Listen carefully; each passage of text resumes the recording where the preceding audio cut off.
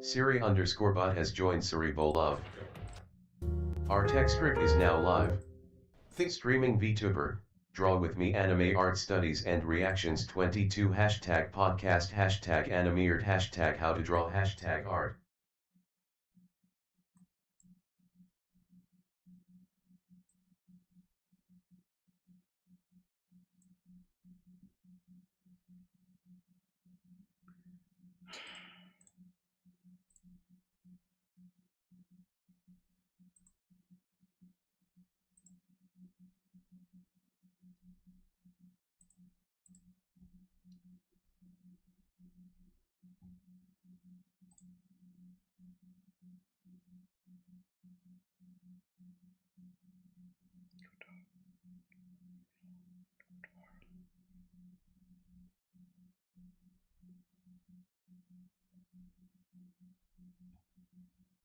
Bot Rix has correctly joined the channel.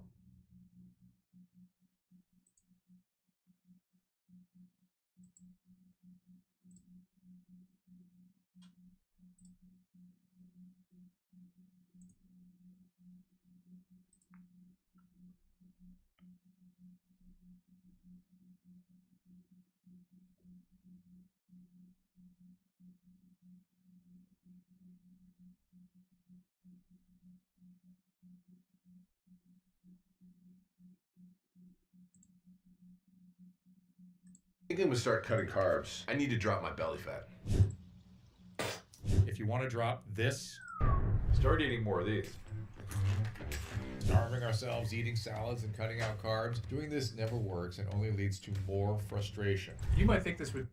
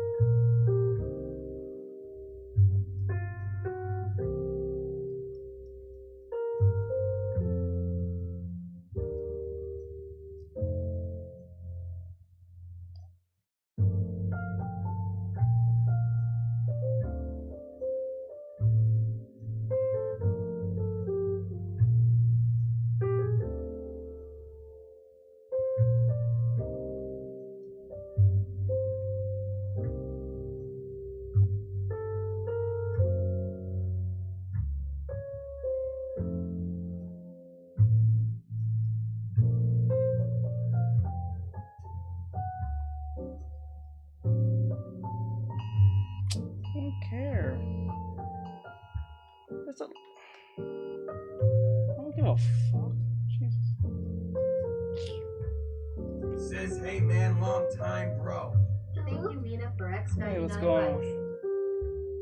How goes it?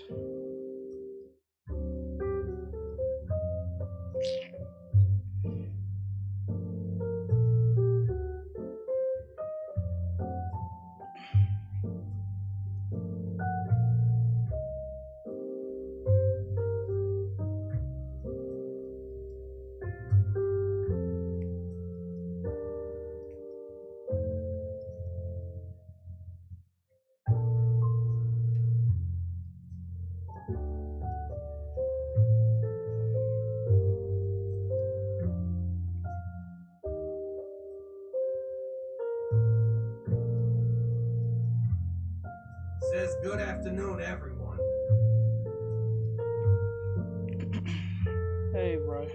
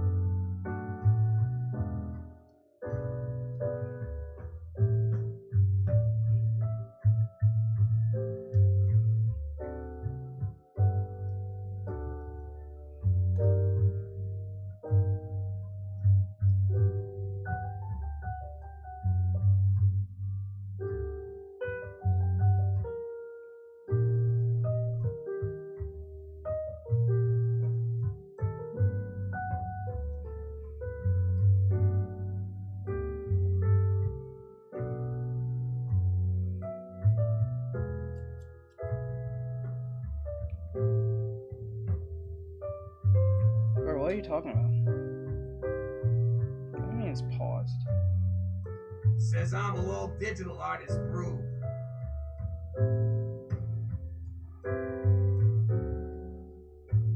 I don't know what it means.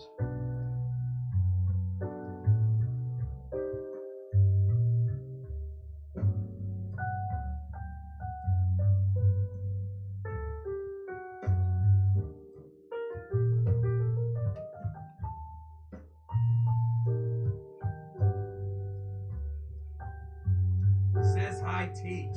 Hello.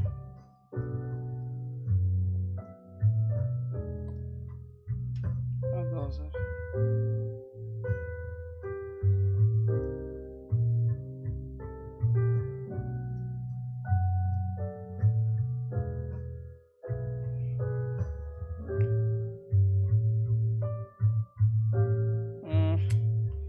Not feeling it.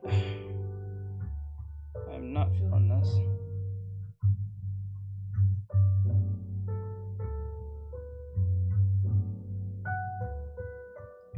What is the only way to do? Hold on.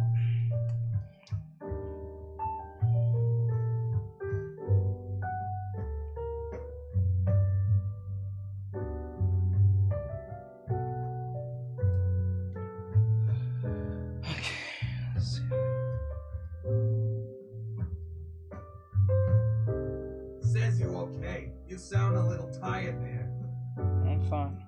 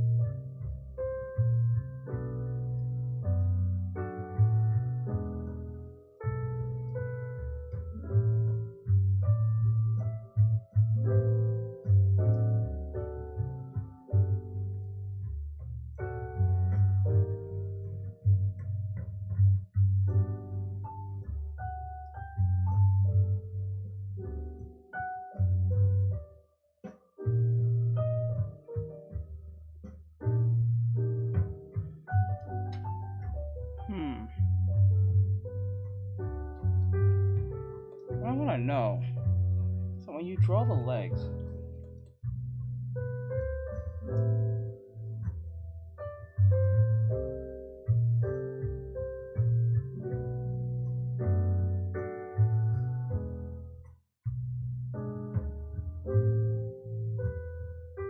Says hi. hello.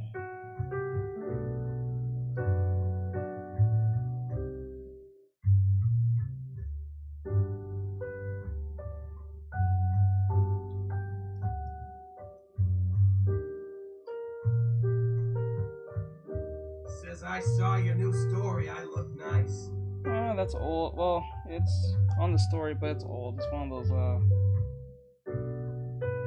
year from now type drawings.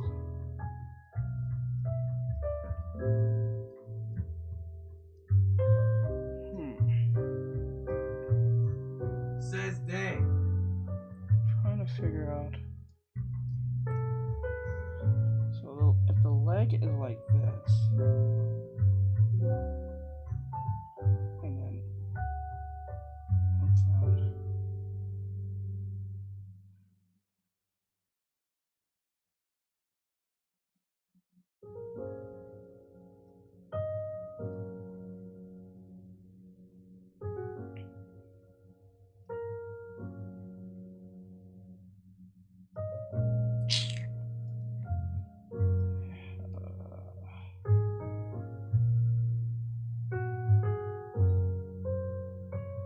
Says how I get paid doing art. You know, you get people post stuff on either forums and stuff, or people would see your work and they say they want to commission you and they give you money. Thank you, Chef, for X 105 likes. Or you can get a job as an artist and sign up at a business looking for artists on LinkedIn. But you must have something called a portfolio, and if your portfolio is not up to date or not at standard, Says where are you from? Why do people ask this question? I don't understand why they ask this question. Why do people ask this question? I'm from New York, but I don't live there anymore.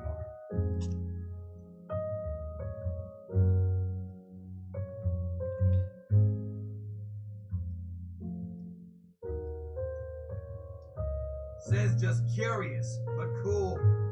Thanks. This doesn't look right.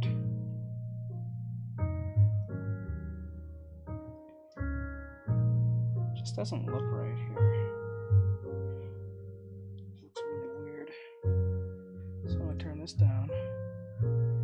What I'm gonna do is Thank you, Mo Moody, for X 101 likes.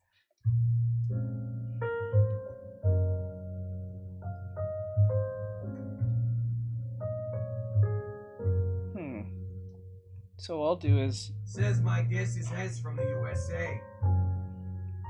Yes. Says my guess is he's from the USA.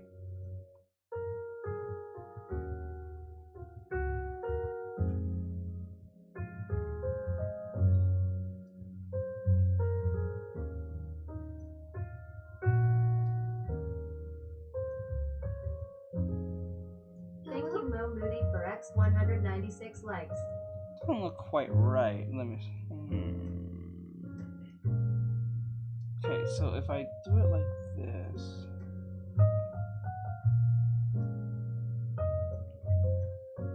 Says sorry, don't know why you repeated that.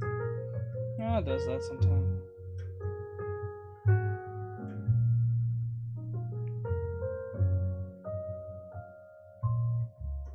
Okay, the leg is like this.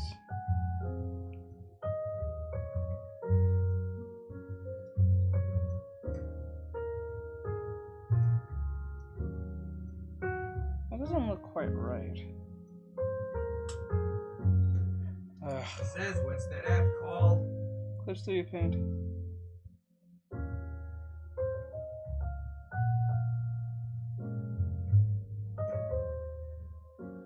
Maybe if I...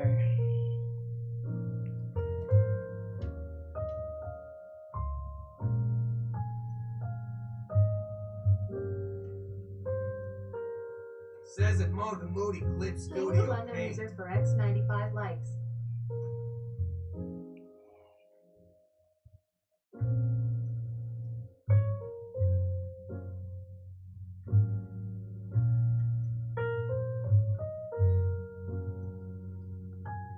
I don't know what it is, but okay, let me see if I can go the other one.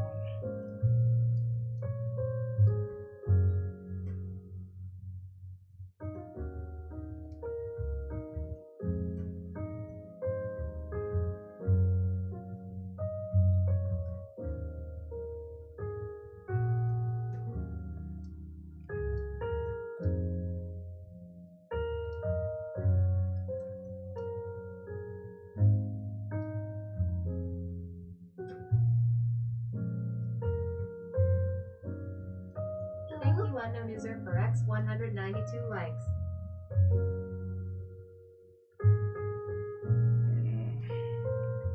How do they make the?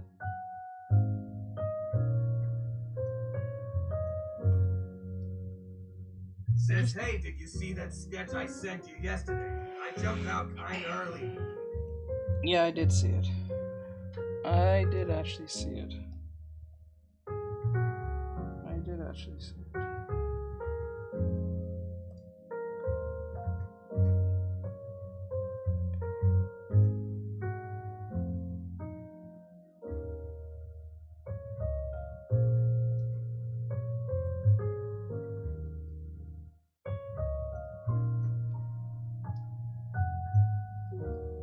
Says, hi, Teach. Hello. Hello. Says, hey.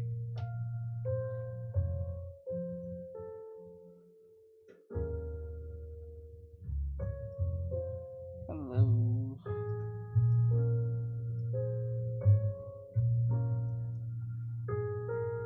I don't know what's trending on Twitter when it comes to art. Says, how are you? I'm doing well. How are you? Says at Mini_JIVA and 88 hi, Devon. Oh. Says at Brighter Close hi.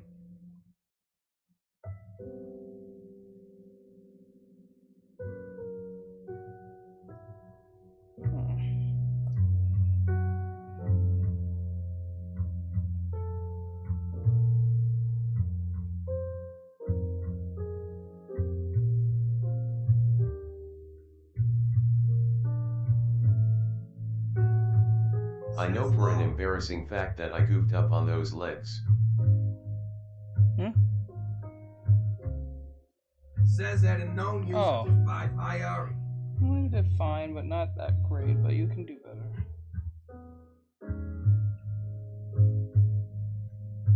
Says the way I drew them. You can do better.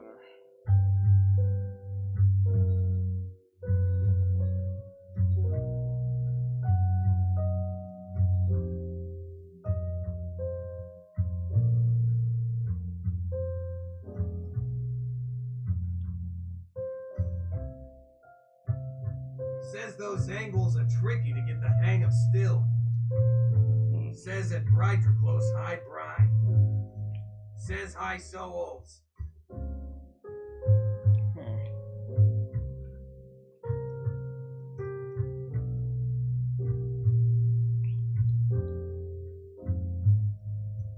Says hi, Lance.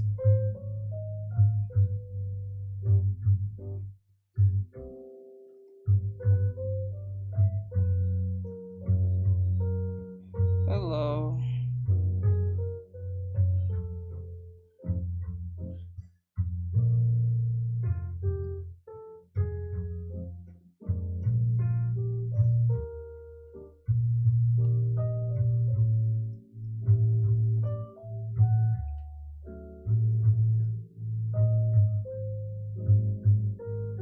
Says what's her art style? And what's my art? What does that mean? What question is that?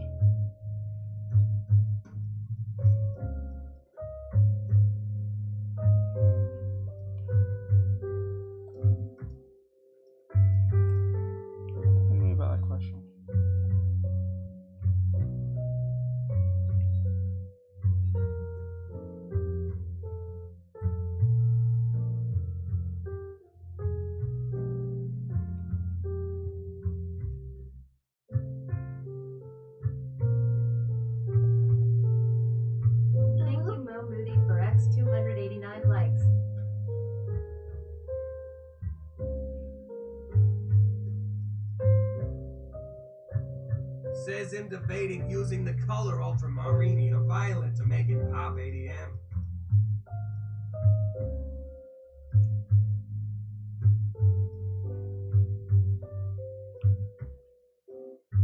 Thank you, Lily Friends, for following. Thank you, unknown user, for X 285 likes. Thank you, Mo Moody, for X 379 likes.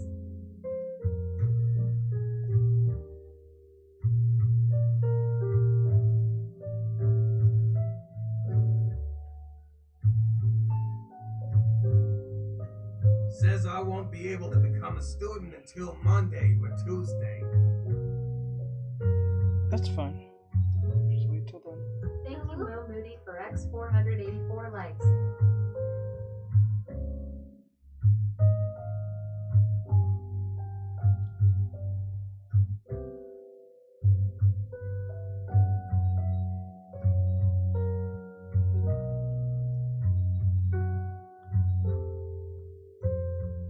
Artextric is now live. Thank you, Mo Moody, Streaming for art, X draw with me 564 anime likes. art studies and reactions 22 hashtag podcast hashtag animeart hashtag how to draw hashtag art.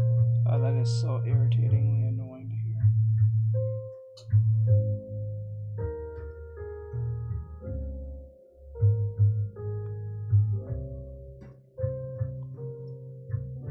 Says what was that? Just the bot.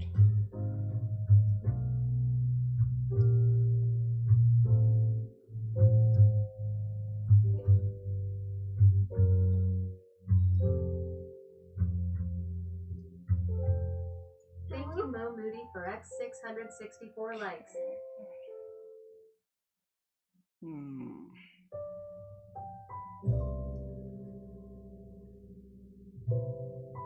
Says teach him allowed to draw with you, right? What does that mean?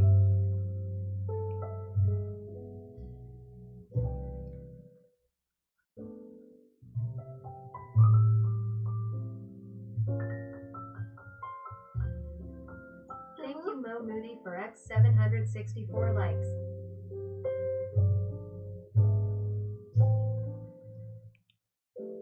Says hey teach, would ultramarine and violet combined be a sort of royal blue? I don't know. I don't know from the top of my head. I really Thank don't you, know. Mo Moody, for X 848 Perhaps. likes. I'm not totally sure on that. Thank you, Cherry Eva, for following. I'm pretty sure a big mixing would work. Thank you, Mo Moody, for following. Thank you, Mo Moody, for X 948 likes. Says it looks like Sonic's color, but more vibrant.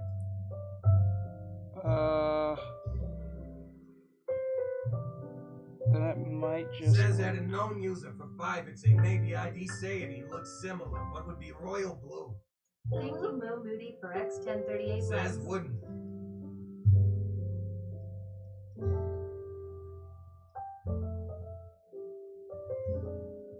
Says gotcha. I wouldn't know that from the top of my head. I would just only know that if I'm looking at it.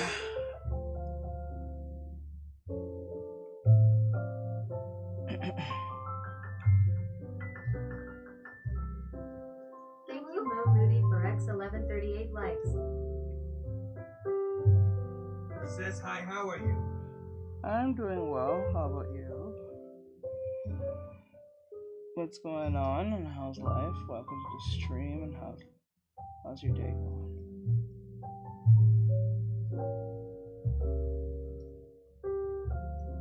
Thank you, Mo Says Moody, good. for X 1228 likes. That's good. Hope your day is going awesome even more.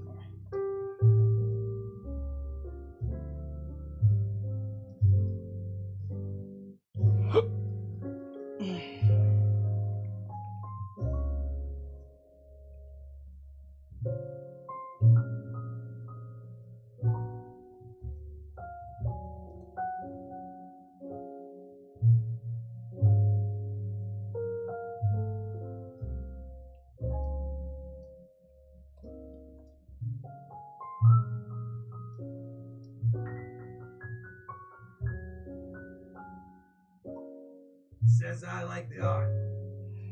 Yeah, they're mainly just mainly studies. Trying to figure out the study.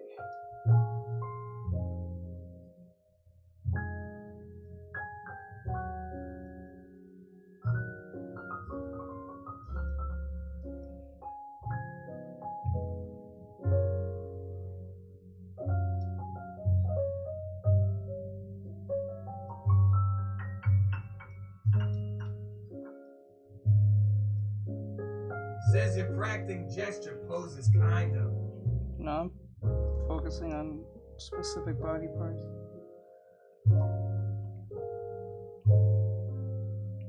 This leg should be higher.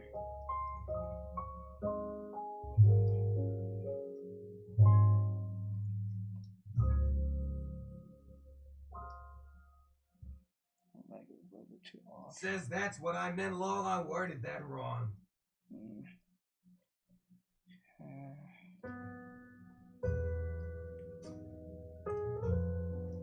Says what's up, my boy, Artextric. Hey, what's going on? What's up, Azure? Just trying to get better at doing this.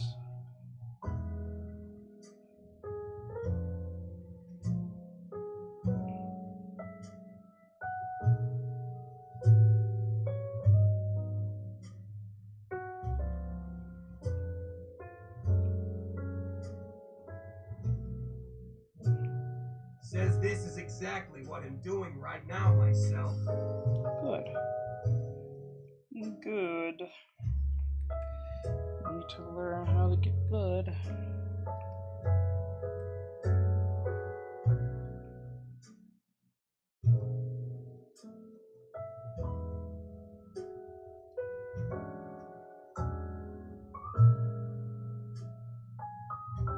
Says, do you have TikTok?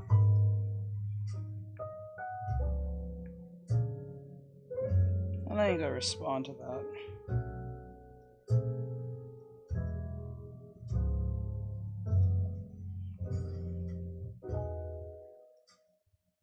Thank you, JBOI, for following.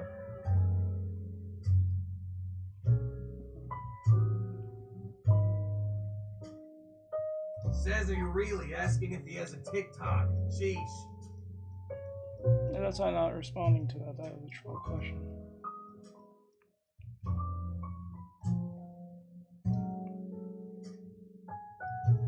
Says at JBOI.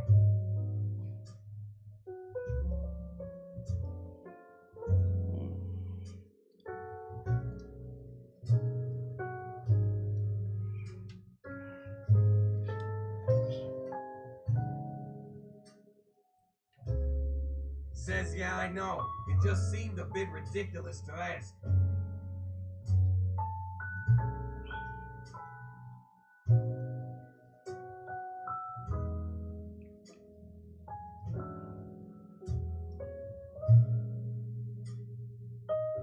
Says.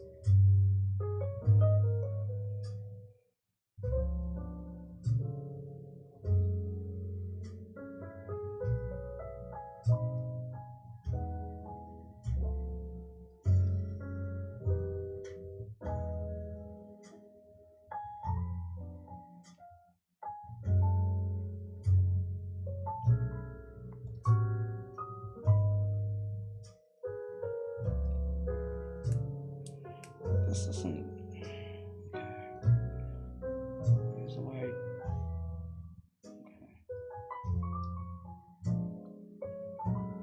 Says at JBOIY.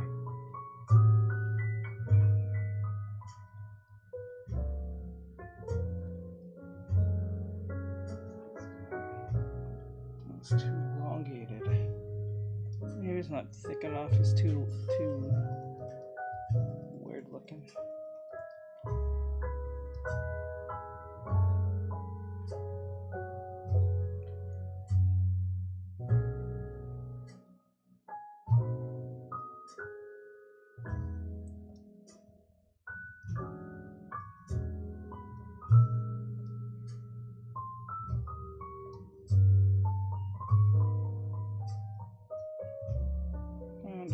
much sense if they close like that.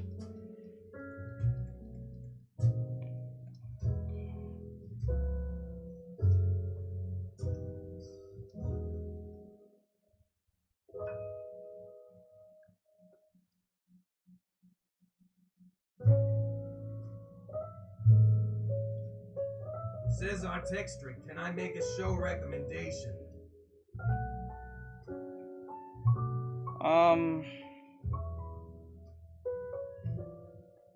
I would only have that happen with people who are subscribers. Sorry, bro.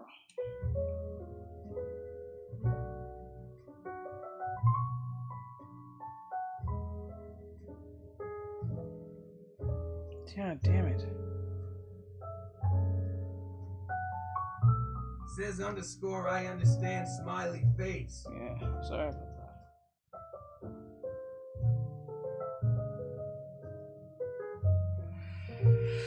Okay. This leg here, this is just not one of the best ones I've done. This was okay, but I can clean them up later, but like, just not that great. I don't like this one. I'll put it over there for now. For now. Okay, like.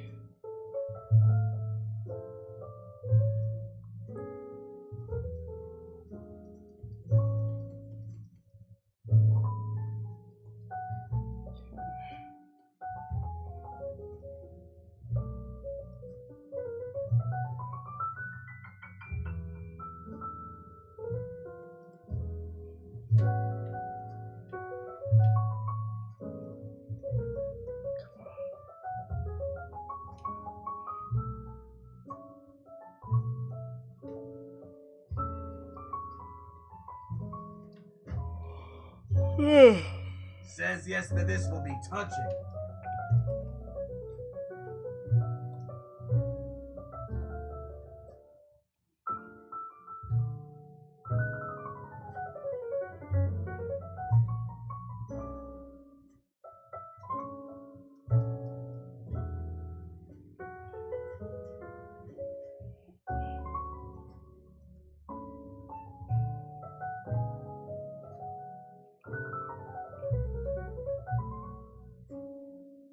Ugh, it doesn't look right. Nope. Says what time is it for you? 5:23 p.m.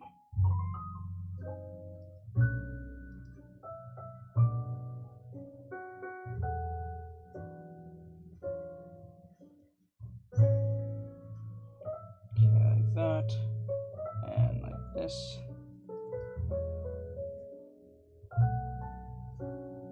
Oh, maybe if I do it like that. Like 1, 2. Right.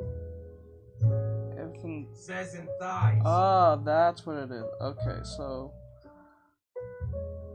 I think everything comes back to the crotch. Okay, so is that right? And then now I would elevate this a little bit higher.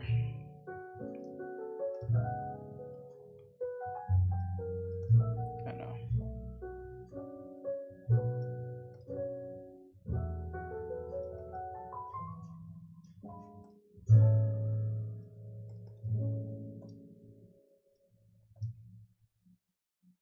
Okay.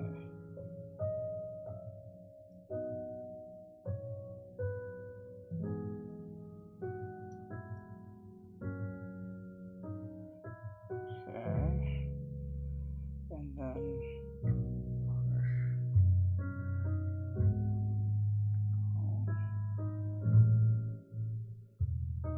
Ralph's always gives you savings and rewards on top of our lower than low prices. And when you download the Ralph's app, you can enjoy over shut the fuck. Okay. Okay. Let's put it like this.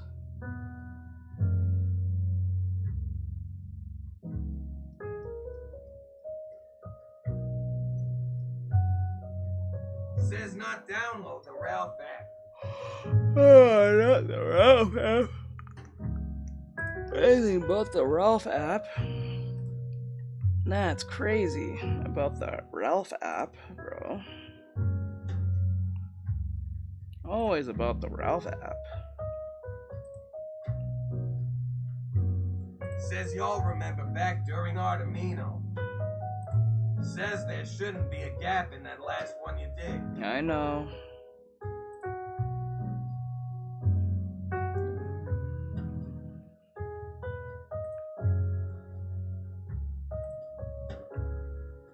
Says it underscore ya. Let's see here.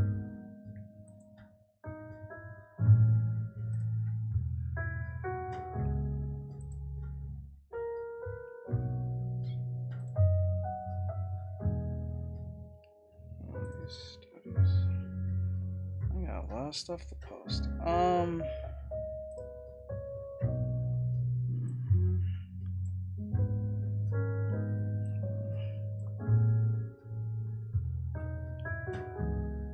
Damn, I am tired as fuck. Alright. I didn't have that one? Oh, okay, no, never mind.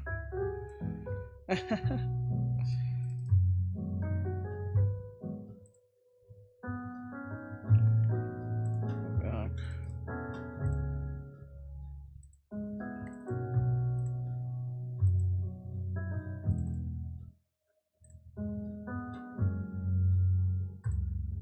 So many things I have to.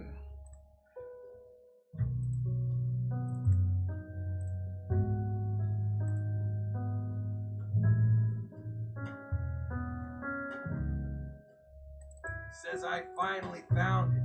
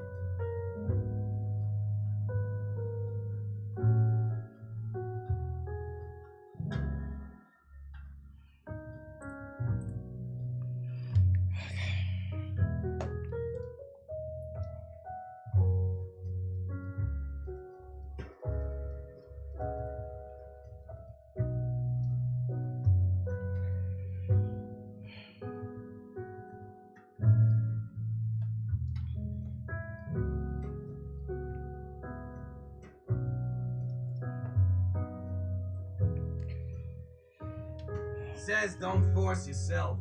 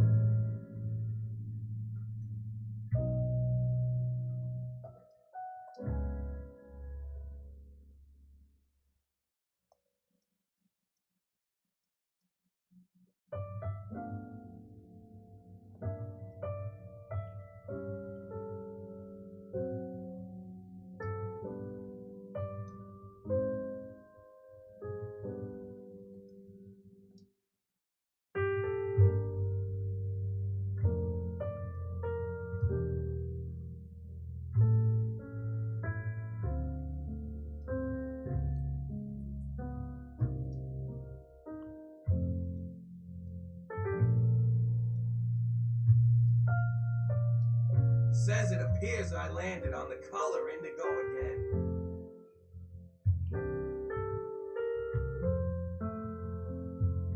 Hold on. trying to. Oh no, that's it.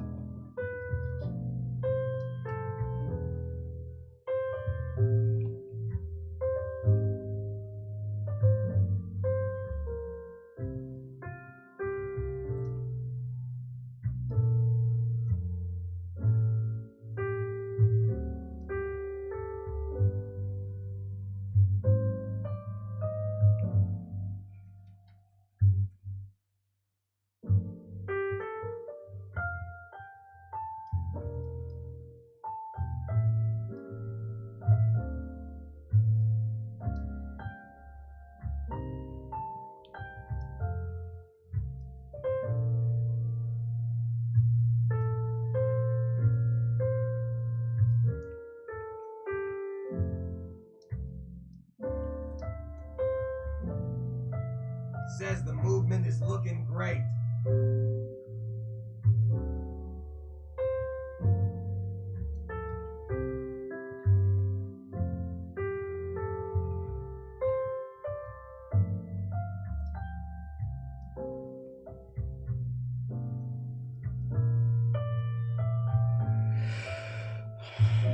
Okay, hold on.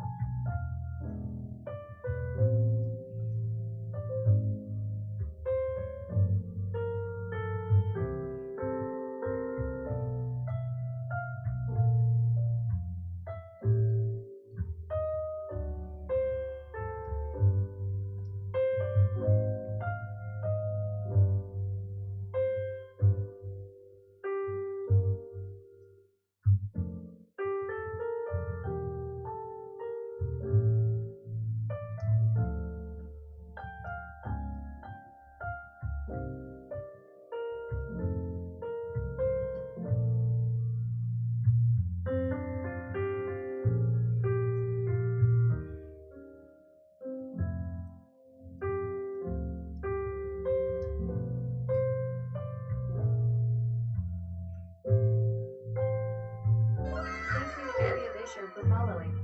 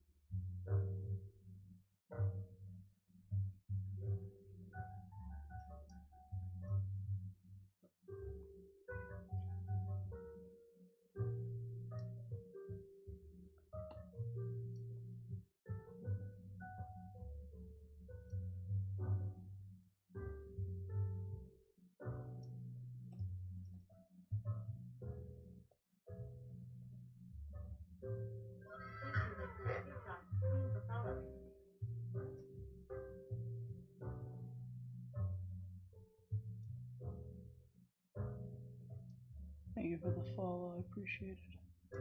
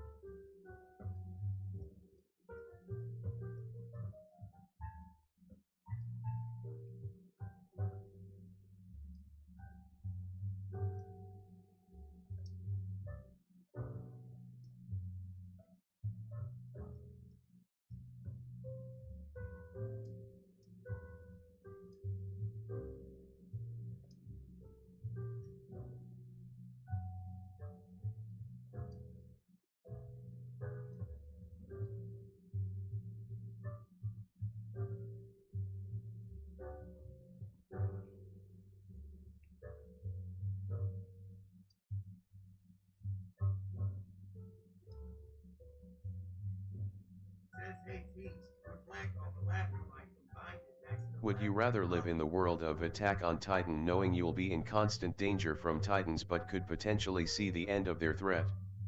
Or in the Tokyo Ghoul universe, where you could be a ghoul with powers but always live in fear of being hunted?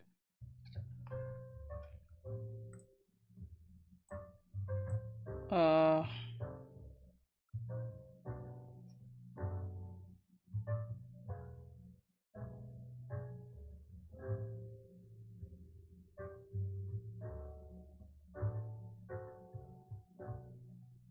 Hmm.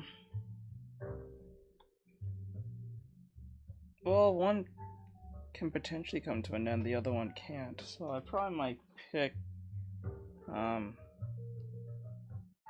you do have power, so that's based on your skill set. So I'll say the bottom one. Says bonding sort of a combo of indigo and lavender. I'm not sure. I don't know what they look like in my head.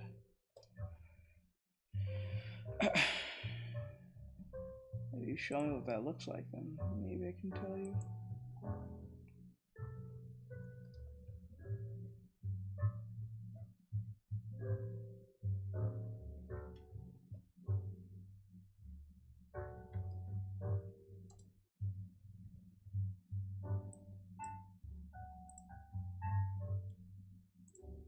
Says, okay, I can send it to you on Discord. Give me a second.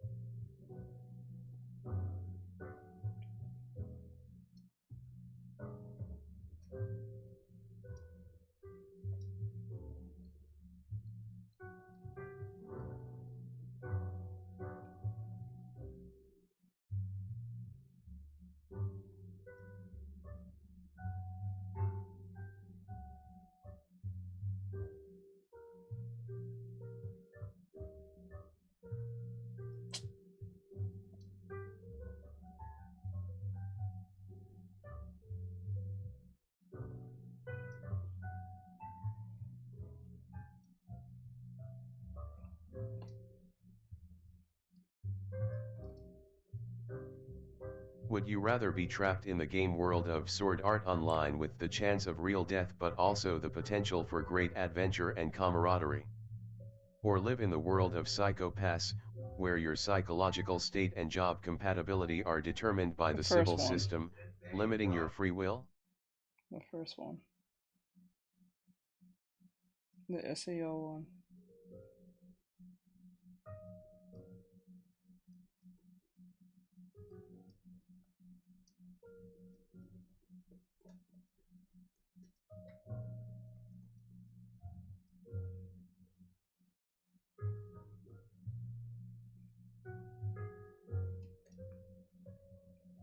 Why? Because I don't want to be psychologically analyzed every time I'm taking a dump. I don't want to go to jail at the age of 3 because they say I'm gonna mass murder someone because I'm 3.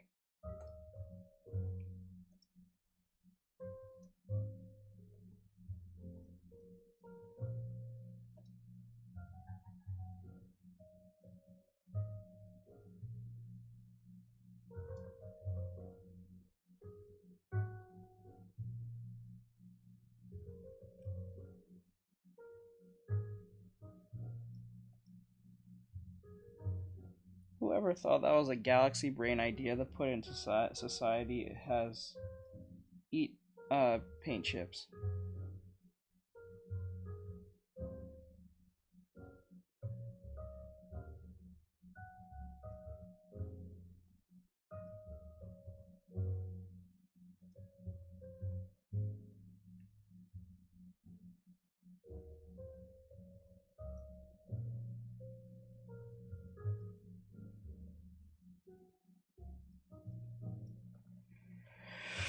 Okay.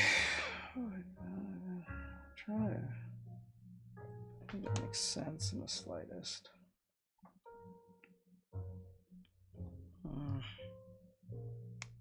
Would you rather have the ability to pilot a Gundam from the Gundam series, with all the risks and responsibilities of being a mecha pilot in a war-torn world? Or be a spiral warrior with a gunman from Gurren Lagann, with the potential to fight for the freedom of the universe at the risk of cosmic scale threats? Yes, the bottom one. The bottom one.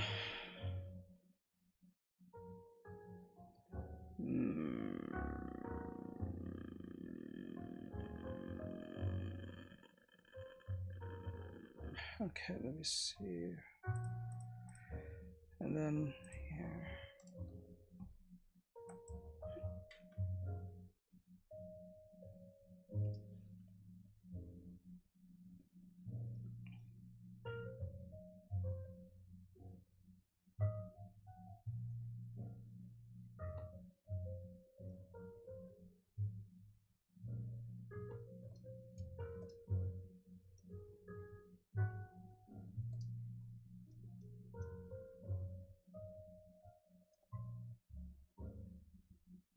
I sent you that color comp.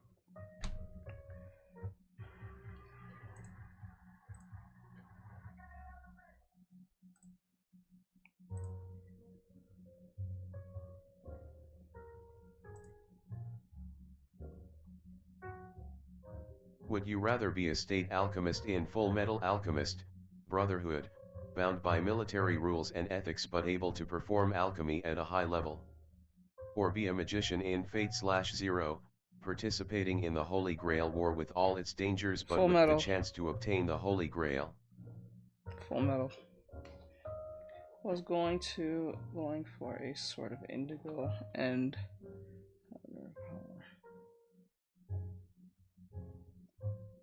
what are you trying to do again?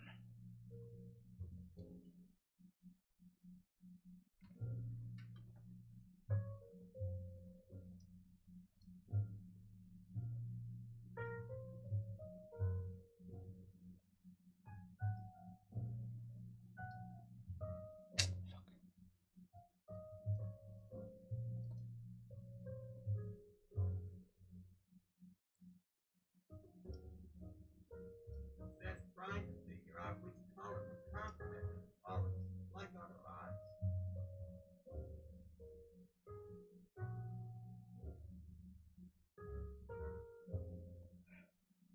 The best colors that would be is something on the color wheel that anything that's on the color wheel that is opposite from each other.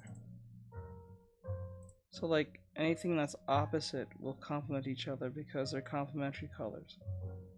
So purple and green complement one another because they're from the opposite ends of the spectrum. Or like if you take orange and blue, they tend to complement one another.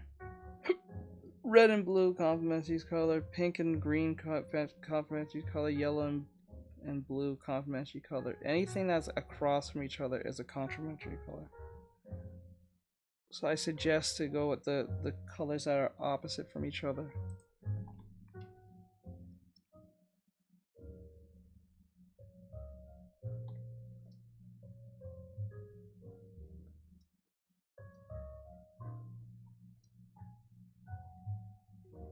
Says Doctor, thanks for your tip. Mm-hmm.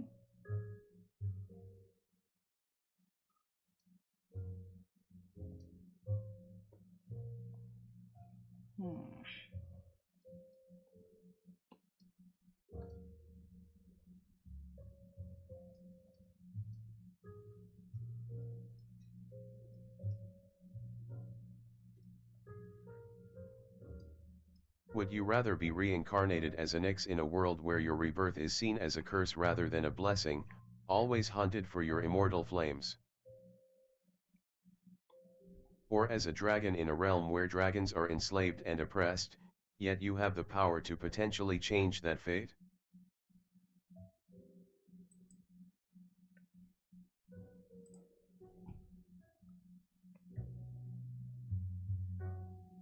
Oh, what? In a world where your rebirth is seen as a curse rather than be.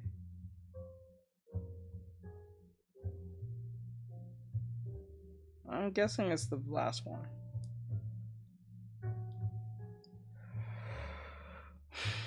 Oh, these are good colors. Maybe they're too bright.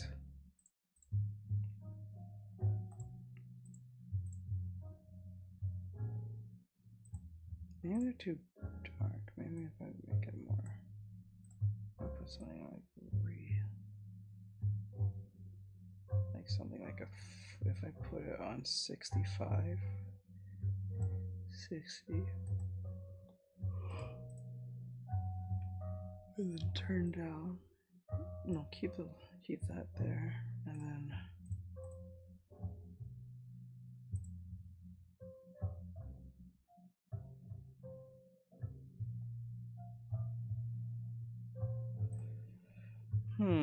Interesting. I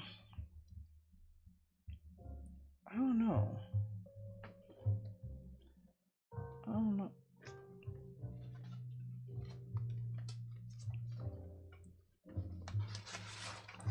Really? We're gonna just do this?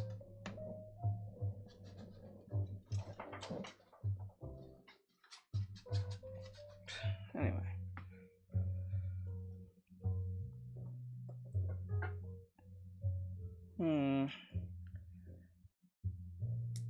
Like it's wrong.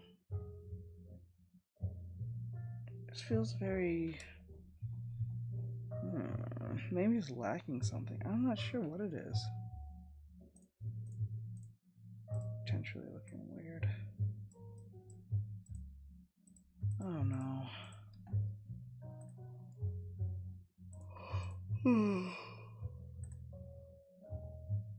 Alright. We're just gonna do 2 videos. So if you guys want to come over here and hear what this has to be said, just come over here. You're just doing 2 videos. We're not doing 3 or 5 or 6, 7. One a Demon video, and then we'll do the what do you call it?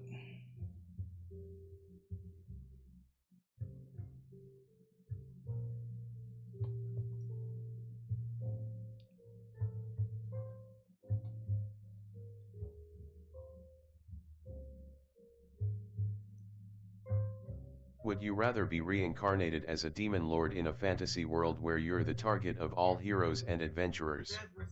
Or as a hero destined to fight the demon lord but cursed with the knowledge that defeating them would also end your own life?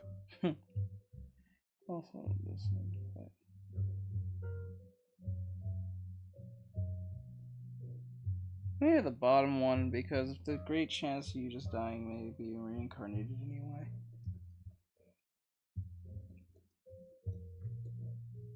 Especially if you're the hero, so 9 times out of 10 you might get reincarnated anyway.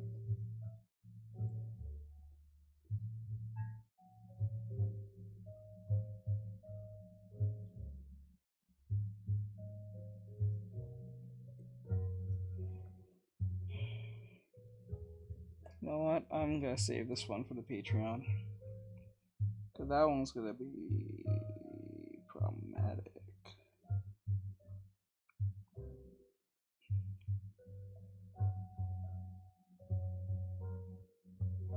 I think if I do this right.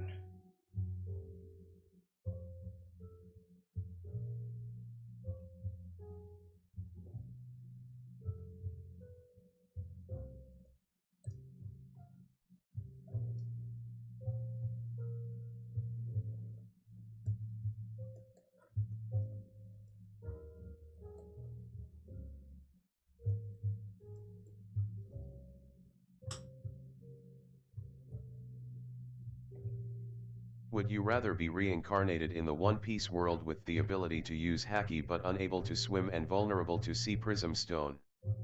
Or in the world of Hunter x Hunter with nin abilities that, if misused, could lead to your premature death? I'm pretty sure everyone will pick the hockey one. Pick the One Piece one.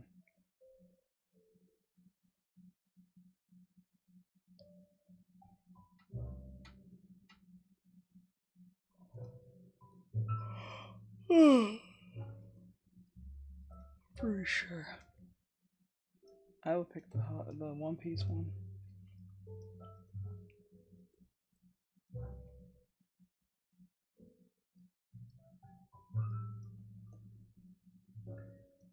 Sea Prism Stone.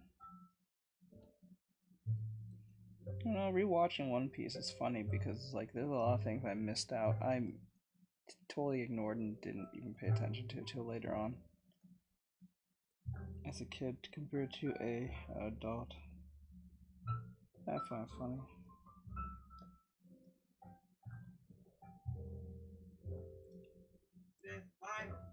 Would you rather be reincarnated into the world of My Hero Academia with a quirk that's considered weak in a society that values strength, giving you a unique perspective on heroism? Or in the world of Magi as a magician in a dungeon, with immense power at your fingertips but also the risk of losing your sanity to the dungeon's corruption?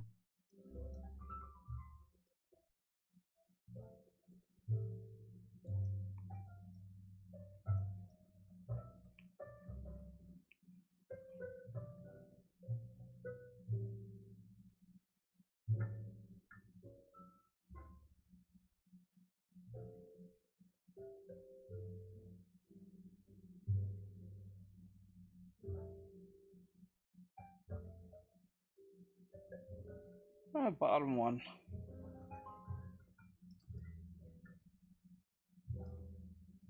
Oh no, it's Jaden again. He's back here to ask if I change my ways or some stupid shit.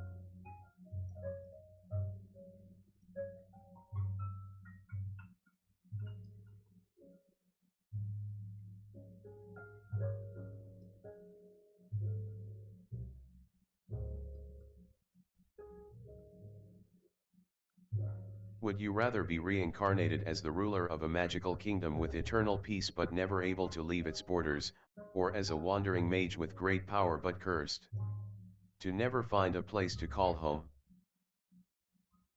I want to travel the world, so I'll be the mage.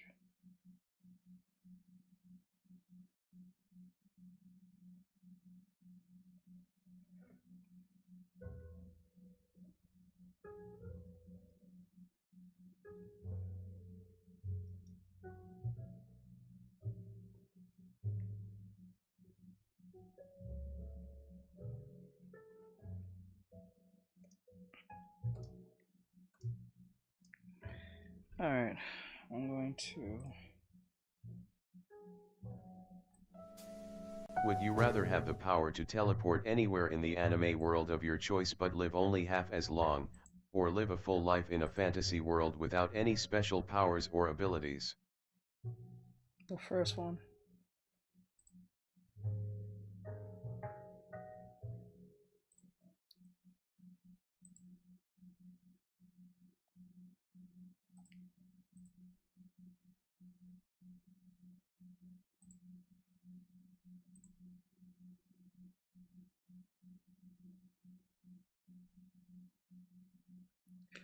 Okay. Okay. See, Prism Stone.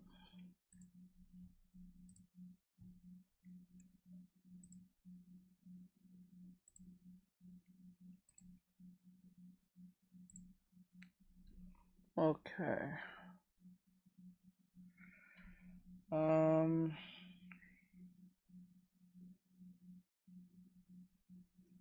Okay, so I'm gonna switch that over there.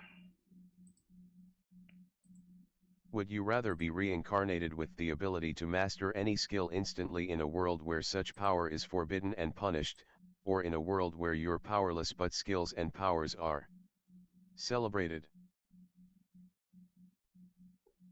The first one. Okay. That's turned off. That's okay. Now we're going to do the reaction thing.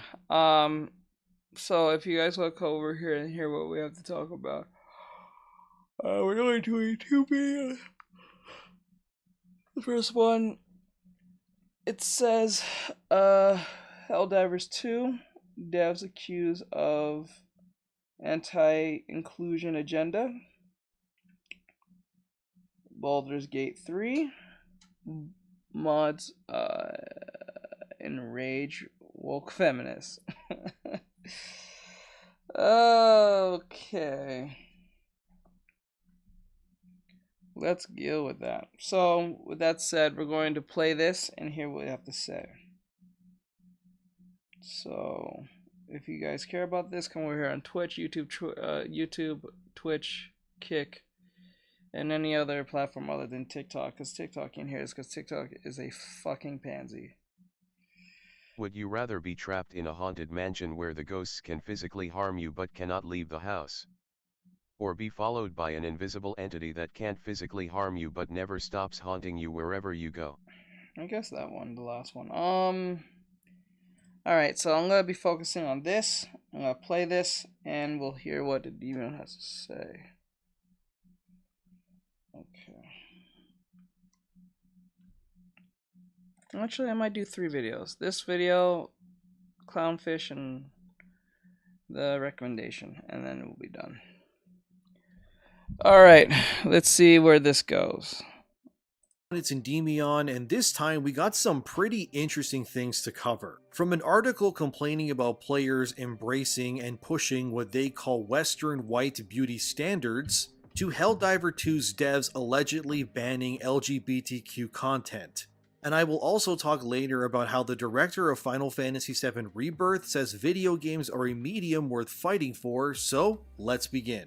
Firstly, there was this article from DualShockers titled, Baldur's Gate 3 mods that glow faces are my pet peeve. The forcing of conventional beauty standards on everything is tiring. The DualShockers journalist is mad because Baldur's Gate 3 players are enjoying a video game the way they want to by using mods, and thinks that everyone should conform to their opinions, and if they don't, they're basically sexist bigots. On Nexus mods right now, there's a mod called Enhanced Nude Bodies, which has over 1 million downloads already. And since the mod is pretty not safe for YouTube, I can't even really show any images of it. But this mod, understandably, does what it says, which takes various characters within BG3 and enhances their bodies to make them look more idealized. There's another mod called Beauty Curvy Body and Sexy Outfits, which is also not very safe for YouTube to show. But like it also says, it makes the characters more attractive and gives various individuals interesting forms of attire, to put it one way. Anyway, according to the DualShocker journalist, they don't exactly find the sexy mods problematic per se because thankfully they understand that BG3 is a very horny game. And it is, which is why those mods have a combined download rate of 1.3 million. And considering BG3 has of the making of this video anyway sold somewhere around 10 million units plus, that's a sizable chunk of the player base going. Recently, and for no reason at all, I asked Mint Mobile's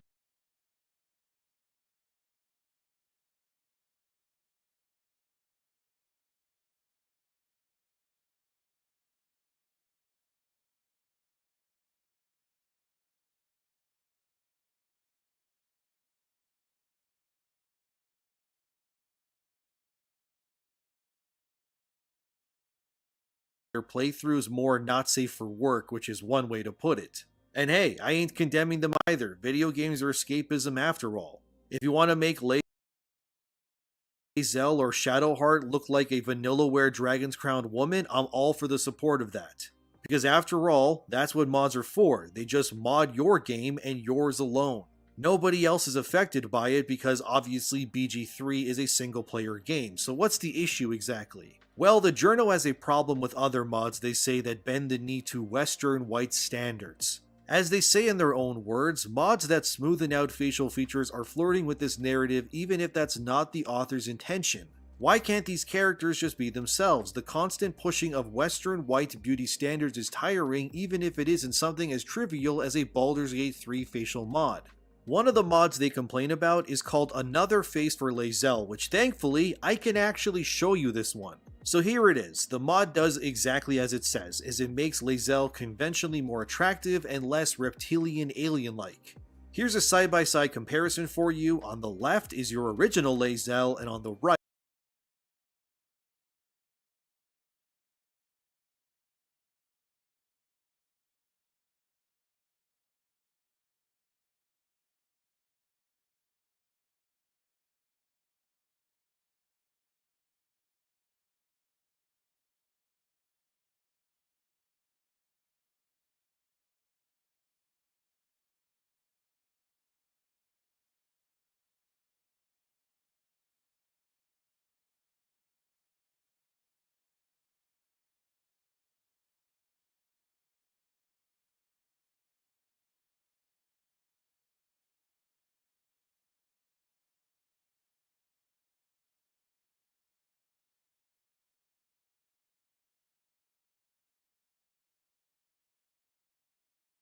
is what the mod does, and yeah, obviously the mod does make Lae'zel more conventionally attractive. Although I love Lae'zel either way, after all, she was my love interest when I beat BG3 a few months back myself.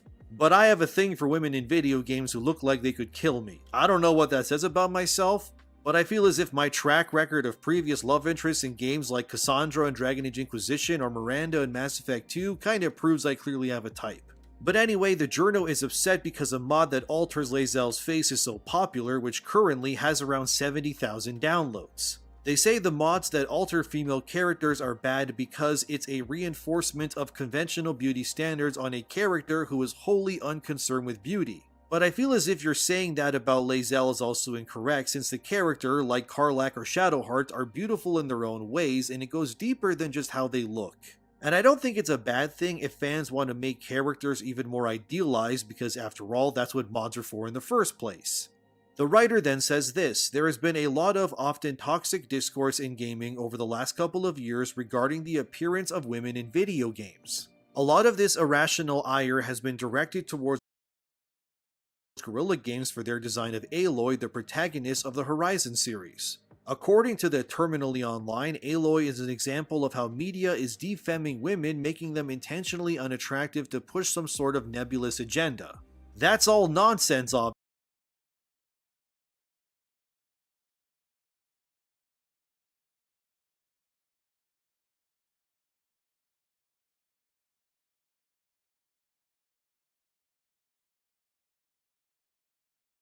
obviously, and mods that smoothen out facial features are flirting with this narrative even if that's not the author's intention. Why can't these characters just be themselves? The constant pushing of Western white beauty standards is tiring even if it isn't something as trivial as a Baldur's Gate 3 facial mod.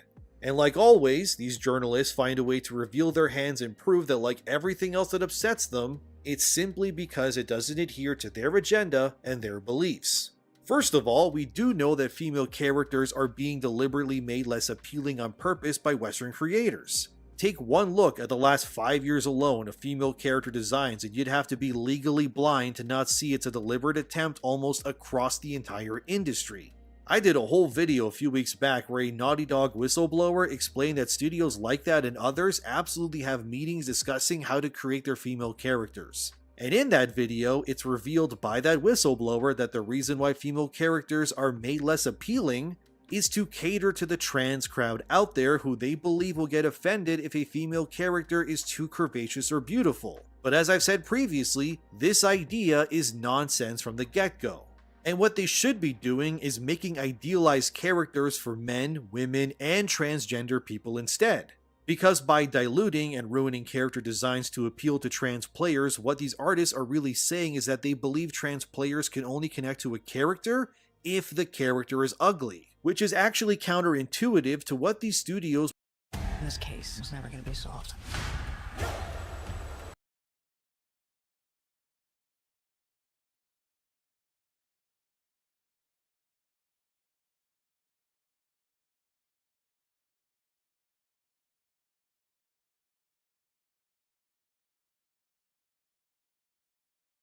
Want to be doing, and they are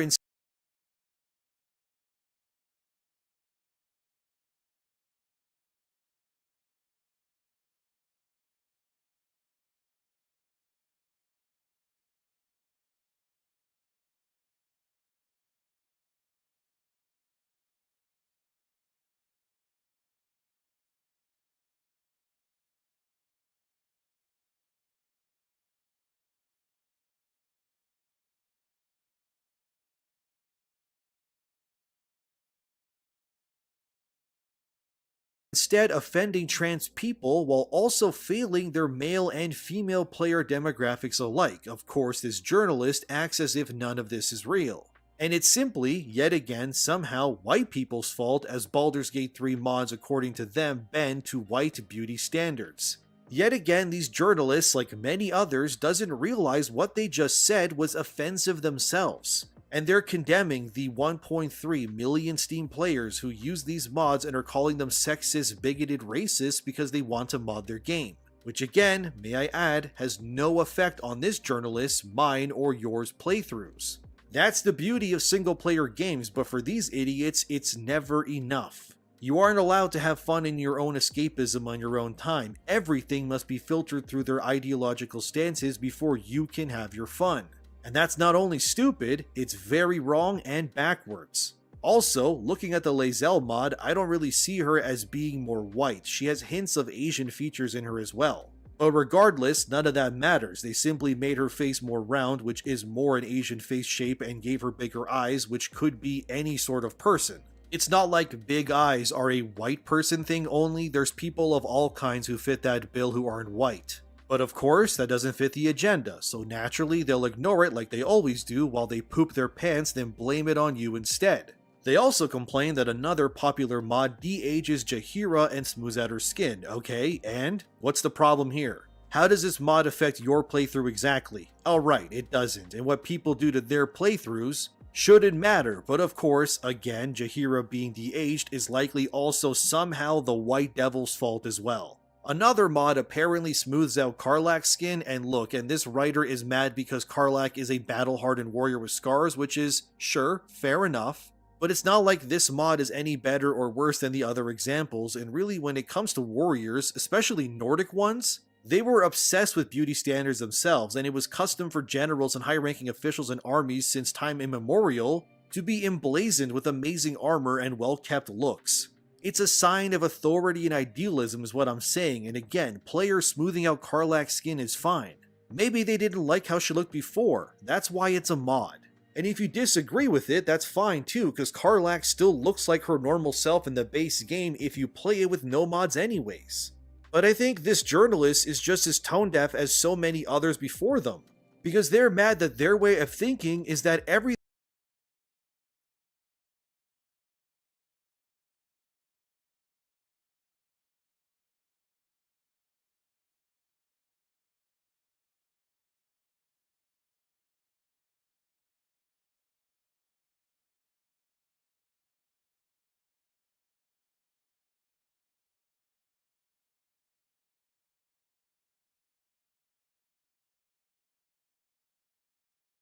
Says in back Everything hay. must be as ugly and contorted as they are, and if the people don't agree with it, that they're somehow in the wrong. I think it's totally fine that players want to embrace sexy, strong female characters, and if they want to put them in bikinis or smooth out their faces or change the hairstyle or something, I say let them do it. It's not like it affects your playthrough anyway.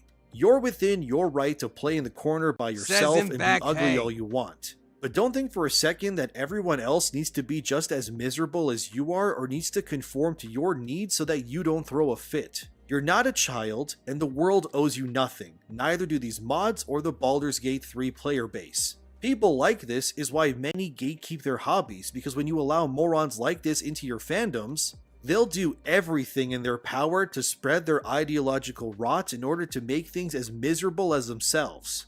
Screw these people, but sadly, forever you and me. It doesn't end here. There was this big Polygon article surrounding the game Helldivers 2 and how its community has become essentially a real military group that uses call signs and are role-playing as real-life soldiers. I find the entire saga surrounding Helldivers 2 to be awesome and downright hilarious at times. I'm not sure As for if the you small voices fraction turned of time over I Facebook. played of the game myself, It's I playing had the people video sound, but in-game when you moaning pause when to they talk, got it doesn't shot, come through. and role-playing like they were actually bleeding.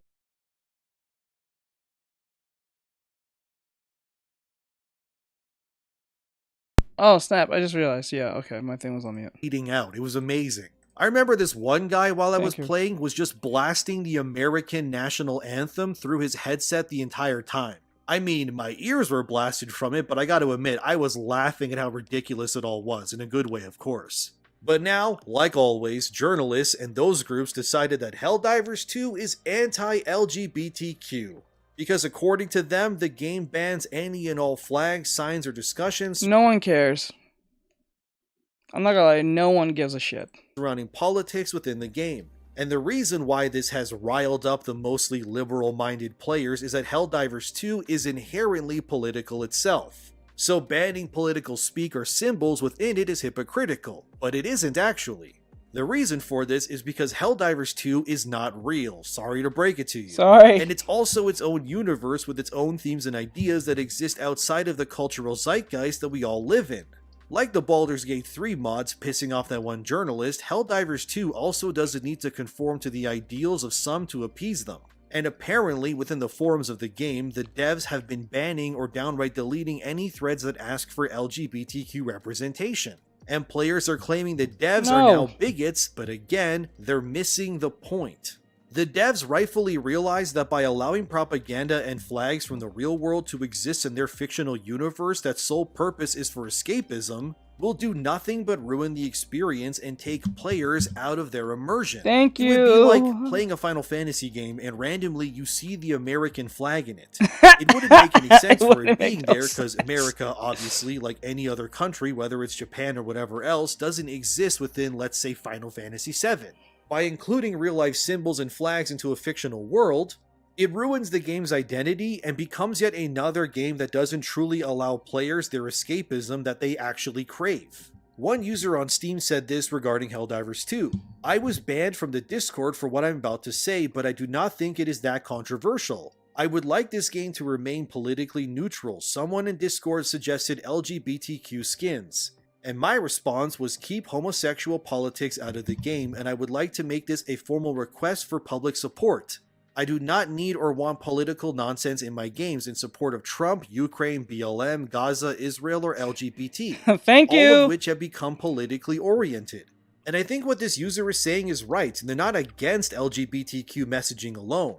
They don't even want Trump symbols or American flags either. They just want the game to be what it is, a game.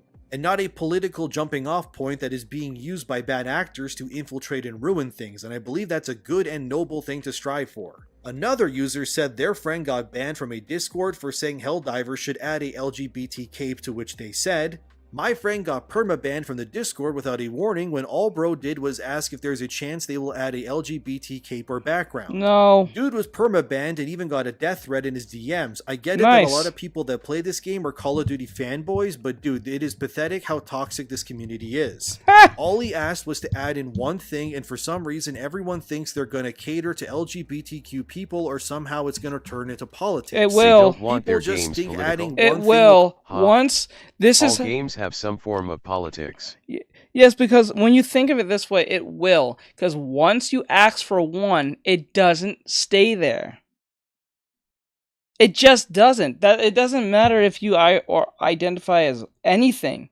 As soon as you ask for something that caters to one group, then you have to put all groups in it. That's just how it works. And what people do not understand is that once you do this, and once you do this, it's gonna be like, okay, we put in that. Then you're like, can you add this? And then you go, can you add that? Because they got it. It's that funny scene from Family Guy. Sounds messed up to me, lol. Like it's that funny scene from Family Guy when I think something about it was between Brian and Peter's father-in-law, Lois's dad, Carter. Peter Smith, I think is his name. And he was talking to Brian about something. I think it was about the cancer cure or something. And he made a statement about, oh, I get X, Y, and Z, right? He gets like some type of candy. I think it was a candy. And once he got candy, the employees saw him got candy from Carter's employees because he's their employer.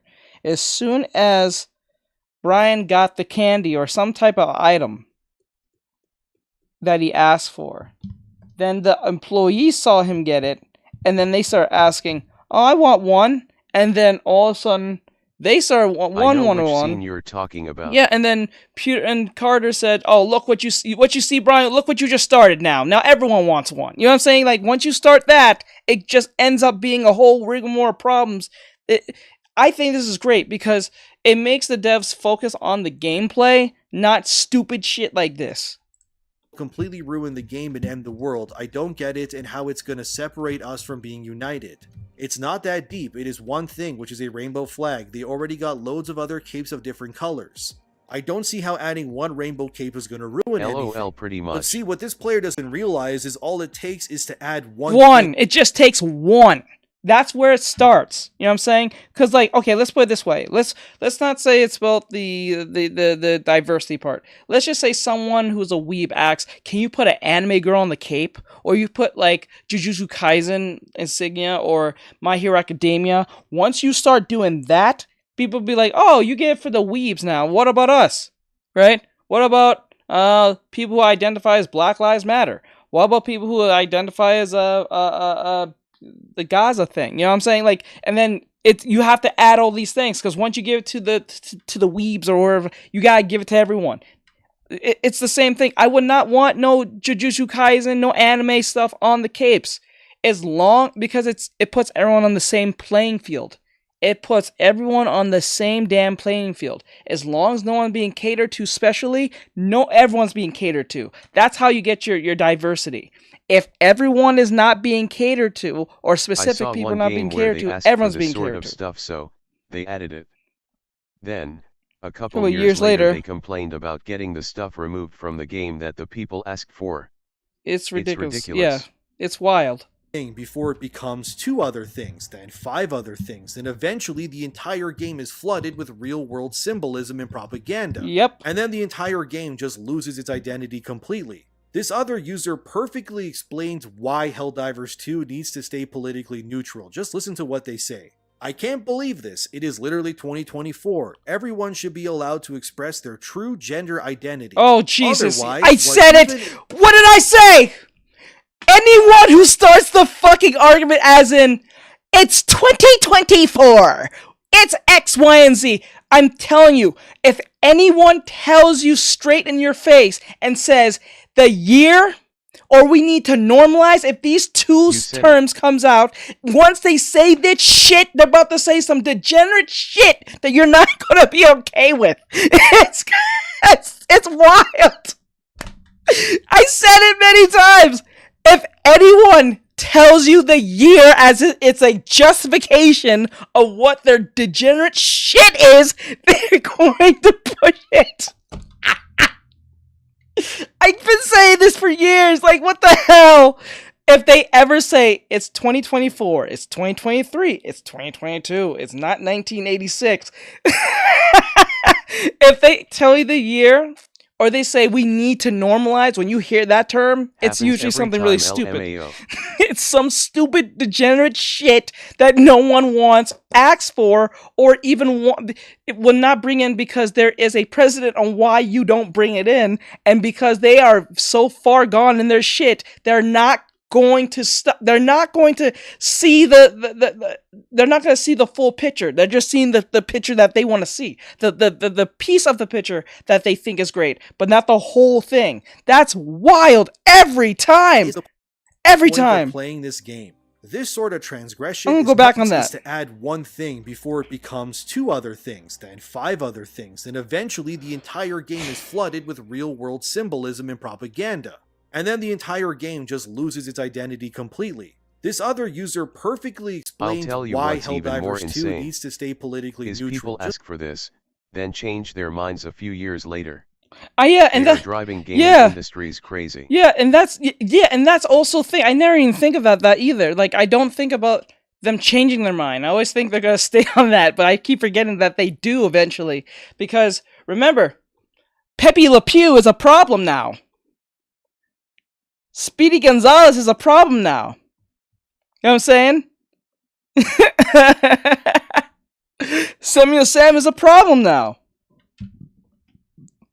I'm saying, like, it's wild. It's a wild concept to deal with this nonsense. Oh my god. Just listen to what they say. I can't believe for gaming it is literally industries. 2024. I do too. I do too. I really do too. I feel bad for game devs because I don't think majority of them even wants to do half this shit. Honestly. Express their true gender identity. Otherwise, what even is the point of playing this game? This sort Don't play the game then! Nothing short of oh my god!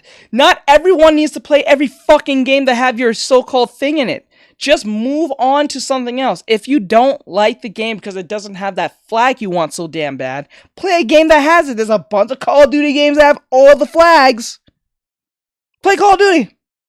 That's actually well, not popular than this, probably not right now. But like, there's a bunch of games that has this. It's not like there's not 110 of them. You know what I'm saying? So when you pull this bullshit game where this one game that happens to be popular right now that doesn't have your so-called diverse flag, what's the point of playing it? There's 110 other games. Shit, like what the hell? Phobic, bigoted, closed-minded, and transphobic. Add LGBT representation. It doesn't have to be major.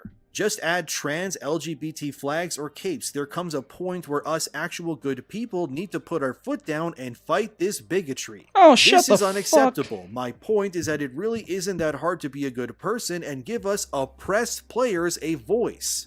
We are valid and strong. Oppressed players. People point out this unacceptable hate. They sound desperate and they're making their desperation a little too apparent. They're oppressed. The people who gets everything is oppressed. As soon as they don't get what they want, they're oppressed. And intolerance, the more likely we are going to get our representation we rightfully deserve. Add it now.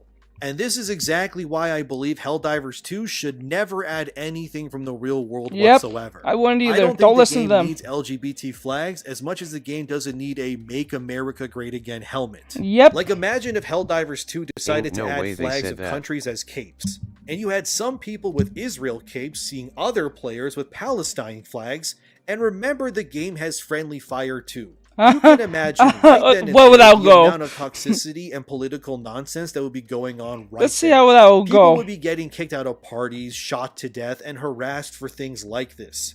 And it's the same.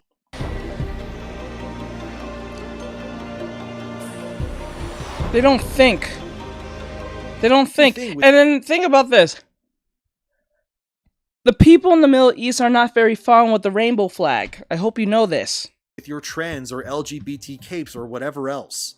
All you're going to do is turn the game into a politically charged nightmare, and trust me, you don't want that.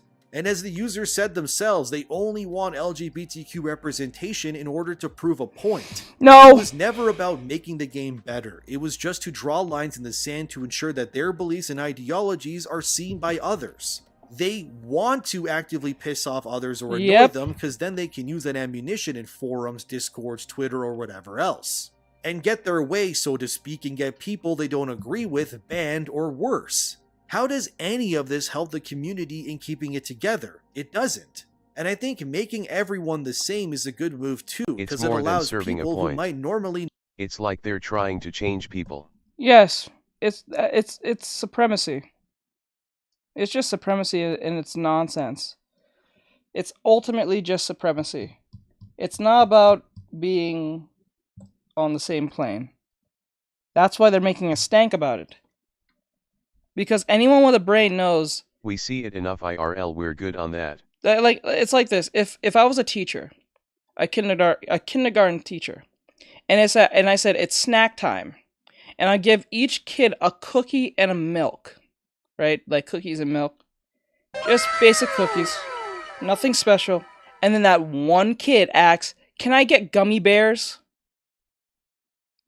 And I said, yes. Guess what the other kids are going to ask? They're going to ask for anything but the cookie and the thing they have, and then everyone gets one. And what's sad about this is, even if everyone gets one, what's going to happen is, say someone has gummy bears, right?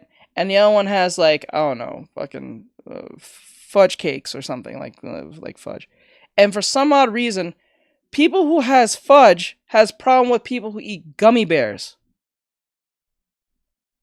For some political reason, because if you eat gummy bears, you're some type of X, Y, and Z. If you eat some type of fudge, you're X, Y, and Z. And you think those kids who are either sitting next or across from each other just going to leave each other alone? Fuck no, they're not going to do it. And if we don't accept their so-called gender, they have riots and fights like they're 2 years old in a public setting, crying about us not accepting them, and act like we should be their gender.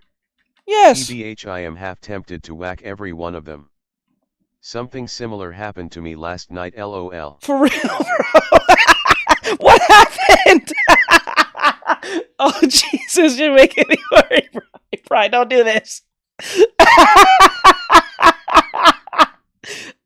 Oh, you're making me laugh. You make me feel bad if it's something really bad. Fuck, that was too perfectly sad. What the fuck? Bro, don't do this. I have been tolerating this, but what they're doing is a step too far. Yeah, yeah, that's what it is. See, this is what happens when the... Yeah, with the kids. With the kids, okay, with the nieces, okay.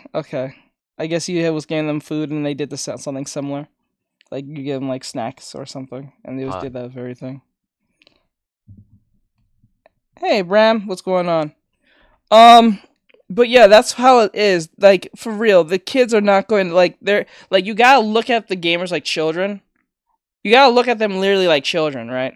So, what the problem is that once they get what they want, they're not going to leave each other alone for the stuff they ask for. Actually, they'll criticize, harass, and attack each other for the things that they ask for. And then what happens is, if gummy bears really don't like fudge, or fudge don't really like gummy bears, they're going to go and complain about, you should take out gummy bears because it makes these people X, Y, and Z. Or the people who have fudge makes them X, Y, and Z. So they're begging and pleading and threatening the devs to take out the thing that the previous person asked for. So what happens is, what these baby gamers don't realize, or these woke individuals don't realize, once they put it in, there's going to be a great chance that someone's going to ask for it to go. And what they don't realize is, what you ask for applies back to you and everyone around you. What's worse is one of my cousins, we can't even call her a she anymore, we have to call her a male. They say accept her, and I said she's no longer a part of my family cause of the she did. Yeah. She's even getting her inappropriate parts changed to a male, the works, the whole package. I'm enraged. God. Sad. So sad. Sad. Not want to play. And I don't even blame you. I blame you, the adults around her.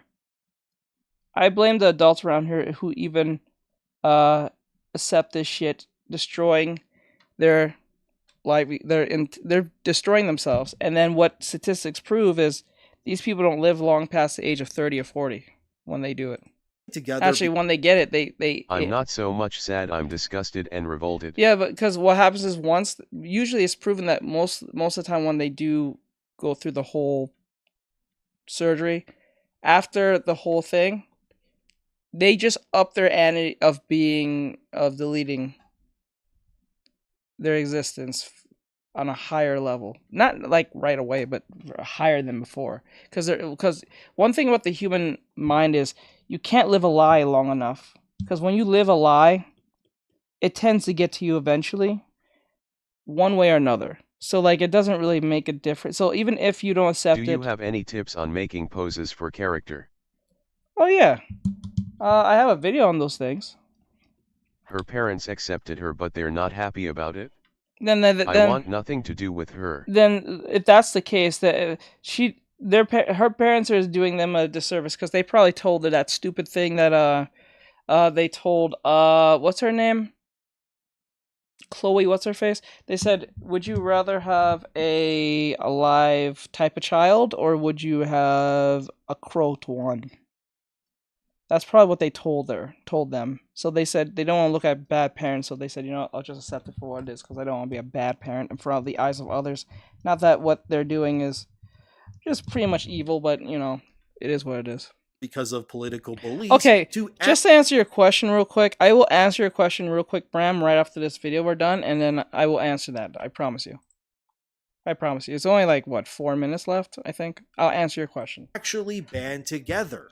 And what they're missing is that this is inherently the point of all of this. Helldivers 2 isn't trying to separate players into camps of us versus them. They're trying to bring all of you together so you can fight for something greater than yourselves, and not see each other for the images and flags that will trigger certain parts of your brain. And it's not just LGBT capes. I know for a fact if there was a Trump Make America Great Again cape that players could wear, it would trigger liberal players the same way conservative ones would be with an LGBT flag. It's all the same nonsense is what I'm saying, and these people aren't realizing that by getting upset about these things, all they're doing is proving that Helldivers devs were right to not include any of this crap to begin with. Then you have this user who says, why keep politics out of a game that is inherently political itself? They say, like the entire premise of all the lore in this game is a criticism of hyper-authoritarian governments that promote nationalism to blind the population into undying faith in the ideas of the American dream. What do you mean keep politics out? The premise of the lore is politics, plus trans people, LGBT people existing is not politics, they are real, not political. See? Right there? Right there, you just killed yourself. Yes, yeah, you just killed your You just killed your argument, but I'm realizing it. You just killed the argument. You didn't even hear themselves. Hear this again. Is proving that Helldivers devs were right to not include any of this crap to begin with. Oh my god. This user who says, why keep politics out of a game that is inherently political itself? They say, like the entire premise of all the lore in this game is a criticism of hyper-authoritarian governments that promote nationalism to blind the population into undying faith in the ideas of the American dream. What do you mean keep politics out? The premise of the lore is politics, plus trans people, LGBT people existing is not politics. Oh my god. They don't get it. He literally said out loud, the game is a hyper-awareness of what it is in war. It's supposed to be a literal joke on it. That's what makes it not real. Because remember, in the game, when you die, you can respawn. You're fighting giant monster-like bug things. That does not exist, as far as we know it. So therefore, it's not real. So trying to make something real and something that's not real is not going to work. They are real, not political. See? Right there, that user said the entire lore is about the American dream. But Helldivers 2 does not mention or use the American flag whatsoever. The only flag they use is Super Earth. Cause in Helldivers lore, all religions, creeds, and people Imagine if they sat there and said, let's put a flat earth flag or cape. You think that's gonna go fly well with people who don't think the world's flat or not? The fuck? You don't think that's gonna go left? That shit's gonna go left. And the world is not fucking flat. United as one under a single flag. So the existence of other flags is pointless, since waving an American or a rainbow flag would mean nothing in that game's world. Cause there is no America or anyone else, there is only Super Earth, and they fail to realize that. Ultimately, what these players fail to realize is that they are demanding ways to segregate and divide each other in a game that proposes that regardless of your political beliefs or upbringings, that you are all citizens of Earth, and that's all that should matter in the end anyway. But the fact so many of these idiots fail to realize this is why Helldivers 2's devs should never bend the knee and appease to anyone of any political party ever. No conservative agendas, no liberals, no furries or gays or straight white males, nothing. Good! Throw all that shit to the wayside, pick up your controller, load your gun, and go shoot some bugs and robots in the name of Super Earth. If you can't see the beauty in its simplicity, then you are unfortunately someone who doesn't understand the concept of escapism to begin with. And finally, I think this Helldivers story perfectly links to this Final Fantasy. You know what's kind of happening in reverse? I kind of realized it a couple of days ago. It's not that mind-blowing to figure out, but like I'm just now coming to this realization that in the real world, we're supposed to accept people's fantasies and nonsense. In video games, we're supposed to bring real world concepts into a fantasy world. Did anyone not realize this? Ain't that kind of odd? I'm supposed to accept individuals' crazy ideologies in real life and not say anything because I'll be some type of ist. But if I were playing a video game, we need to bring that bring that fantasy real world nonsense into the fantasy fake game. That's a bit weird. Yeah, kinda odd, lol. Fucking weird. Fantasy story where the director of Final Fantasy VII Rebirth said this via bounding into comics. Also, Final Fantasy people VII in the real Rebirth world are fighting back, saying they aren't going to accept their fantasies, and they're telling the people to wake the hell up. Yeah. Yeah. Oh man, I swear. I can't wait till AI takes away these people's jobs. Director says purpose of entertainment is to give people the will to live, today and tomorrow. This statement comes from Naoki Hamaguchi, who firmly believes entertainment should not extort, preach, or distract any audience with any ideological nonsense, and that video games should always be about escapism and giving people joy so that they can find happiness in life. Hamaguchi was speaking to a Filipino news outlet called Rappler for this interview, to which this journalist asked, "How does it feel to have such a great effect on gamers, especially during this day, and do you have a message for those waiting for this kind of game?" To which Naoki Hamaguchi said, and I quote, "To answer your first question, I myself respect the original game very much. After almost 30 years and remaking this game, having the responsibility of remaking this game, the feeling that comes straight away is I don't want to let the title let this game down, let the fans down. So this is a message to people that are aspiring to join the industry having played this game. There are many forms of entertainment today, not only gaming but movies, streaming, YouTube. But the base is the same. It's to give people the will to live, today and tomorrow. If the title you created allows people to have this feeling, then that's a great feeling. If you don't forget this, then I'm sure you'll be able to create a game that has this effect on people." End Says quote. it's going good. And I think just what fell Hamaguchi down says the here is stairs. perfect, Howard. and it's what I and many others continue to fight for in this ongoing war for the soul of video games and entertainment at large. Final Fantasy VII Rebirth and games like Helldivers 2 prove that you can make great games without pushing a political message. And more often than not, you'll reach more people and change the hearts of those disillusioned by simply giving them joy and happiness, over feeding into their political leanings, because video games can have political themes, sure, but they should never be direct reflections of real-world beliefs. Look at any game that has failed pushing agendas and place them up against Rebirth or Helldivers to name a few. The proof is in their reception scores and fans. Making everything political will do nothing but sour the well for everyone. And if you ask me whether it's demanding players adhere to the whims of out-of-touch journalists demanding female characters not be sexy, we're doing a podcast. We're doing a podcast, so if you want to come over here and be part of the conversation, you can. We do everything from video games, comic books, anime recommendations, and all that great stuff. So if you want to be a part of that, you can come over here on YouTube, Twitch, Trovo, or Kick. If you don't know where to find it, go to the link in bio.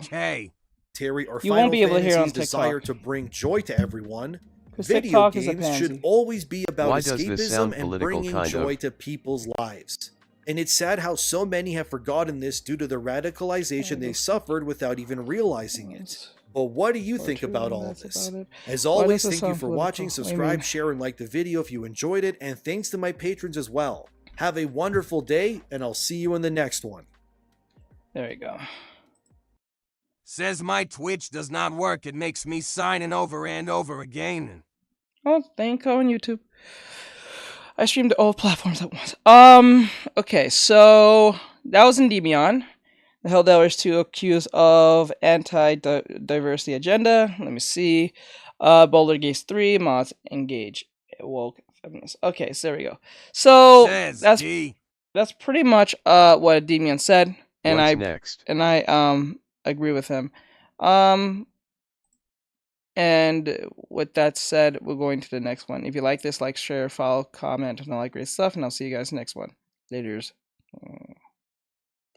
Alright, so it says here, Damsel Scripts reviews new girl boss. I'm not surprised. That was gonna be ass. No one was gonna watch that shit. We're going to Clownfish. What do they have? Madam Web stars trashes the movie. Don't care. Disney costs how much? Is these the current ones? I already know about the whole Baby Ink thing.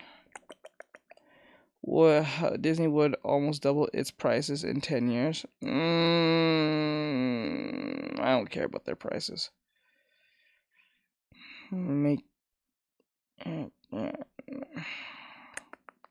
I will go with...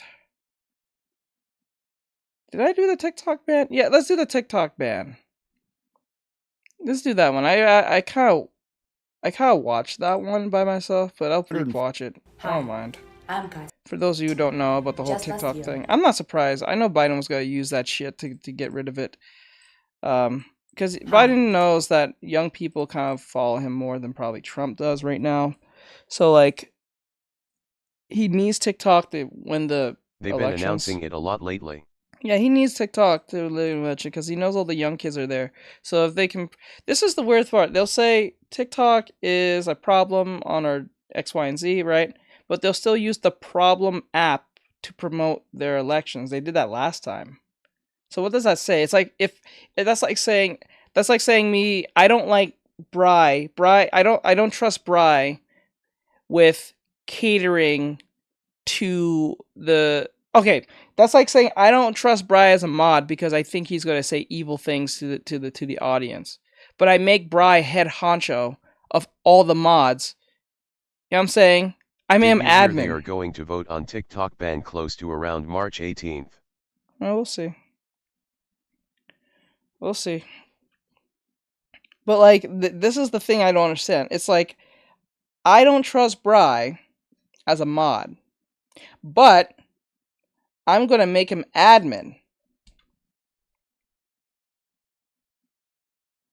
I don't trust this app. Says salutations, my good chum. But I'm going to still put my election stuff to get people to into elections. It doesn't make any sense. Hello. Oh, hey, 3NB. What's going on, bro?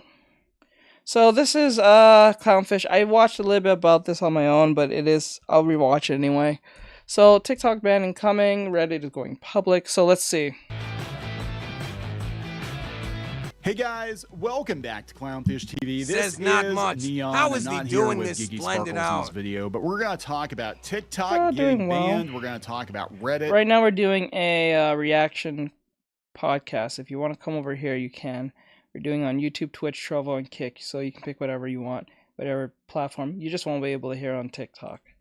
Going public, I think it's going to go down like BuzzFeed.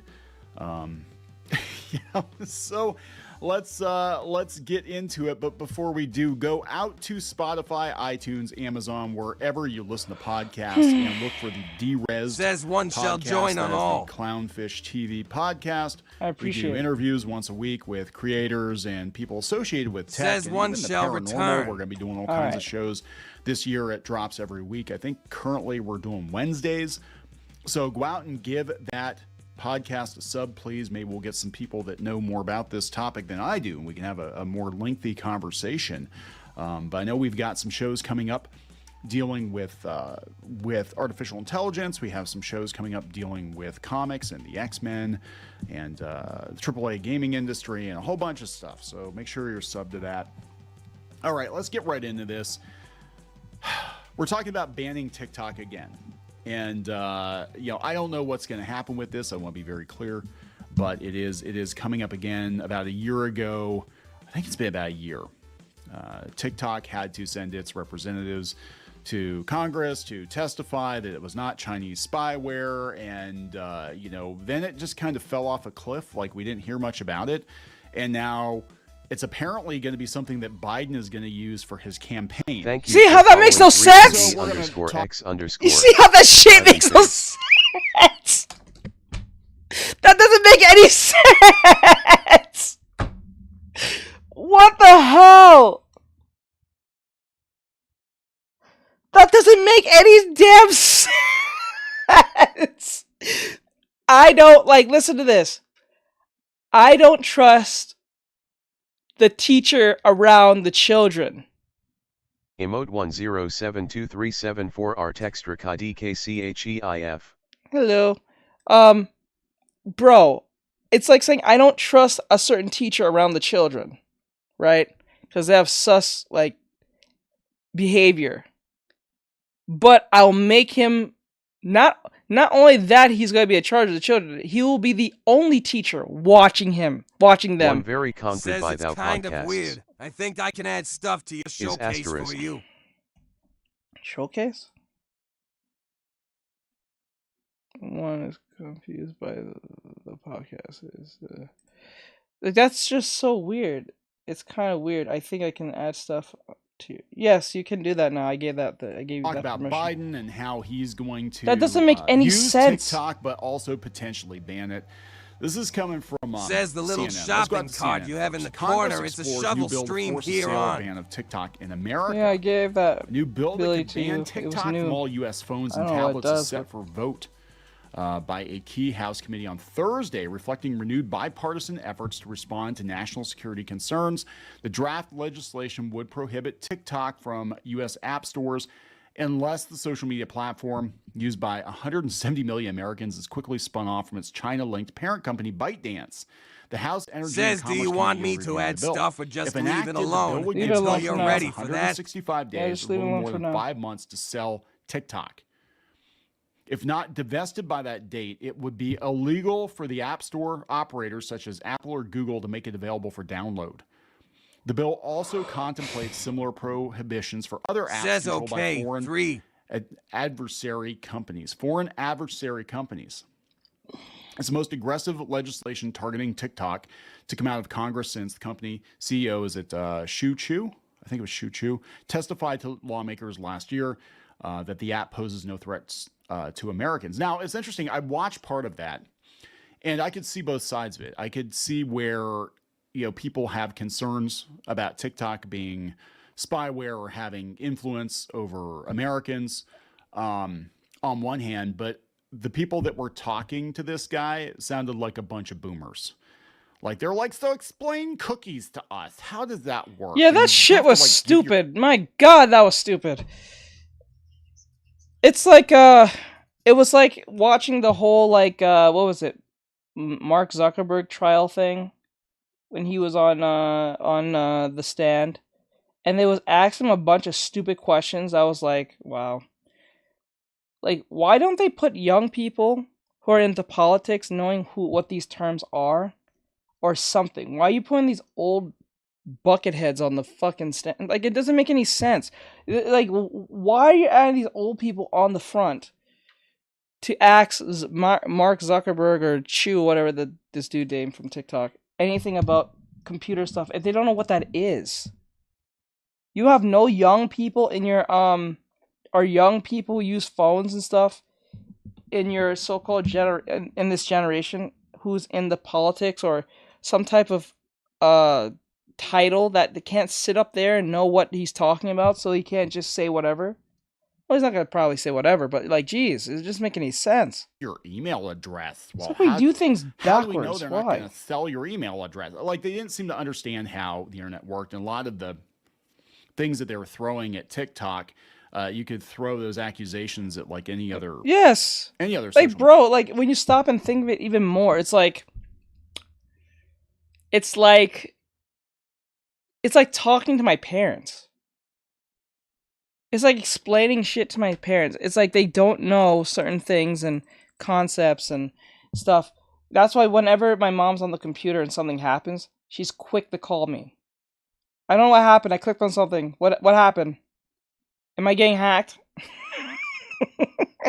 I remember I was helping my the girlfriend's dad with something the other day, and they called me because I guess the little brother did something on the computer. And as I'm explaining to him what to do, he's getting like heated and mad because not me, but that's just how he is.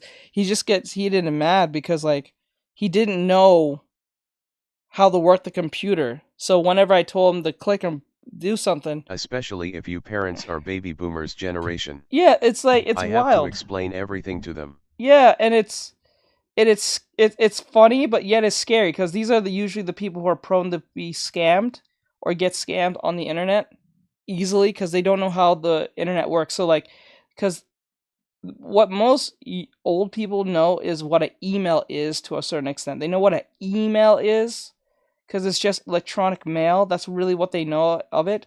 But whenever anything beyond phishing emails and stuff like that, they don't know what that is. So whenever they get like those one emails that's saying you win $1,000 or whatever the hell, they'll click on it and not know that they're just literally open a virus to themselves. Right. So like, but then again, it doesn't have to be like those type of those types. It could be like those AI generated like emails that look very legit. My parents want to back to old dial phones that were hooked up to the ceiling. Oh shit. Because like it's funny.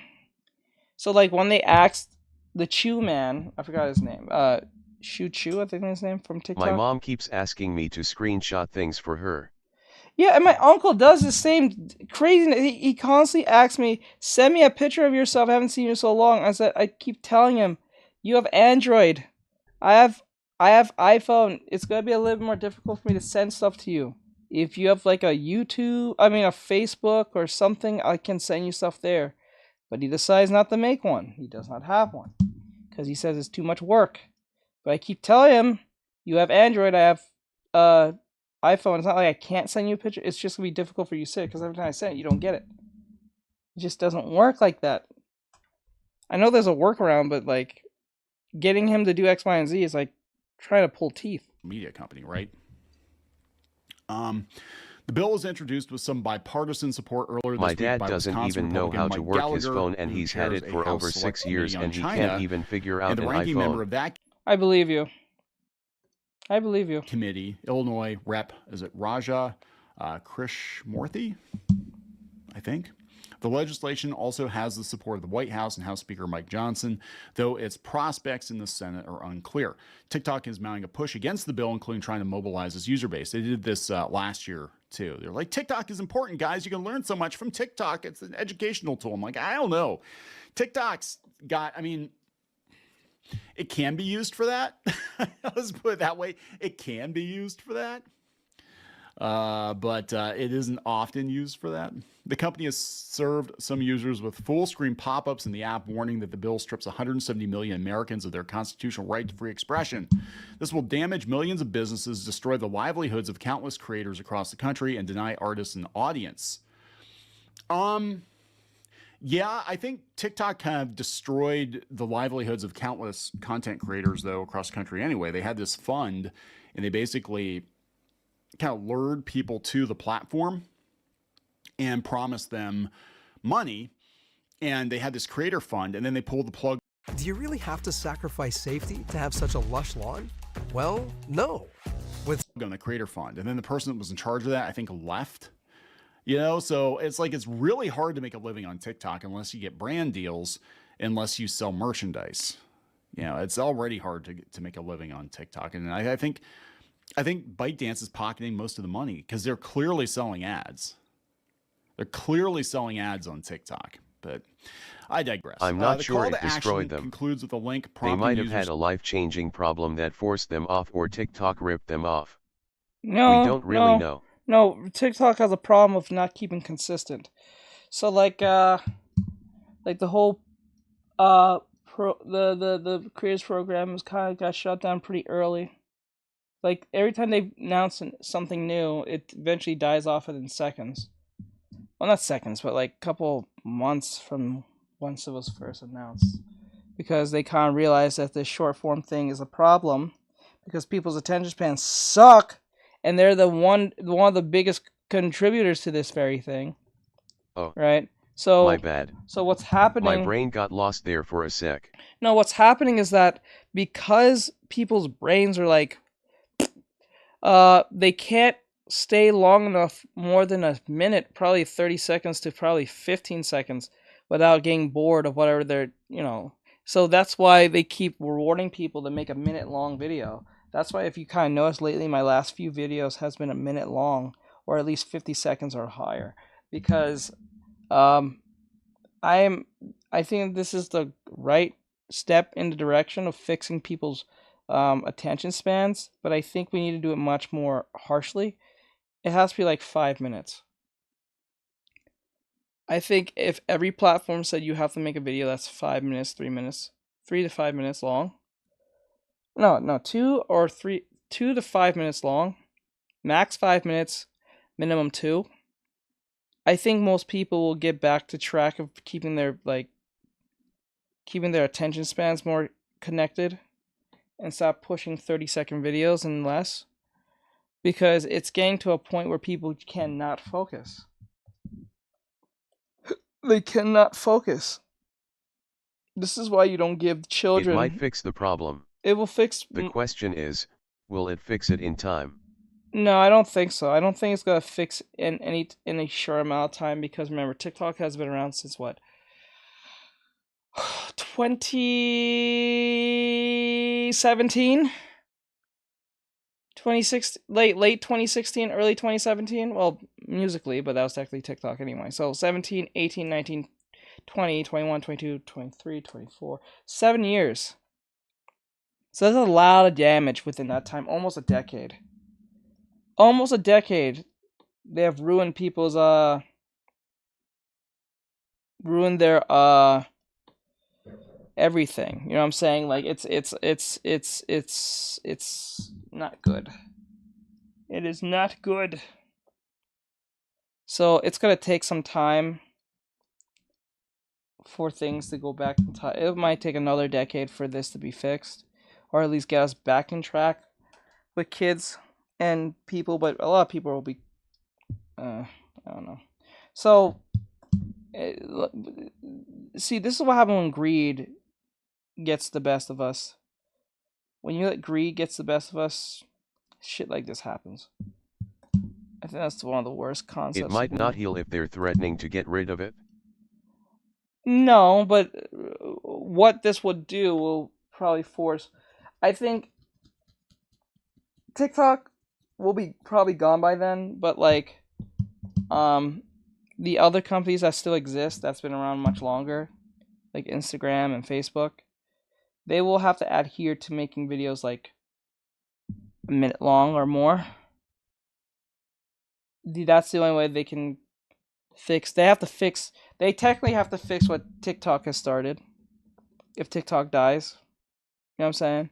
So they have to fix what TikTok has started. Sadly, on their behalf. That's just a sad fact.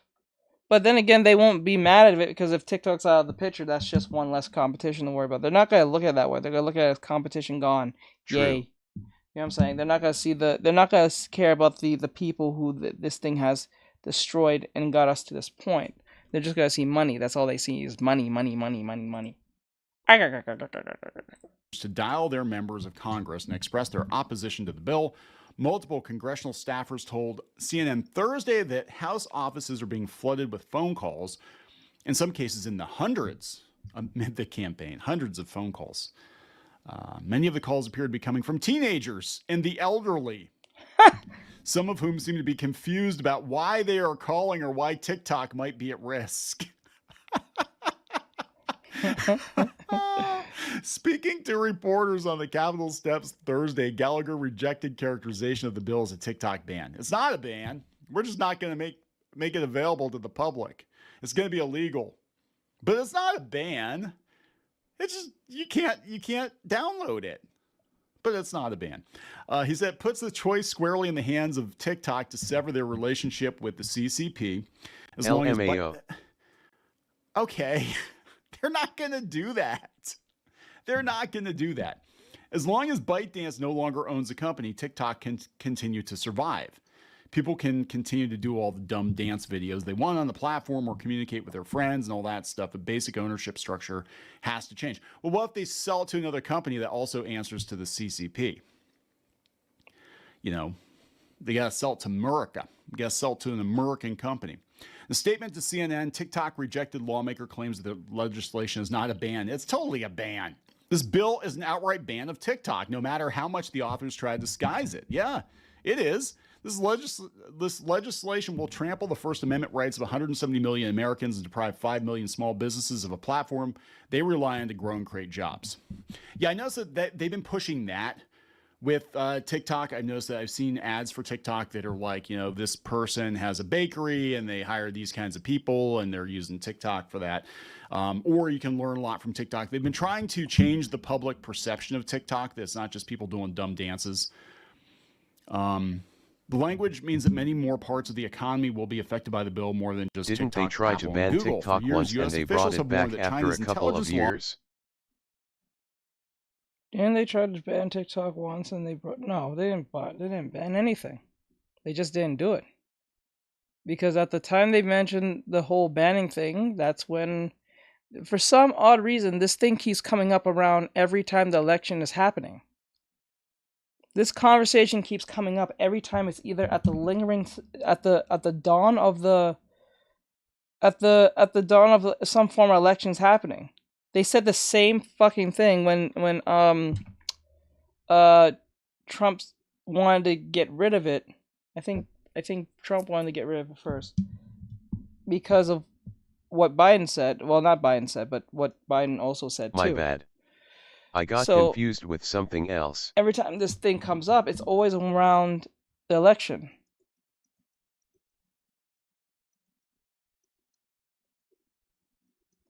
So I don't know what they're trying to, but this is the funniest part. This is where I think is a joke, because I'm not against the idea that they're gonna probably get rid of it still, but I find this as a joke, because if they was going to get rid of it, right, and they thought it was such a problem, they would have got rid of it by now, right? Why they keep putting it off every time? Because they realize how powerful the damn thing is, right? This is why Biden is saying he's going to use it to put in his elections, get TikTok to do election stuff for them. But they say it's a problem app. I don't get it.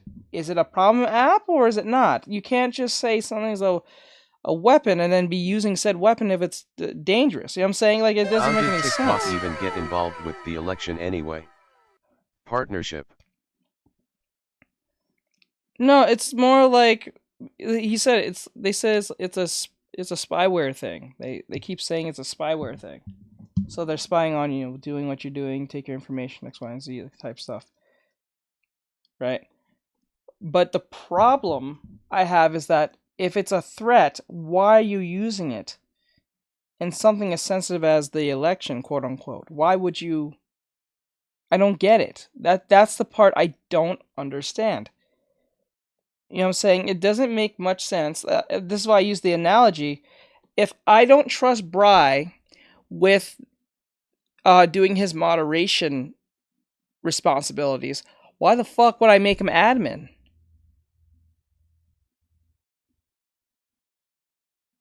That doesn't make any sense. I give him more power than he had before. Why would I do this?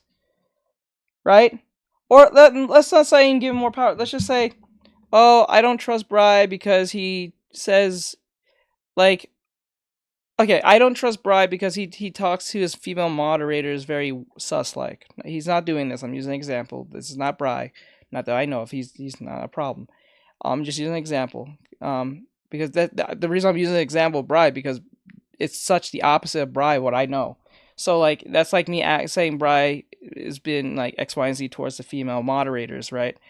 In a very negative way.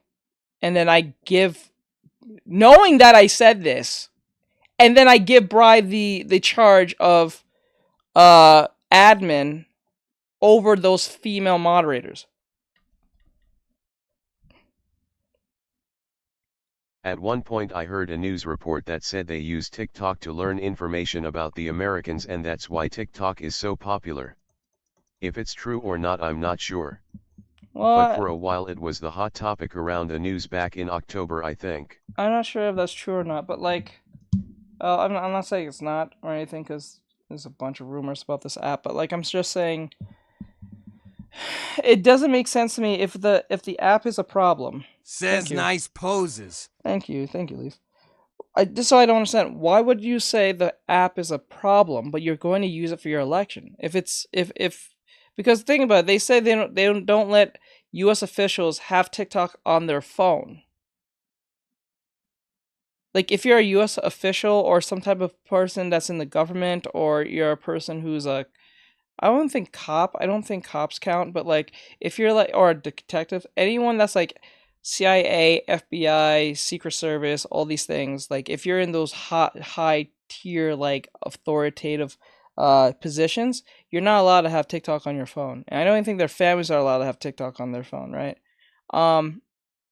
And what makes this funny is that they can't have TikToks on their phone, but the president is trying to get... I think if I remember correctly, China, when TikTok first came out, were all for it, but I forget the reason regulations so they can do their job. No, but what's wild is that it's weird that the president says that this thing is a threat to our democracy, our elections, but you're using it for your election. I get why you're using it for election, because all the young people are on it, but it's like counterintuitive in the argument. That's like saying someone's evil, but I'm gonna use that evil person to push my whatever. But I say they're evil, and you shouldn't have them around you. But you're using said person to push whatever you're doing. It's talking two ways out of your mouth. Like what are you doing? That's confusing. You're confusing everyone from that point. You know what I'm saying? It's very weird. And no one finds that weird that the president wants to use TikTok but says TikTok is a problem. Shouldn't you set by example and not use TikTok? Says yeah. That shit makes no sense to me. That's wild. Guys, we're talking about what's going on with TikTok as a podcast reaction. If you want to come over here on TikTok, on Twitch, YouTube, Trovo, and Kick. If you want to come over here and watch it, that's perfectly fine. We're talking about it. You can hear it on YouTube or Twitch or whatever. You can't hear it on... Wait, you were gonna give tips before this VID, or am I wrong? Oh shit, did I? Oh my god, I am so sorry. I did do that, did I? Okay. Fuck, okay, there's 6 minutes left. Can you wait 6 minutes? I'm so sorry about that. That is definitely my fault. You know what, just even for that, Brian, I'll give you an extra question too. Just for the inconvenience. I'm sorry about that. He's manipulative but doesn't want to admit why he wants TikTok around and says it's a problem just to appease the people. Yeah. Classic Biden. Yeah. Yeah. It's no wild. PRB. Yeah, I got you. Laws could enable Beijing to snoop around on the user information TikTok collects, potentially by forcing ByteDance to hand over the data. That might be true. But wait, can't they do that in US though too? Can't the FBI or the CIA or somebody force Google to give them data on people? I'm just saying, if we're going to go down that road, I'm just saying. Policymakers feel the Chinese government could use the personal information to identify intelligence targets or to facilitate mass. I'm not gonna lie, I'm not a big fan of TikTok, to be honest with you, even though I'm on this app and I use it because it helps my means, and I'm just being honest right now, it helps my means. But if I could be on any other platform, I would, instead of TikTok. But because it's a more powerful app compared to the others right now, that's why I use it. I'm not using it because I love the damn thing. I'm not even arguing for fucking TikTok. I'm just arguing the principle of what the president's trying to convey to me, because that's confusing for most people. Did you hear what China was using it for? That's what I was telling you about. Yeah, it's a spyware app. Disinformation campaigns that could disrupt elections and so other chaos. We're going to talk about that because the White House is getting involved here. Biden's going to use TikTok, but he also has the power to ban TikTok. You see what I'm saying? So far, the U.S. government has not publicly presented that makes any no evidence sense that the Chinese government has accessed TikTok user data. They also say governments can already buy vast troves of personal data from data brokers or use commercial spyware to hack individual phones. Yeah, that's true. Last year, Senate lawmakers proposed legislation clamping down on TikTok, but triggered concerns it could give the executive branch too much power. Efforts to ban TikTok date back to the Trump administration, which used a series of executive orders to try and force app stores not to offer TikTok and compel ByteDance to spin off the company. Oracle was going to buy it. Let's see here. We're deeply disappointed that our leaders are once again attempting to trade our First Amendment rights for cheap political points during an election year, said Jenna Leventoff, Senior Policy Counsel at the ACLU. Just because the bill sponsors claim that banning TikTok isn't about suppressing speech, there's no denying that would do just that. We strongly urge legislators to vote no on this unconstitutional bill. Can't do that. So this is what's going to be interesting. If they have to sell TikTok, who's going to buy it? Wouldn't it be interesting if Elon Musk bought it and rolled TikTok into Twitter? Oh my God! You know the discourse. You know the discourse. This man. If Elon Musk were to buy TikTok from TikTok and combine it with Twitter. Holy shit! I tell you something. I don't know if it will be the biggest app on the planet, because think about it. It's combined with the mental illness app and the second most mental illness app. Yeah.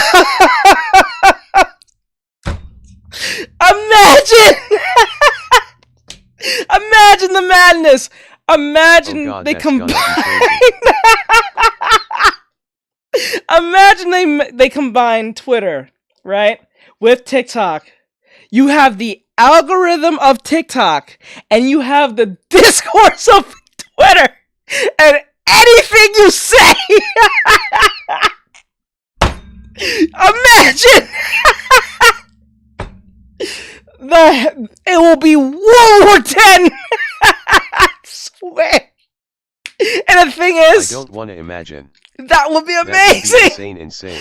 I would, New bro. level of madness opened. Bro, I would use it. I would use this app and see how many crazy people I can pull off.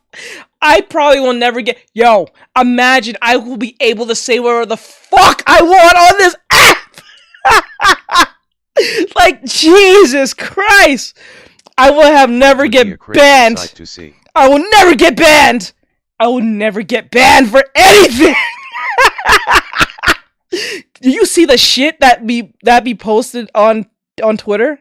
If that happens, I'd run for the hills, FR. Yo, I'll be in that shit so far. I'll be posting every single day just to see how far the algorithm can go. It's that funny to me. I would use this app.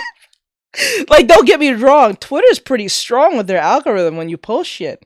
If you're consistently posting on Twitter, like content-wise, not fucking tweets. If you're posting like videos, like art and shit, you will blow up pretty fast. Like, or you won't even blow up. You'll get a sizable like following.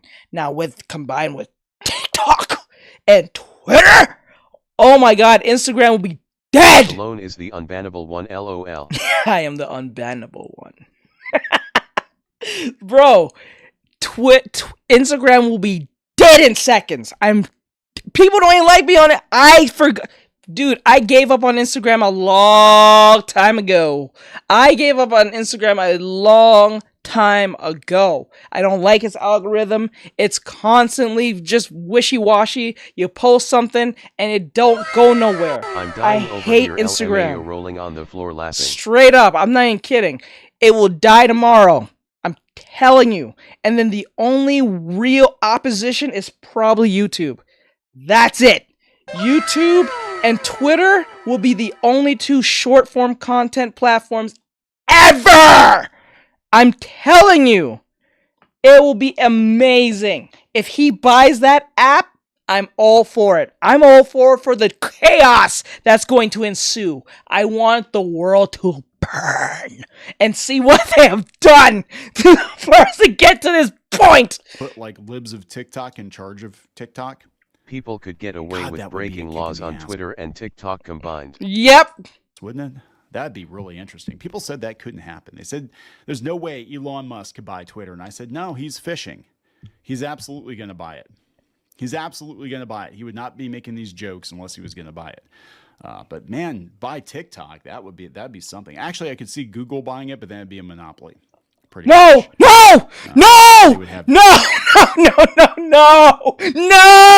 I would not want Google to have I would not want Google to have TikTok. No! Google has everything. They ruin everything. They ruin everything they touch. I do not want Google touching this fucking app. I want Elon Musk to have the app just to see how far the hellscape can go. I want to see where this goes. I heard that Elon Musk is trying to buy TikTok and it's working. I want it to happen. I'm for it. I'm for it. I'm for it. For the discourse. I'm tired of getting banned on TikTok for stupid reasons, for things I didn't even do or say. I'm tired of this shit. I want to see what happens. Says, can someone explain what she's doing in One Piece terms? One Piece terms? Just standing. They would just roll TikTok into YouTube or something. Facebook would just roll it into Instagram or whatever. And Facebook owns too much. Anyway, I don't know. It's pretty interesting. Well, let's talk about Reddit. Since we're talking about online dumpster fires and we're talking about places where a lot of crazy people congregate. I want to see chaos. Reddit wants to World go War public. III. I don't think this is going to Bring go it very on. well. Reddit's I'm just tired. I'm just on. tired of the constant suspensions and bans. I'm tired of it. I say the one wrong thing. I draw the one wrong line. I blink the one. I breathe the just that one wrong way. Says HMM, I'm tired of it. Basically, what you're doing is training to find the One Piece. Yes, you're correct. Infamously unruly user base. Reddit users love to complain about Reddit. They also love to use it. This is coming from the Detroit News. This week marks the deadline for the company's most loyal posters and moderators to pre-register for the chance to buy shares in Reddit's impending initial public offering before they start trading on the open market.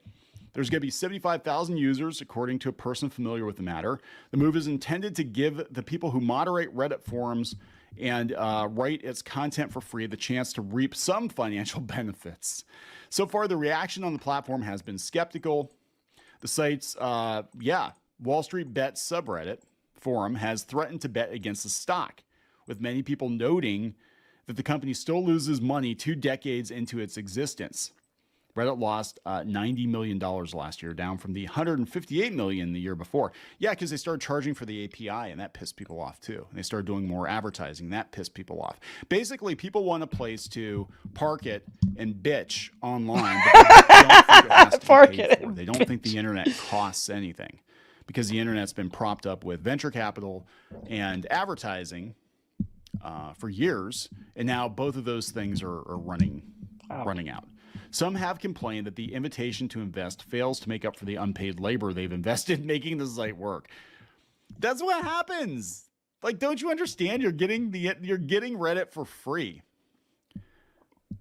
You know, like, that's on you. That's on you. If you want to sink all your time into a social media platform, knowing that you're not going to get paid, that's on you. That's on you. That's on you. The complaints echo another fight last year when many forums protested Reddit's decision to raise prices for access to its data, complaining that the move made it too expensive to build apps for the platform.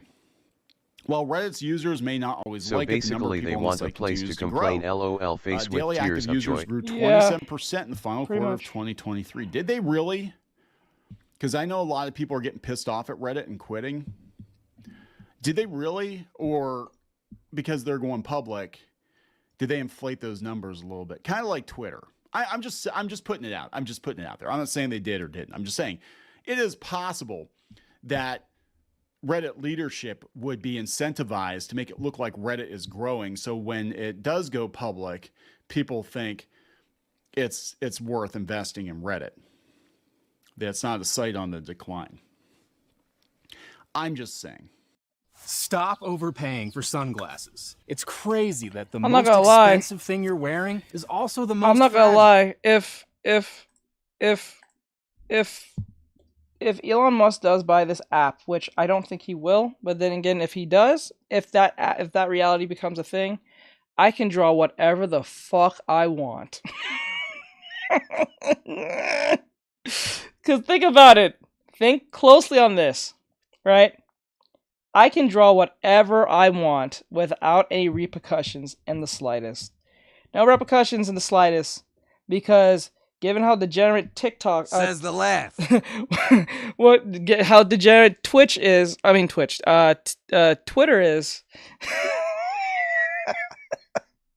I can finally build my audience back. Shit. Had 267 million weekly active users in the last quarter. ChatGPT only had about 100 million. And according to similar web data, Reddit is one of the 10 most visited websites in the U.S. That probably is true. Reddit is I heard and saw his face light up at the thought of portion that. of the internet community. Oh, it's unique, all right. That is a unique place. I don't think they're going away. They're reliable users. MySpace isn't going anywhere, guys. MySpace is going to be around 20 years from now. I think users accurately see that this is not going to have a huge pop. But with the stock he added, anything could happen. This is Matthew Candy, senior strategist at the IPO research firm Renaissance Capital. The company's IPO plans have been in limbo for more than 2 years as the startup world stumbled. I don't think now is a good time to go into it either. Every social media site, X, Facebook, and TikTok, to name a few, has to contend with hard-to-please users. But Reddit's plight is unique. Its users are fiercely loyal. Says I got what no app place is that? else to go. Crystal Paint. And they can be singularly combative. Can I They bet have Elon launched Musk to buy revolts over TikTok just to everything see from what racism happens? on the platform to Trophy, congratulations. I would bet. You've I received would like to bet 100 that, messages but I don't think it's Press going. Stream chat. No problem. I don't think it's gonna happen. I don't think it's gonna happen like that. staffing decisions. Some users post toxic content, forcing the company into difficult moderation debates. And as a group, Redditors have wielded considerable power over the world at large, often in unpredictable ways. And they're talking about Wall Street bets. The meme stock frenzy with GameStop and AMC. The saga inspired the movie Dumb Money, released in 2023. When it goes public, the platform that invented meme stocks runs the risk of becoming one itself. That's interesting, isn't it? Reddit know the possibility as a risk in its IPO filing. Given the broad awareness and brand recognition of Reddit, including a result of the popularity of Wall Street bets among retail investors, the company warned its stock could experience extreme volatility, which could cause you to lose all or part of your investment if you are unable to sell your shares at or above the initial offering price. Who the fuck would take that bet? I'm just saying, they're going to pump and dump this thing. Come on. Users on Wall Street Bets got a kick out of the fact that the company listed the form as a risk factor. Despite the risks posed by retail investors, particularly the ones on Reddit, the company has made giving shares to its users a central part of the story around its marketing debut. They don't want people to leave. Oh, God. Reddit has survived so long because users love it, says Jessica Livingston, co-founder of Y Combinator. Despite the challenges, the company still sees its user base as a wellspring of future revenue. You're pay pigs. You're just a bunch of pay pigs. It's filing to go public. The company said it's in the early stages of monetizing our user base. Oh my God. Come on, you don't say the quiet part out loud. You don't, yeah. It's filing to you go just public. said the quiet part out loud. It's in the early stages of monetizing our user base. And that it's still scaling our advertising revenue on it. That was not. Should have never added that in there. Accounts for the bulk of its sales. How users will react to the monetization is an open question. Once the company goes public, Reddit will have lots of reasons to try to keep them happy. It's going to be like Twitter. They're going to have to like paywall everybody. You want a blue check? Yeah, you're going to have to pay for it. You want an ad-free experience? Yeah, you're going to have to pay for it. That's what they're going to have to do. You know, Reddit basically, I imagine like you can contribute to Reddit, but if you want to actually run your own subreddit, you're going to have to pay for it, bitch. Because we got investors to keep happy. I'm just saying. Reddit is one of the internet's largest corpuses. I misread that as corpse. Reddit is one of the internet's Let's largest see how far that will get them. LMA rolling on the floor laughing. Human-generated experience, the company said. Yeah, and they're selling off its data to was it OpenAI? I think they're selling it to. Like OpenAI is gonna be trained on Reddit. Mm-hmm. Are you freaking kidding me? Who the hell thought that was a good idea? But again, they're desperate to make money. That's what this is all about. They're desperate to make money. And but here, real quick, we're going to talk about the White House and TikTok, right? NPR, I promise you we talked about this. Biden banned TikTok, but candidate Biden is using it for his campaign. President Biden that doesn't make any sense. The White House has thrown its support behind a bill in Congress that would effectively ban TikTok. Wow. The bill is important. We welcome this step. White House Press Secretary Karine Jean-Pierre. Is it Karine Jean-Pierre? I know who she is. I can see her in my mind, like when she's on, right? Their press secretary. The White House has long expressed concern about the national security risks of TikTok. In 2022, Biden signed a bill that banned the app on government phones.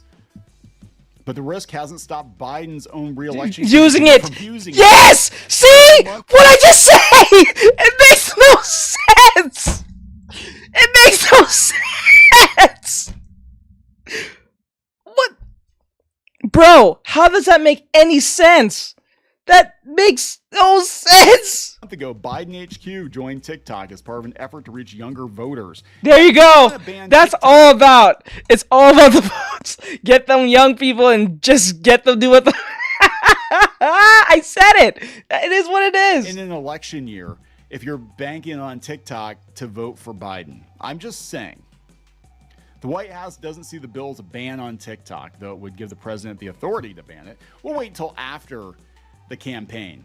Once he gets reelected, snicker.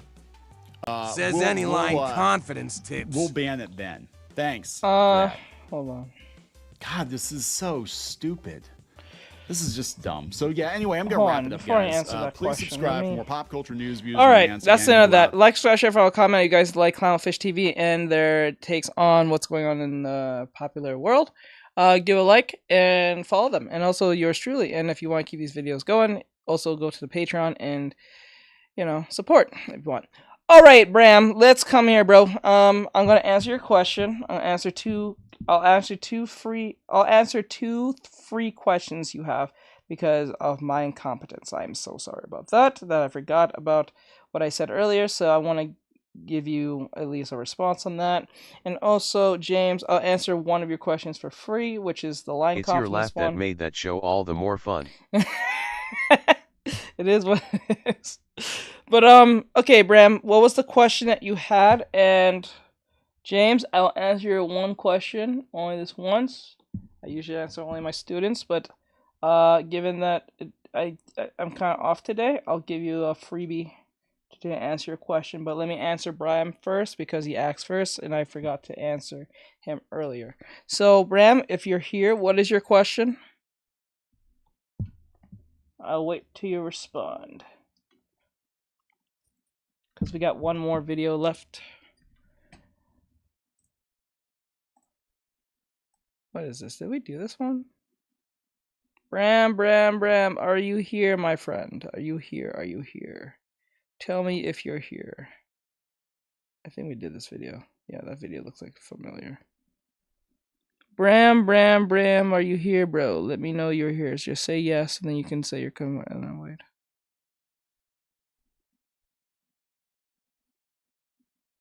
Poses. Poses. Okay, so what about poses? What is your question? Just how? Just how? Not sure he's here. He's here. I haven't heard him yet. Okay, so when it comes to poses, what you guys need to understand.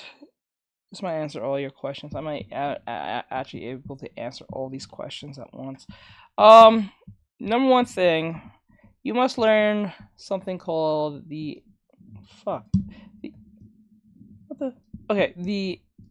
make this bigger. The 8 fundamentals. Now there are 8 fundamentals you must learn and know. And the first one is called shapes.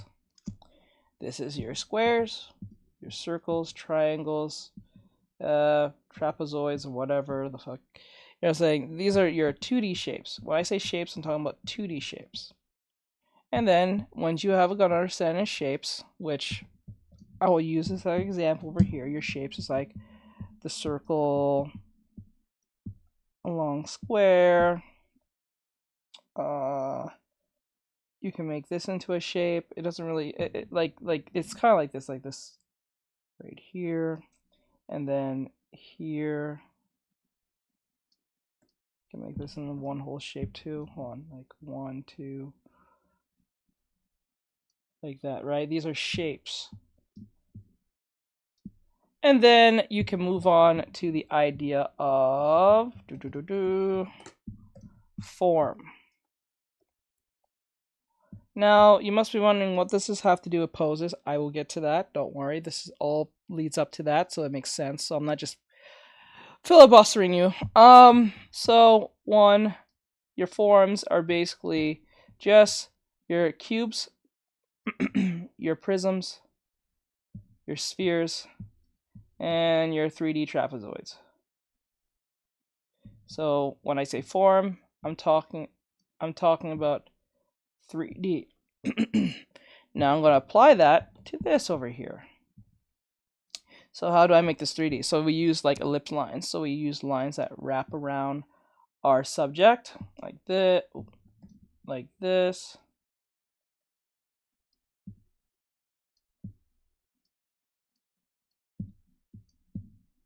Bit more.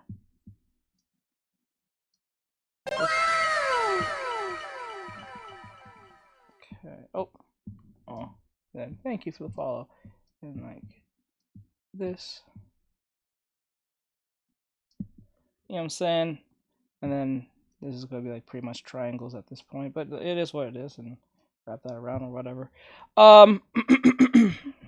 Next we go to form, and then the next thing we need to learn is something called gesture. Now gesture is the idea of flow. Now what does this mean? When I say the word flow, I'm talking about the energy of what this line represents. So how does this apply to this? So what we need to do is get this energy. We make a line through our subject, or lines. You can use several lines, but I usually use one. You use lines to represent the movement of said object. Now, when I say gesture, a lot of people get this confused as a beginner. The idea of gesture does not mean anatomy. The idea of, I'm going to repeat this again. The idea of gesture does not mean anatomy. Actually, anatomy just ultimately means, in art terms, other than just human body, meaning the accuracy. It's not about accuracy.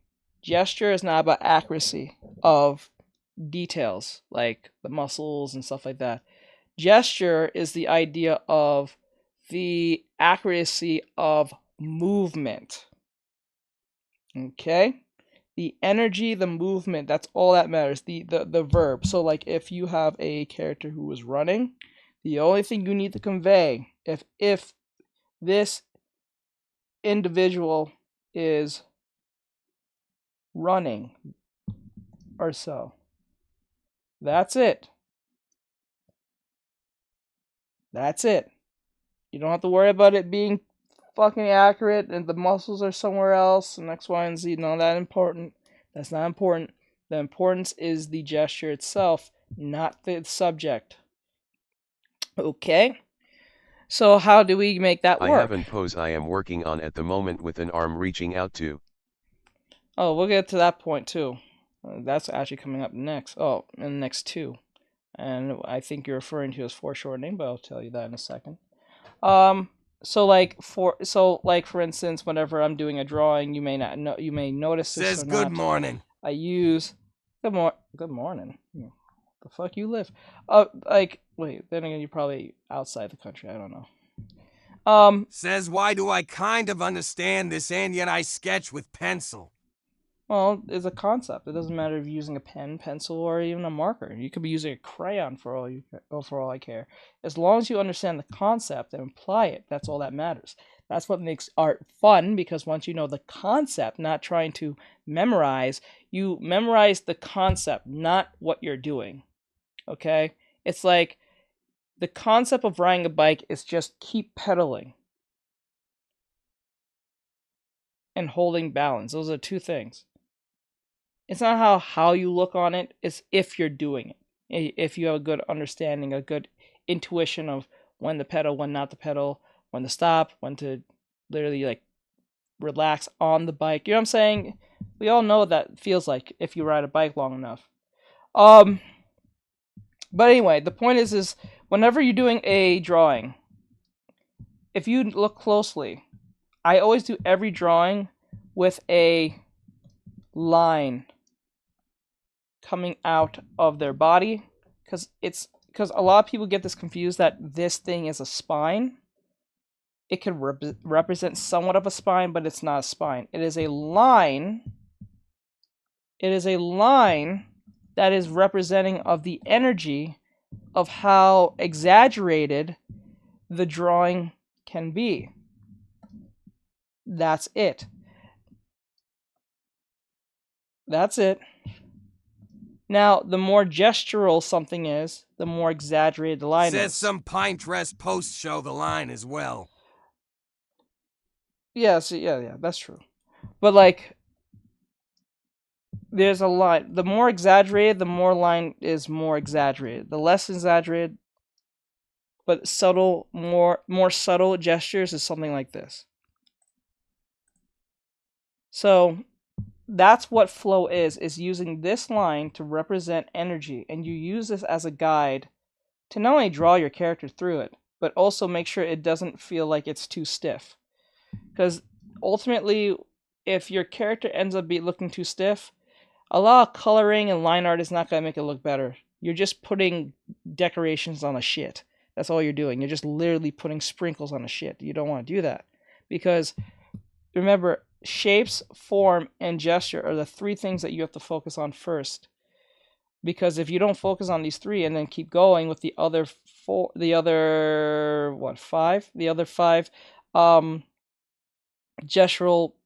fundamentals, you're just literally putting sprinkles on shit. That's what you're doing. Because if it's really stiff, it's not gonna look good. If you you could be the best line artist ever. If it's stiff, it's stiff. It's not gonna make it look better or any more dynamic. Right? If you're good at coloring, that's great, but it's not gonna make the you can probably fool a few people with a few shading techniques, but as far as it goes, anyone who's an artist and can see past that or have a bit of experience can see it doesn't look all that great. It looks kind of stiff. You know what I'm saying? And that kills the fun. The whole like immersion of it, especially. So when it comes to I feel I'm blue. When it comes to the next thing, other than gesture, is then the idea of, I would say this is interchangeable, but between these two, but they're still in that same typical order. But I would say foreshortening. I'll go with foreshortening. No, we'll do balance first. Balance. Oh. Balance. So what this is basically flipping your canvas. What this means is flip canvas. Now, I don't have a solution for people who are doing traditional work, so this will actually be skipped for you because I don't know any methods of actually flipping the canvas. If you have one, that's great, but this is more for digital. So if you're in digital, the idea of this is flipping the canvas by pressing your F button, or if you hotkey it to the F button and pressing F and flipping back and forth. When you do this, you might notice something when you, okay, so when you draw a character like this for a good while, for a couple hours to a couple of minutes or so, you're going to have this thing called tunnel vision, and everything's going to look kind of balanced to you because you've been on that one side for a while. Your eyes will adjust to it.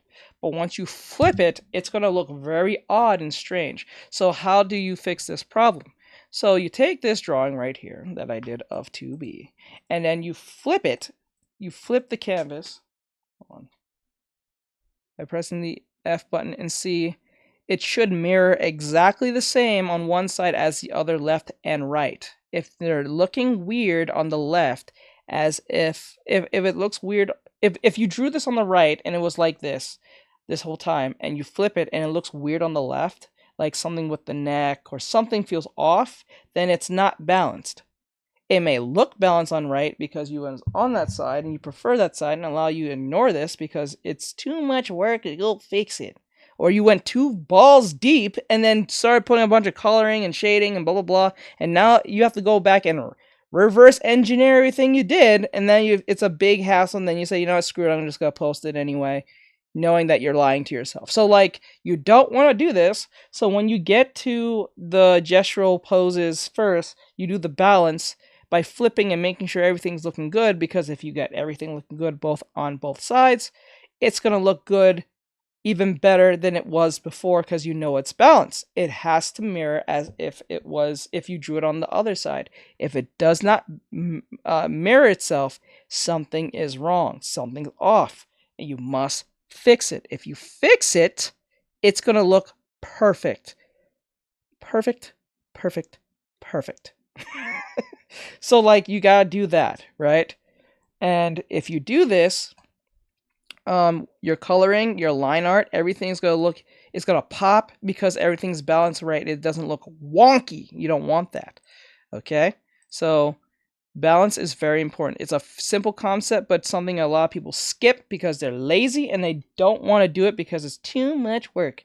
They because they went too far balls deep without doing the right work. This is the first time I heard this, and I think it makes a lot of sense. Yeah, so perfect example of this is what I refer to balance is padding your sandcastle. So think of it when you was a kid, for those who've been to the beach before, if you've never, you've probably seen on TV, where a kid puts a bunch of sand in their bucket and they flip it over and it looks like a sandcastle.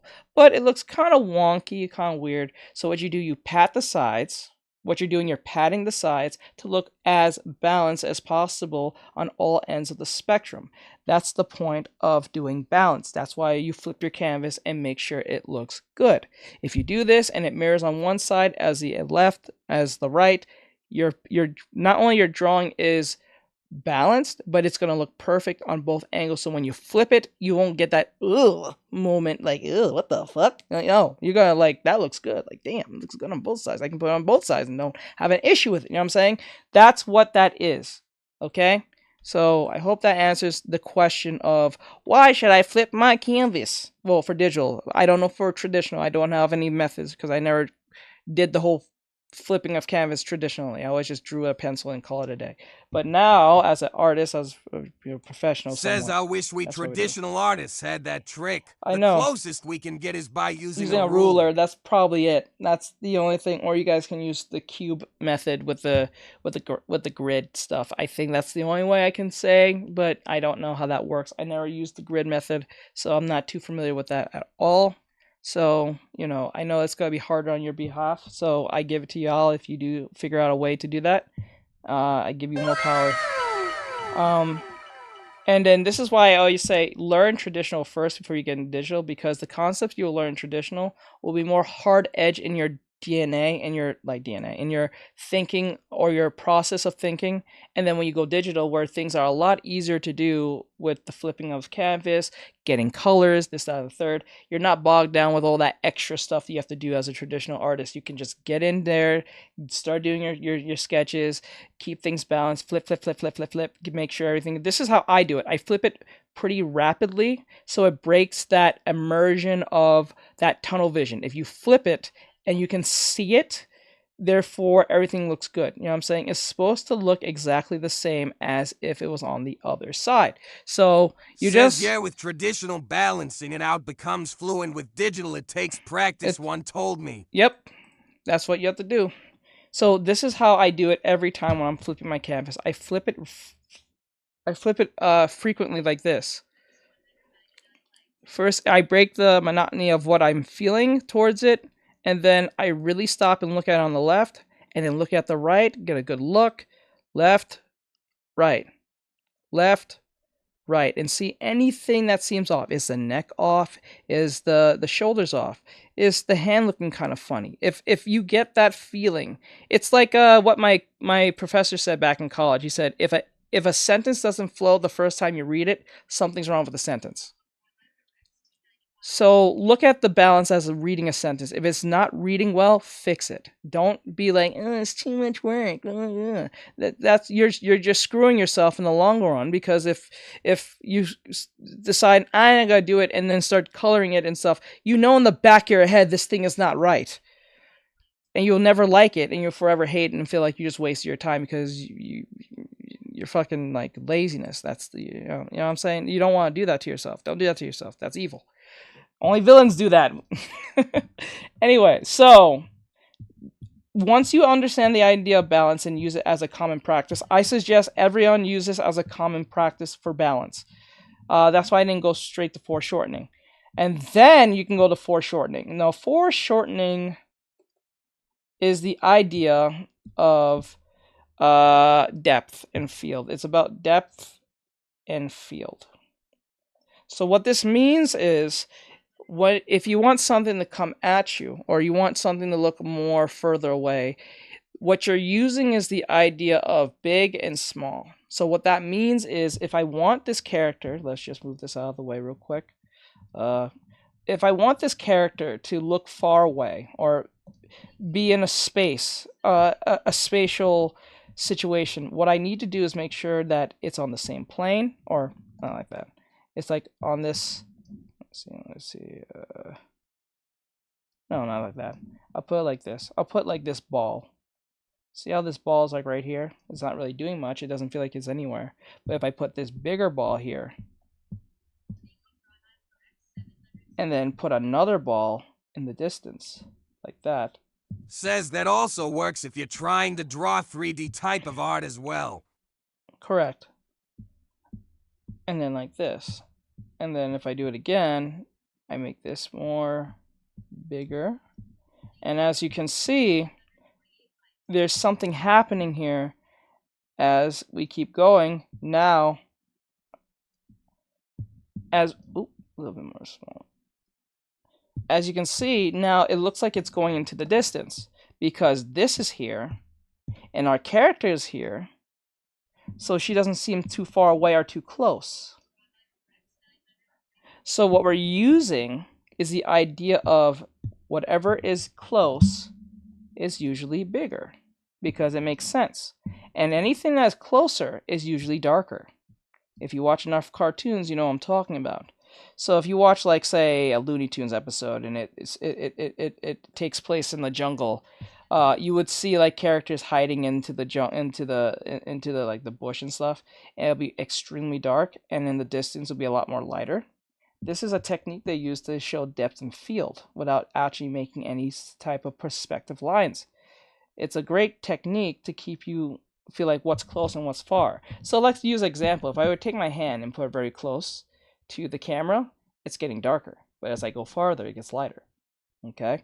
So that's something you will learn in color theory in that sense. So anything farther will be lighter. Anything closer will actually be more darker. Actually, if you're talking about the atmospheric, like a field, like let's just say we're in a very open field, grass and just open field. We're in Ireland and it's just open field, right?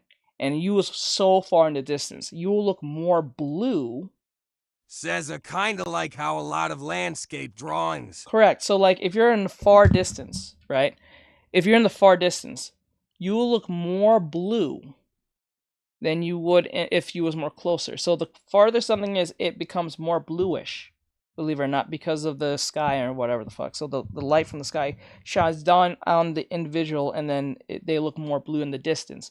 You won't see straight up looking blue, but you will put extra blue if you're doing the coloring, and put a little hint of blue onto them as they fade into the depths, into the darkness, or not into the depths, I'm saying, into the horizon or so.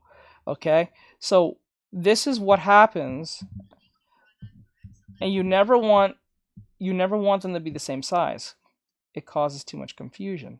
And overlapping also helps with this. So if I were to take these and put more like this and overlap a little bit on the distance like this, as you can see, they look like they're even more further away because they're overlapping almost, and they're curving into a certain extent. So this is what foreshortening is. Now, how do you apply this to your drawings? Now, let's just say I drew a character punching or something, right? Now, it depends on how you draw the punch, but let's just focus on the idea of depth and field. So you're drawing a punch. What you do is you make the fist huge, right? And you make everything else smaller. So like the head will be small here. The shoulder will be a little bit small, but the arm will be medium sized. The body will be pretty medium because it's bigger than, so it's going to be the same size as the body. The arm, the other hand that's not throwing, will be not smaller, but probably the same size to a certain extent. And then our character, I'm saying, and then we have more of a neck here. The shoulder will be more up. The shoulder will be more down. You know what I'm saying? Let me show this. Now we have this fist here. The thumb is here. Big fist. You know what I'm saying? And then that's what happens when you use depth and field. You can make this more exaggerated if you watch enough Gurren Lagann, Fooly Cooly, any anime-based stuff, especially from Studio Gainax, from Always Studio Trigger, same place, same thing. They use a lot of foreshortening to give a lot of expressional situations, or to give sense of field of being exaggerated. So that's one way of doing it. Now, foreshortening for most is literally foreshortening is just a introduction to perspective. Okay? Because what perspective basically is not only just about depth and field, but it's more depth and field based on accuracy. It's about direction, accuracy, and depth and field. Okay? So from foreshortening to perspective, because foreshortening is a introduction to perspective. Because why is it the reason why it's an introduction is because foreshortening has no true direction, right? It doesn't have any true direction per se if nothing's established. Yes, we know that the fist is big, and yes, the head is small, so we know there's some form of distance happening, but we don't know their environment they're in. This is more used for environments, but it also is used for poses if you want it to be as dynamic as possible. But you don't need any actual direction to make a pose look good. But if you want to be more grounded in reality, you're going to use perspective. All right. So the idea of perspective can work like this. So let's take away these. So I take my character here, and I use something called a horizon line. A horizon line. A horizon line. HL, horizon line, or known as I think it's also, there's another word for it. I can't remember. There's another word for it. The horizon line, this is your best friend. As long as we know what the horizon line is, we can put the dot on that. So once we put the dot here, which is your visual point, your VP visual point, this will indicate to you where everything is from this point. Now you can have several vanishing points. You don't have to have just one, but let's just go with this one because it's basic. So 1, 2, or 1, 2. So this gives me a sense of where this is going, like that. But this is not good enough doing that. So to make this more easier, what we'll do is we'll take the VP, take it away. We'll go from the top of the head here, and then the bottom of the feet, and go like this. That tells me where my horizon line is. That's exactly how you find a horizon line. So let me take this away. I'll do it again, but this time without drawing the horizon line. We'll make 1, and then we'll tell from the head, and then 2. There's my horizon line. So we're in good accuracy of our character here. Let me make that more accurate. I'm sorry.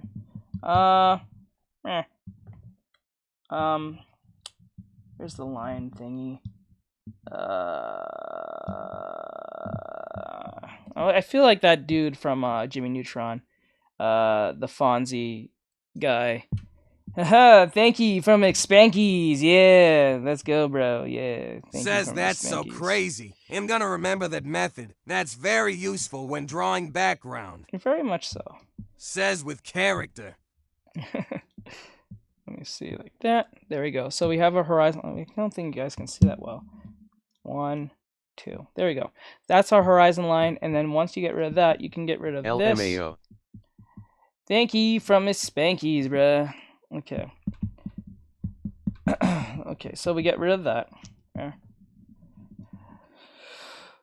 And then what we can do now is use this as a focal point to do other things. So like if I put a line here. So let's see if we have some depth and feel. Why is it like doing that? What the fuck? Why is it doing this? Hold on. Oh, it's too thin. Okay. Like 1, let's put some bars here. 1, 2, 3, 4. You see how much we're going into the distance? Now what this just proved to us is that we're the same height. This is the same. This is the same. This height here, and here is the same all the way down. The only reason why it gets smaller is because we're going to the depths. It's the same height, but just getting smaller.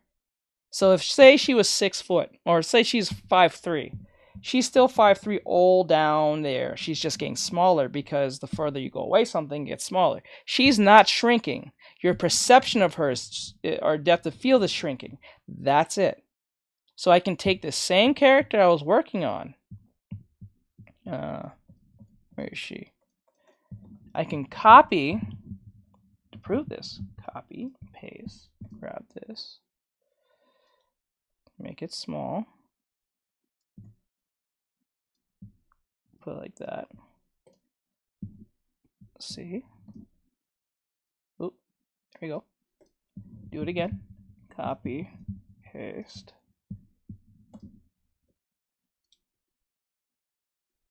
Make it small. See that? They're the same height, but it's just because we're walking away. Says you just drew her to sisters. Yeah, just your sisters. Yeah, that's pretty much what I did. So that's what's happening here. Okay. So we apply this, make it small. Okay.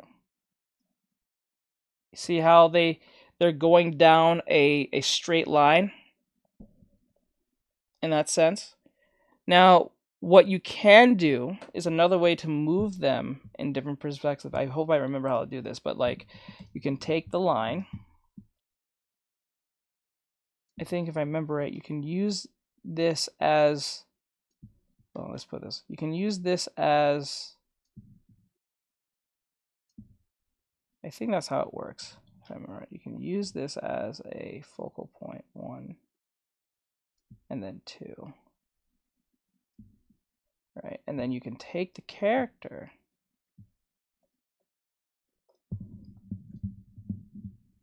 if I remember right. I think I'm doing this wrong, but if I remember right, I learned this from Alfonso on YouTube. Says I wish that method was as easily with traditional, though. I know. This is why I would say learn traditional first, because you'll have a better understanding, or at least a more appreciative understanding of how says how you draw with line confidence. Oh, I'm gonna get to that part. Don't worry, we'll get to that part. I know you've been waiting on that, James.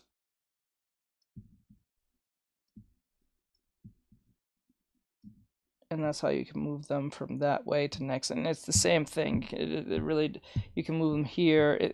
That's how you work. Says foreshortening like this with traditional is pretty challenging. I didn't learn it till recently. Yeah, you gotta use like a bunch of rulers and all that great stuff. So yeah, that's how you use perspective, and that's just one point perspective. There's several ways, and then you have to learn something with the horizon line. There's something a lot of you may not know about the horizon line, is that the horizon line will dictate where you're looking at your character. Now, let's just take her out of here real quick. Now, for those who don't know, if your horizon line is in the middle, that 9 times out of 10,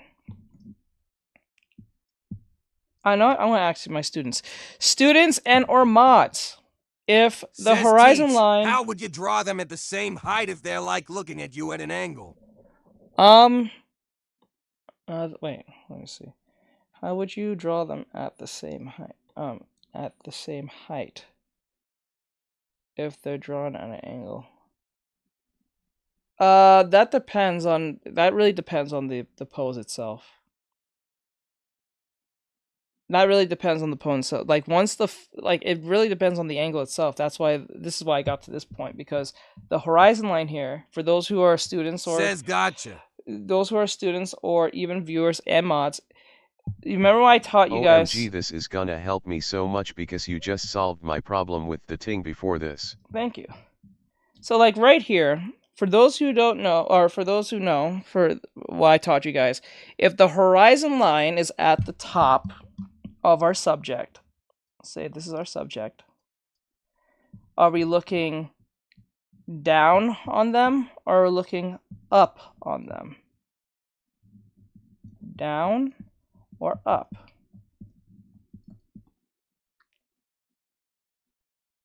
Actually, better yet, I'll even just to copy, paste, do the same thing here.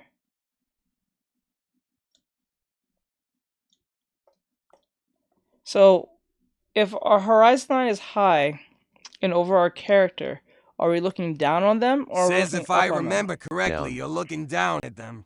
Okay. So Bryce says down. Ari says down. Anyone else? Anyone else? Anyone has any questions? Want to answer? Up. Okay, Jaden says up. Anyone else? Anyone else? I'll take like 3 more people if possible. There's 20 of you. Says up. Okay. Up? Okay. 2 more. I need 2 more, or at least 1 person. 2 more. I just need 1 or 2. Just 1 or 2. Just 1 more person. There's 26 of you. I know at least 1 person will say something. Come on. What about you, Bram? Do you think we go up or down? Down. Okay. All right, so the answer for this one for both of them, it will answer the other one. Says like, I understand this, but if it's in the center where the horizon line is, it confuses me. Okay, I'll get to that point. So when it's up over our character, over the head of our character, or at least almost eye angle, we're looking down on them. Because remember, think of it of being a bird. If you're a bird or a bald eagle in the sky, you're not looking any more higher up, right? You're always looking down, right?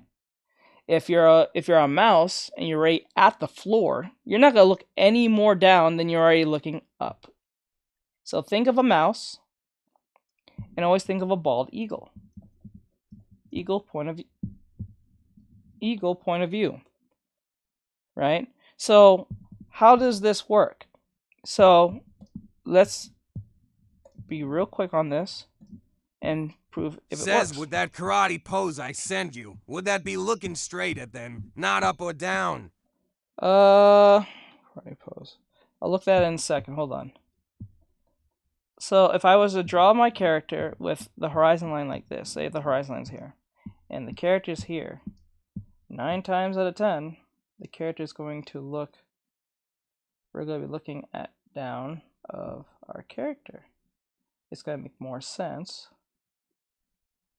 because if we're looking down on them, we're says as long as you're above the ground, you be looking down. Yep. So we're just looking at our character, like we just put them hands there. We're looking down on them because I can see the top of the shoes, I can see the top of their kneecaps, I can see their shoulders, I can see the top of their head, right? Hands, let me put the hands here, right? That's how I know. And even to prove this even more, if I put this at the top, I'll use even squares to make it easier on you guys. So if I put this at the very top, and I went like this, and went like this, or I put a square, say I put a square, right? Or, yeah, I put a square. And, or, here, put a VP. And I put 1, and then I put 2. As I draw it, you can see we're looking at the top here. Right?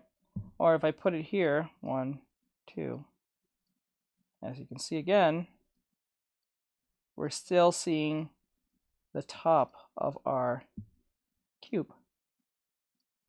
We can see the top here, right? Or if I do it here, and the closer it is, the more slanted it gets. The more closer it gets to us, because remember, think of it, if I had this phone, right, and I got closer to you, you see the top of it. The further away you get, you see less of it, right? Okay. Now let's just say we wanted to see the bottom. I put it right here, and I went 1 and 2. As I'm drawing this, oh wait, I drew this really weird. Sorry about that, my bad. If I drew it like this, our subject is over the, it's over the line, because that's what matters. If the subject's over the line, we're looking up at them. So it's over the line, not under, because if it's under the line, then we're looking, I'll even show it to you right now. 1, 2, 2, 2, 2, 2, 2. Okay. Right. Do it again. Boop, boop, boop, boop.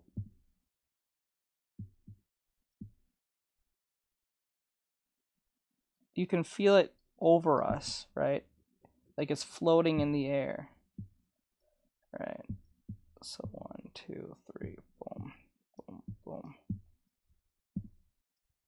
As you can see, we see the bottom. We don't see the top. Says, and if something is on the line or really close, would it be more of a from view? Yeah, wait, and if something is on the line or really close, would it be from view? Wait, what? Is it, and if something is on the line. Oh, you're talking about this. No. Actually, I'll get to that point last. Because usually a lot of people get confused when they ever see the line on top, when someone's on top of the line. So like right here, like again, 1, 2, shoot. Oh. Shoot.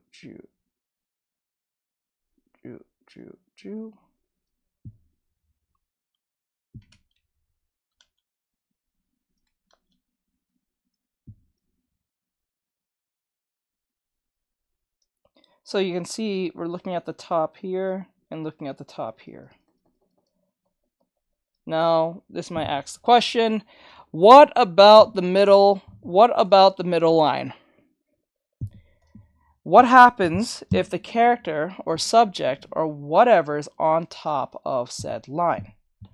All that means is if the character is on top. Says yeah. That one seriously confuses me. If the character is on top of the line, then we don't see neither top nor bottom. So like if we saw the side of it, so I just did this again, it would just be 1, 2. We don't see the top nor the bottom. It's just neutral. That's it.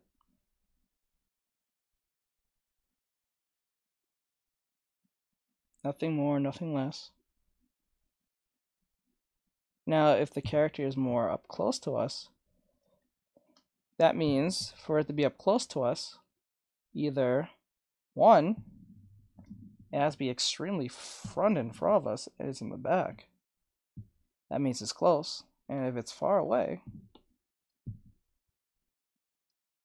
there you go. Or on the side. Says would the middle line be used like if a character is laying down? If the character is laying down, then you're over them. They're under the horizon line.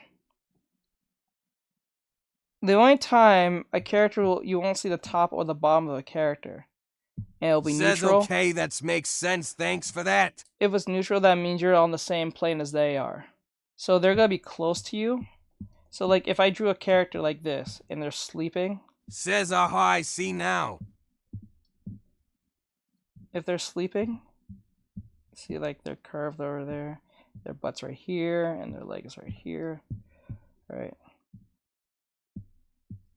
And we're in front of, they're literally in front of us. We don't see, we can see some, we can't see really the top of them. We just see the side of them. You know what I'm saying? Because they're sleeping like this, because they're very close up on us, and because they're so close up on us, we are on the horizon line. They are on that horizon line. The only time you should be on top of them is when they are under the horizon line. Says you could see the top of them to show like they're lying straight in a bed, I think. Yeah, you can do that. You can just lie them like this. You don't have to do that. You can just lie them with their faces looking this way, and then their shoulders kind of like here, and then their breast is like here. You know what I'm saying? Like, and their leg is here, and their arms like here, and you put the colors on them. That's how you can really be on top of them from that point. Says yeah, I figured that out from a lot of poses. Yeah. Alright, so I hope that answers that question for those who didn't know about that, or was trying to figure out how to do perspective. There is, but I did not forget about the idea of perspective when it comes to 1, 2, 3, 4, 5, 6, 7, 8, 9, 10, 11, and 12 perspective. Actually, in most cases, you just need to learn between 1 and probably 4. You don't need to learn, or probably 5 if you want to be really special with it. But 6, 7, 8, nothing is not all that needed. No one's using these other perspectives. I think it goes up to 12. I think 12 perspective is a thing, but then again, it's like no one uses these. Even professionals don't even use them like that.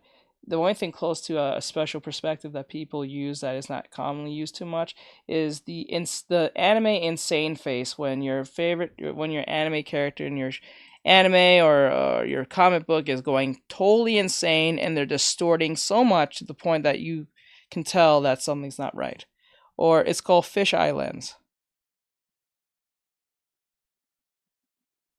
Okay, she's doing her thing.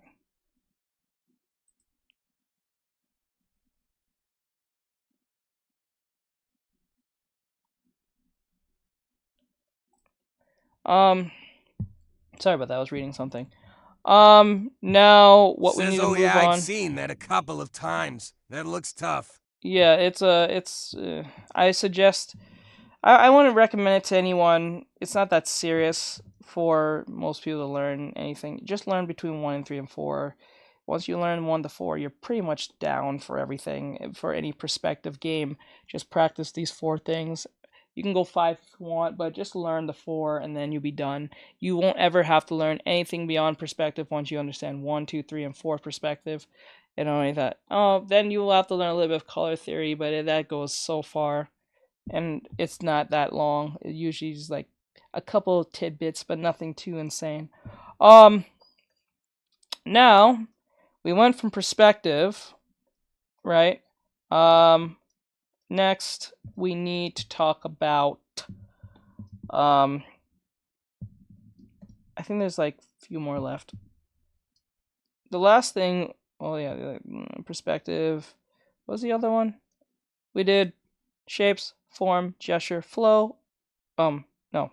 Shapes, form, gesture, balance, foreshortening, perspective. Oh, and the last 2. So the last Says 2 consistency. Is the idea of, let me see. Motherfucker.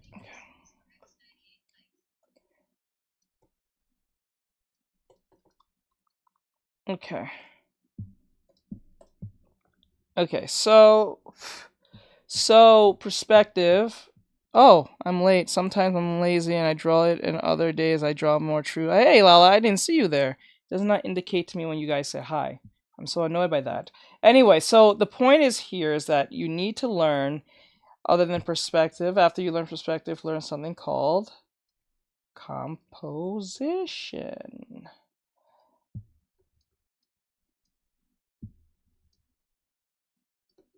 Now, what this means is composition is about framing. Framing. I can't write no more. Framing. Framing is basically guiding the eye to go a certain way or a certain view. It's framing what you want to see or what gives much more value than others. So, like for instance, if I were to make, like, say I made all these blue and I made this one red, what I want your eyes to focus on is the red, right? Or that's very basic and understandable, but the idea of composition is using something called the rule of thirds. So that's something a lot of beginners use, is the rule of thirds, to make something look more interesting. So what we'll use is 1, 2, 3, 4. So we use, oops, not great. So to make this easier on me, I'll do this. Make this easier. So you guys, 1, 2. Okay. Now I just say copy, paste. Oops. Paste, and then flip this bitch. Actually, no, I did that wrong. I did that actually wrong. And then like that, right? There we go. And then we copy this, paste, and then we flip it. There we go. Now we use these sections. We use these sections to frame what we want. Oop. Hey, what are you doing? We frame these sections what we want. by putting our character, say, let's just use the sketch here. Use the sketch. Okay, we put the sketch here, right? To make this work, you can put Says so dot basically like a grid. Yeah, but the grid is to aim. It's actually used to aim to give importance to something. So like, let's just say I wanted her breasts to be very like focused on because I'm a degenerate. Let's just say that. And I put it here, right? I put it on the crosshair. So whatever you put on the crosshair will give it much more significance. The worst thing you should never do is put your character dead in center. Because when you put your character dead in center, that's fucking boring. Don't do that. So put your character on the side. And if your character is looking a certain direction, so if they're looking right, you put them on the left. If they're looking left, you put them on the right. Because if you put them on the same side as they're looking, they're going to be cut off and they're going to look really strange. Like, it's just going to look really weird. And this open space is here. Because you want, because the direction gives it a sense of movement, okay? If you put them at dead stop of where they're looking, it looks really odd and strange and awkward. You'll learn this a lot in film theory. For those who are like artwork, film theory will help you a lot. Learning what the rule of thirds is and certain perspective techniques will help you, like the golden rule ratio. Some of you may have heard this term before, or called the Fucci, I think, method. You know what I'm saying? The thing with the spiral and shit, the golden ratio thing. That. But a lot of beginners start with the... Says I learned that to show the movement depends a lot on how accurate you draw the limbs as well. That too. So like, if I wanted the character to have a lot of like importance, let's just say I drew her hair to look really bright and all the other colors are very muted. I would put the crosshair on the hair where the head is, like here, right? And then I would put something here to give some significance so your eyes are going in a natural direction towards whatever you're looking at. And then also these grids here, or these boxes, are the boxes that they're taking up. Like think of those those boxes you click on when you're doing your authenticator thing, when they say, where is the fire hydrant? And you have to click on the stupid boxes to indicate where the fire hydrant is. Think of it that way. Right? Or you're looking for a car and you click on the cubes that has the car. You know what I'm talking about? I think most of you know what I'm referring to when you're doing you're trying to log into your account or whatever the fuck. So like it's like that, right? So it has this C-shaped thing going on, right? So this is occupied, this is occupied, this is occupied, this is occupied. This is occupied, but it shouldn't be any real importance, so don't really pay attention too much to this. Pay attention to the spaces that the character is looking at, and the spaces that they're not looking at is called the negative space, right? And what you should do with the negative space is counteract what's going on here. So if a lot's going on here, then you should put something about here, or something here. So if, say, there was like, let's just say we had 3 birds, 1, 2, and 3 on this side. You don't put 3 birds on the other side. It looks really boring. You put like a cat, like the one cat here sitting on the floor or something with the meow meow. Right? Little kitty cat. You know what I'm saying? It balances out, because what balances the idea of a good composition is asymmetricalness, asymmetry. So asymmetry basically is if you have like like look at your room. If for those who have like a messy room, it feels natural because nothing's in a proper order, right? So like if you have like 5 shirts on the floor and 1 battery on the bed, and then you have like some cups. You have like 7 cups on your table, which I don't know how someone will have 7 cups in their one room. And then you have like your microphone somewhere, it shows asymmetry. You don't want anything to look too proper, because unless the room is supposed to be purposely cleaned, but even when a room is purposely clean, it has this asymmetry to itself, even in that order. You don't want it to look too super perfect because it looks unnatural, it doesn't feel right, it feels synthetic, it doesn't feel alive, it feels dead. You know what I'm saying? There are exceptions to the rule to this, but 9 times out of 10, you want to go asymmetrical as best as you can. Okay? So, like, if you're making a VTubing model, everything that has to be symmetrical is the hands, the arms, the feet, and everything else. But anything else that could be altered, like hair, eye color. So, like one eye could be black, the other eye can be white. The hair could be the same, or the bangs can be one long and one short, just to show some personality to the hair of the character, or so. So it's like one hair over, one hair like this. A lot of people like the one hair over the eye, you know, like Sanji, for instance. Let's use that for example. The ears could be exactly the same, like an elf, but one has 3 rings, one has 1 ring or no rings. You know what I'm saying? That gives personality. Okay, it's about framing and understanding of what's important and what's not. Okay, but there is a rule to this. Too much, less is more. So don't put 1,010 things on your character to make them look interesting. You actually do them the service of being less interesting than them being interesting. So can you tell more about the thing before? Thing before? Wait, what do you mean? E.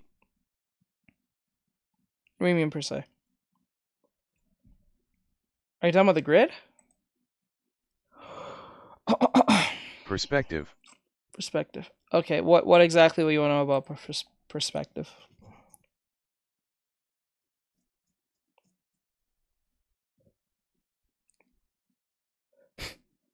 Is there something that you're having a trouble with?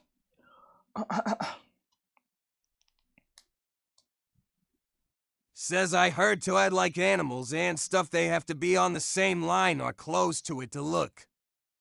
Says balanced. The thing before it? Yeah, they have to be on the same line to a certain extent, depending. So I think what you're talking about is the crosshair or somewhere in the cube or on the line in general. But you can do that because it gives significance to the cat, and then it also gives significance to the birds as a whole. So even though they're not on the grid or the what do you call it, the crosshair per se, them being near the crosshair enough can be a good enough way to get away with this. Or you can put one of the birds on the crosshair. Says and their posture depending on their angle has to be accurate so they are seen in the same space. Well, it depends on how you draw things and the whole perspective of things and the landscaping and all that stuff. So all those things come into place in that. But I need to know exactly what you need to know about perspective, because I could be just repeating myself twice, and then you gotta give me like an idea of what you're referring to when you say perspective. I'll come back to it, but like I'm gonna just keep going and finish this off. So composition is about framing. So when you understand these things, there's other names like golden ratio, I think the slant method, and rule of thirds. I think there's a lot of them you can use to make your characters seem a lot more dynamic and put them in positions where they can seem scary, domineering. They look less than lacking authority in certain situations. Like, for instance, you can draw a character. Says, let me see if I can find a pic to show what I mean. Okay. You can have a character that's like really big, right here, and they're like looking down on the other person and it looks small.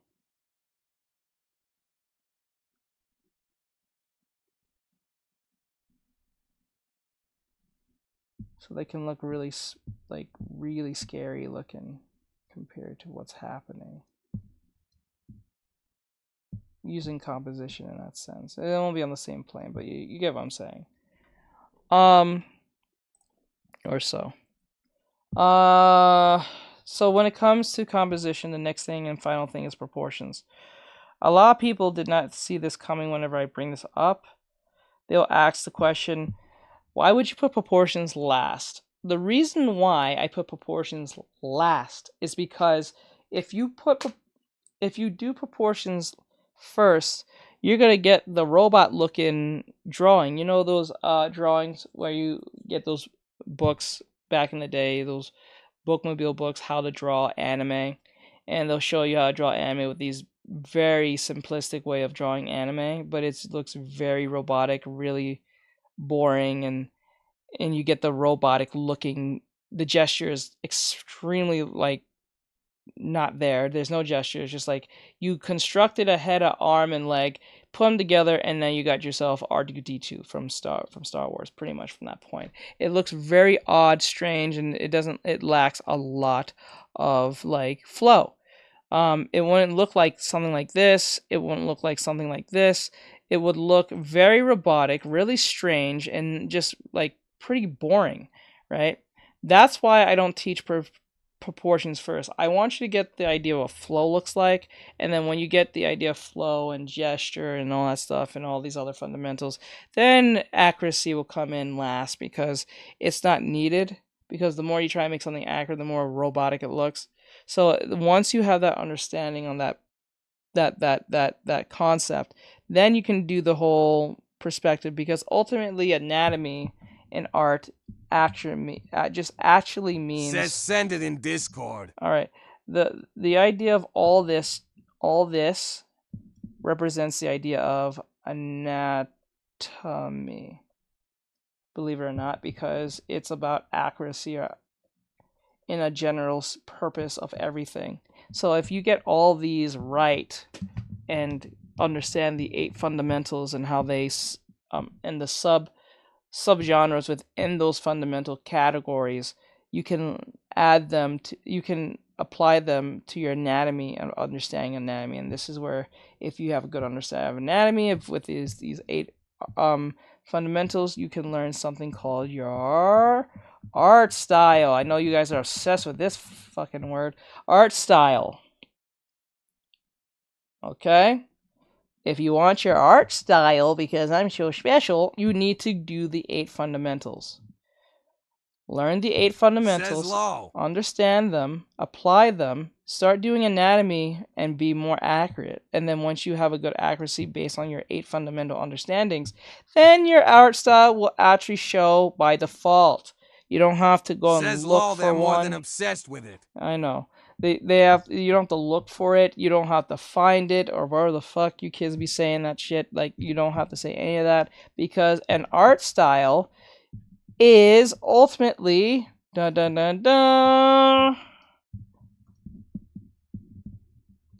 a handwriting. That's what it is. That's what an art style is. It is just a cuter way of saying handwriting. Thank you for following Fetus Arm, smiley face. So once you get that out of the way, you can finally go and tell your friends, I finally have an art style. You don't have to say it. It'll naturally come. You won't even notice it. That's the funniest thing about it. You don't even notice it half the time, because that's what is naturally coming to you. So you won't even see it. And then when you actually see it, the only time you'll see it is when other people point it out. That's the only time you'll notice. And then you can finally go around to your friends and play. Says, and here I'm trying to learn perspective for drawing buildings. Hold on. And then you can go around and play this around your friends. Got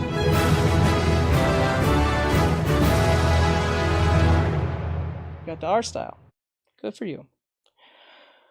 Oh, then you can draw all your Jujutsu Kaisens, your Narutos, and your whatever in your art style, and you can make them look all unique in your own way, and you can start doing that webtoon you want. The thing that came before perspective, I forgot the name. Can you teach more about that? It's called foreshortening. Foreshortening is basically no direction, but yet the idea of big and small. That's all. Nothing more, nothing less.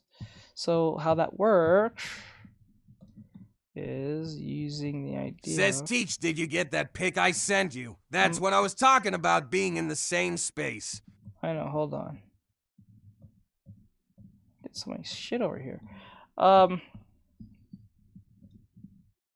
So like big, small, smaller, smallest, to a dot, to virtually there's nothing there. Bigger, and then we have the biggest. I don't say, well, not that looking like that, but it's the biggest one, right? I actually put this on the wrong plane, but then again, it is what it is. So you can do this like one straight line, or one straight line going this way, or no, a little bit like this. Yeah, this. Then you make this small, this big, bigger, and then bigger, and it goes into the distance as it goes. That's what really foreshortening is. That can work with anything from body parts to buildings. So like a building. So for a building look really high up. If you draw the building like this, and then you draw another building within that building, and then another building within that building, and another building within that building, and then you just have a bunch of buildings going back to Says I get how to draw them. It's mastering the perspective and angles that's tricky. Yeah, that's gonna take some time. Let me see what you sent me.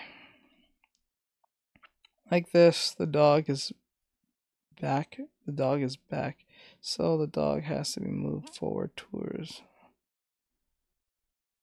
Let me see. Like this, the dog is back. So the dog is back. So the dog has to be moved forward to show it's in the frame. Are you talking in perspective or are you talking about in framing? The dog is just okay. The dog is here. Let's say this is the dog. Says both.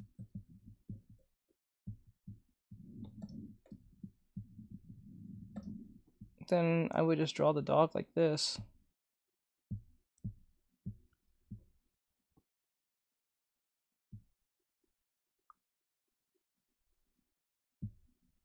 A little bit of this. The butt is about here.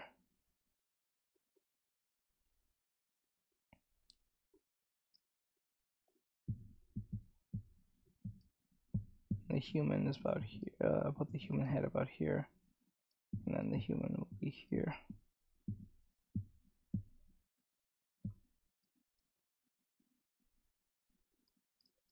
I need to go because it's almost 2 a.m. for me. Alright, let me see. The thing about came before perspective, I need to go. Okay, alright, Rem. Just to be clear, I only did this freebie for y'all. Oh, I got one more for James. I did this freebie for y'all because I took forever to respond to your question. So next time if you ask a question, you have to be a... Says good night, Ram. You have to be a TikTok subscriber or a Patreon member. So I'll teach you whatever questions or criticize whatever you need me to criticize and give you whatever tips you need when you're directly coming to me. But what are you looking for exactly here, Ari? And for James, you asked a question about line confidence.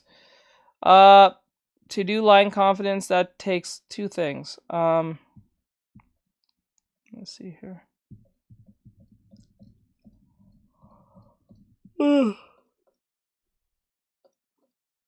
Oh no, did I put them the same fucking... Says was just trying to see how to make them look even in perspective.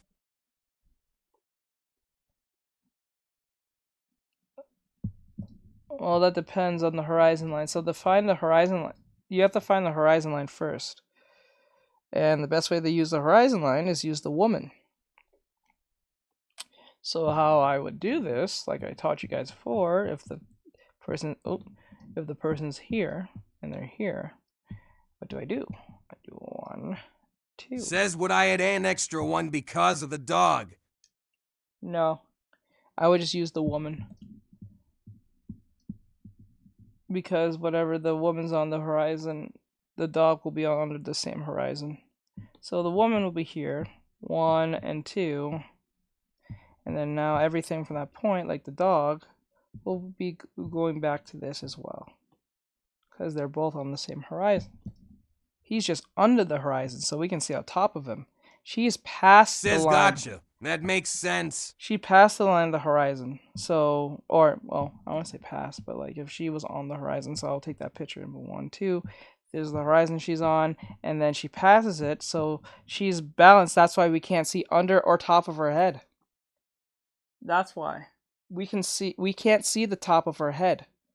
We can see directly at her face and forehead, but we don't see the peak of the top of her head, and we don't see under her feet or under her crotch. We see directly at her and the dog. So the dog's on the same horizon as she. He's just under it. There you go. That might answer your question. And then the dog's under the mercy of that horizon line from that point. All right. So with the idea of the the line confidence, all you have to do is literally take your time, hold it firmly. Hold the thing firmly, and then all you need to do is, I wouldn't zoom in. I will zoom in not too close, but just enough, and use a thin line. Turn this down. I know you're not using traditional, so and if you're having a hard time, it's looking strange, you just have to keep trying till you get it right. And after a while, your brain will make connections on how to do lines. And then if you're not good at going fully fledged lines like this, because this could be frustrating, I would do it in pieces. So like 1, like 1, gap, 2, gap, 3, gap. The Japanese do this a lot. 4, gap, at least see an anime, 5, gap, 6, gap. You know what I'm saying? You can do like that, or you can do the 1, 2, 1, 2, 1, 2, 1, 2. You know what I'm saying? Like you can do that, or you can literally just go balls deep and just literally try your best to get every line in one swoop. If you do this, you'll probably be better off anyway, because you'll get more done. But it's going to be more frustrating because the error mistake will be higher. But if you do it this way, 1, 2, and try to be as accurate as possible. Don't try to go offline. Try to be on the same line direction. You will succeed. And then you can just connect them whenever you're ready. So that's one way you can do line confidence. Also, if you want your line weight to look good, you use like a size 10 for your lines, the outer lines, and then you use a size 6 for your inner lines. Oops, I'll say 3 for your inner lines. The reason why you want to do this is because it doesn't look like they're all in one unified line. When you do this, it looks really sloppy, strange, and just off. That's only meant for like keychains or anything like that, but if you're making a keychain, that is. So like I would make this thick, so this thickens the lines outside of your character, and then inside the character itself you thin the lines and you keep it 100%. This is how your drawing is going to look a lot more dynamic, and the idea of line weight will come in. So whenever there is a character with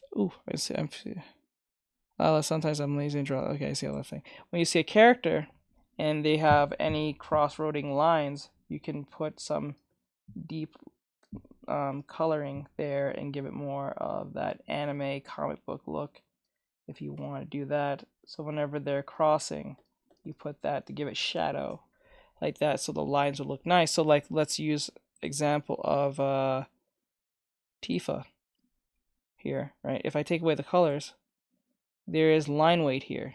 See where this black here and this black here, this black here. You know what I'm saying? Like that's what I'm saying. So this black here. So there's thickening of lines. So I thicken the lines on the outline and then use a thin line inside the character. That's it. So you give it more dynamicism or so. Let me take these away real quick.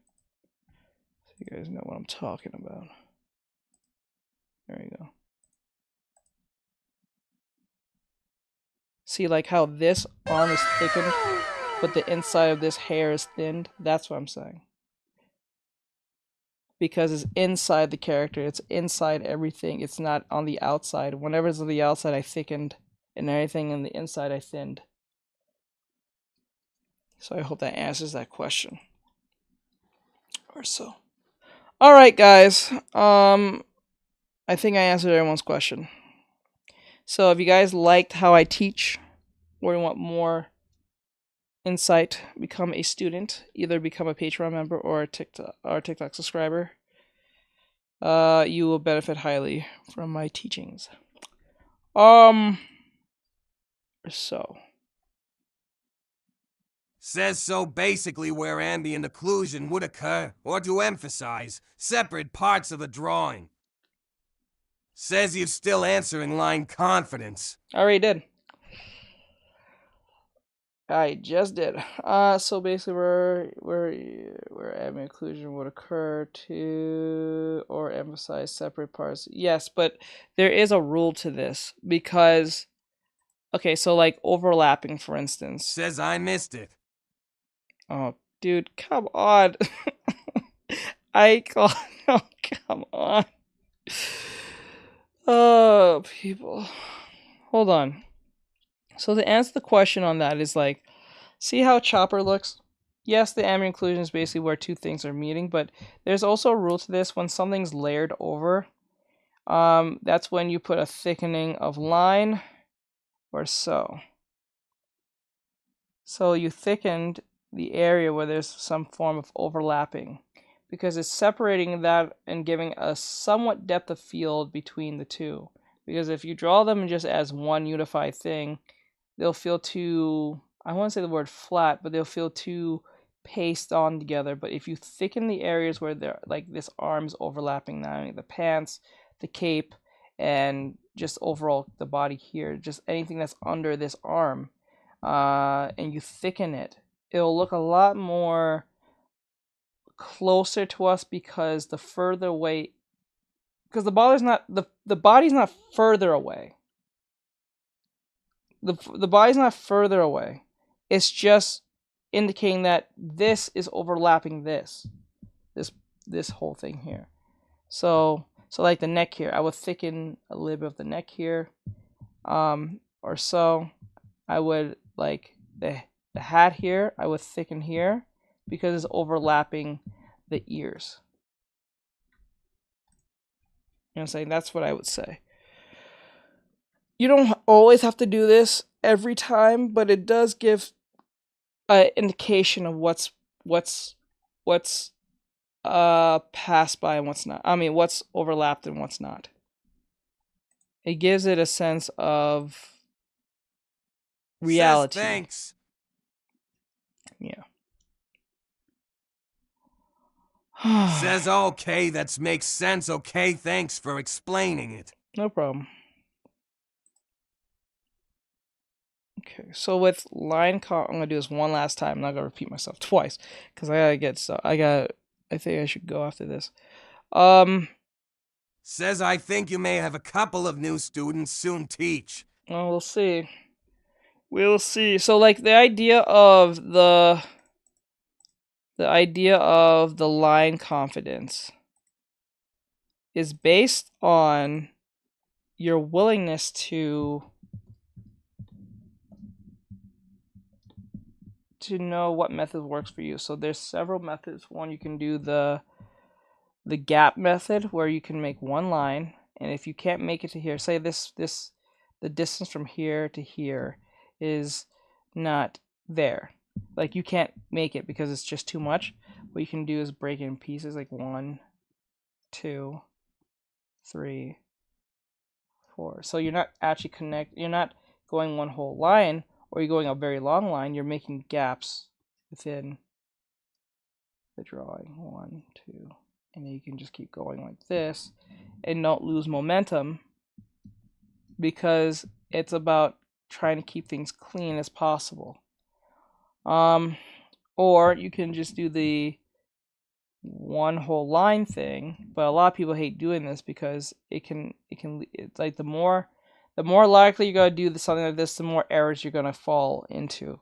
But if you do this more often and become a habit, you can actually get a lot done faster with line art. But this is usually the way most people don't go because it's too much work for them. But I suggest go down this ladder if you want to improve really Says fast. TBH, I learned how to draw these more accurately using those lines or curves before I draw the body. Let's see. Okay. Or what you could do is you can also use the rotation method. The rotation method is basically you find the rotation of whatever you're drawing and you pick the most comfortable spot to draw it. So let's just say I don't like drawing it because retracing because it feels really awkward, or it cramps my hand, or whatever the case may be, because some people's hands are different. So you curve it or you turn your subject and find the places that makes it easy for you to aim and shoot at what you need to do. So like 1, 2, and then you find what's easiest for you at the time. And you're like, okay, that. And then some people do this, they zoom in, they zoom out. I would avoid zooming in because that causes a lot of it makes things Says longer. wouldn't all that flipping get the drawing out of proportion sometimes, though? I don't think so. It's only out of proportions if you don't balance it out. Once you balance it out, it will never be out of proportion. From that point on, you just need to be consistent with your lines, and as long as they're on the same consistency of angle, then you're going to be perfectly fine. As long as you balance out your drawing first at the beginning stages, then flipping this won't be an issue. So you can do something like that if you want. That's up to you. That's really up to you if you want to. So. Says I gotcha. All that flipping, I tried to watch an artist do it, but I got too dizzy watching it low. Yeah, so it depends. But yeah, those are one way. Those are very great. Oh, and another thing, what line confidence? I forgot to mention this. Never draw with your wrist. Never do this. Don't do this. This is only meant for very small movements, like something like just fixing this. Like if I was fixing this, I don't need to move my arm. You need to move your arm when you're doing something like this. It'll feel awkward at first when you don't do it, or you do it. But after a while of making it a habit, it'll be much easier and your drawings will be a lot more fluid. That also goes for gesture drawing. This will make your drawings a lot more fluid if you use your whole arm for like big movements like this. Use your whole arm. So don't be like in for something big. You gotta injure your arm. That's one, your wrist, and then you're gonna probably get carpal tunnel. You don't want that. They're gonna get carpal tunnel, and you don't want that. Then you'll never be able to draw normally ever again, and that's almost a permanent thing that can happen to you. And you'll have that giant boil in your hand. That happened to my sister. So like, you don't want that. So I suggest to use your whole arm. You get more fluidity out of it, and it'll feel a lot more believable within the movements or so. And yes, you should do this every time when you're drawing, not sometimes, all the time, as much as you can. So I hope that answers that question. So that's how you build line confidence. Use your whole arm. Don't use your wrist unless it's for little small movements. Do the gap method if possible. Says I've started using my arm and it's improved my linen a lot. Good. And line confidence. Plus better for you. Good. And either use the gap method with the gaps and then you can connect them back later on. Or use the full line method. Or you can use the edging method. So you can do like this. Says, does that wrist method work if you're doing traditional as well? Yes. Most of the concepts I'm teaching is from traditional stuff. Majority of the stuff I learned and I'm teaching you guys is from traditional stuff. It's not because I learned it only on digital. It first came from traditional, from like Mark Crilly.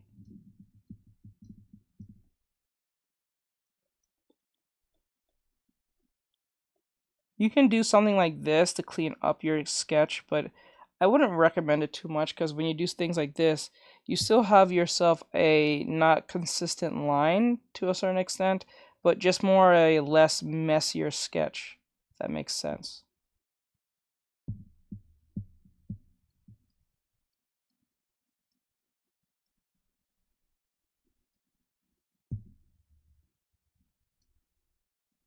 Says less messier.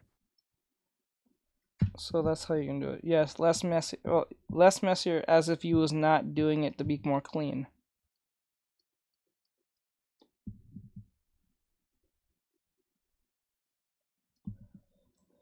There you go.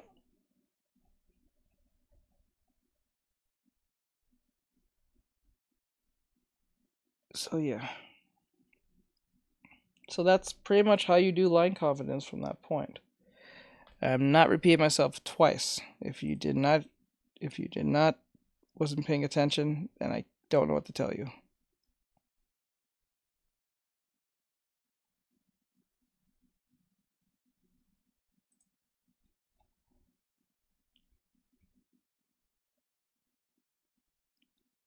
Anyway, with that said, we're gonna move on and do our anime recommendations. I did my free lessons for today. For those, if you guys enjoyed how I teach or how I explain things, if you don't, I'm sorry if this was a disappointment to you. I can't appease everyone, but if you enjoyed this this free lesson for today, I hope you guys it helped you in some form. And if you want more help, you have to be either a Patreon member or a TikTok subscriber to become a student, because I will not answer any questions after this one, unless you're a student or so. So I hope this at least helps or gives you some insight on how to do perspective or foreshortening or whatever. I hope they help and got you where you need to be. Now we will move on from this and learn how to do, well, not learn. What we're going to do, as I'm sketching over here again, we're going to watch some anime recommendations. So if you guys want to hear some anime recommendations, come over here on YouTube, Twitch, Trovo, or Kick. We're about to talk about these, well, not talk about, but just hear what they have to recommend to us as a whole. So if you want to, come over here. Thank you, Bob, for those roses or so. Did I turn off the sound? Why is it not saying outside? That's weird. I didn't read out my thing. I say roses, baby. I didn't say roses. That's weird. Okay. So come over here now, guys. If you want to hear these manga recommendations. If you don't, you can stay over there. I'm going to still be drawing. It's just that I won't be teaching. So sit as you may. Okay. Manga recommendations. Let me see if there's anything that's there. Hello. Hello, Cooper. What's going on, Coop?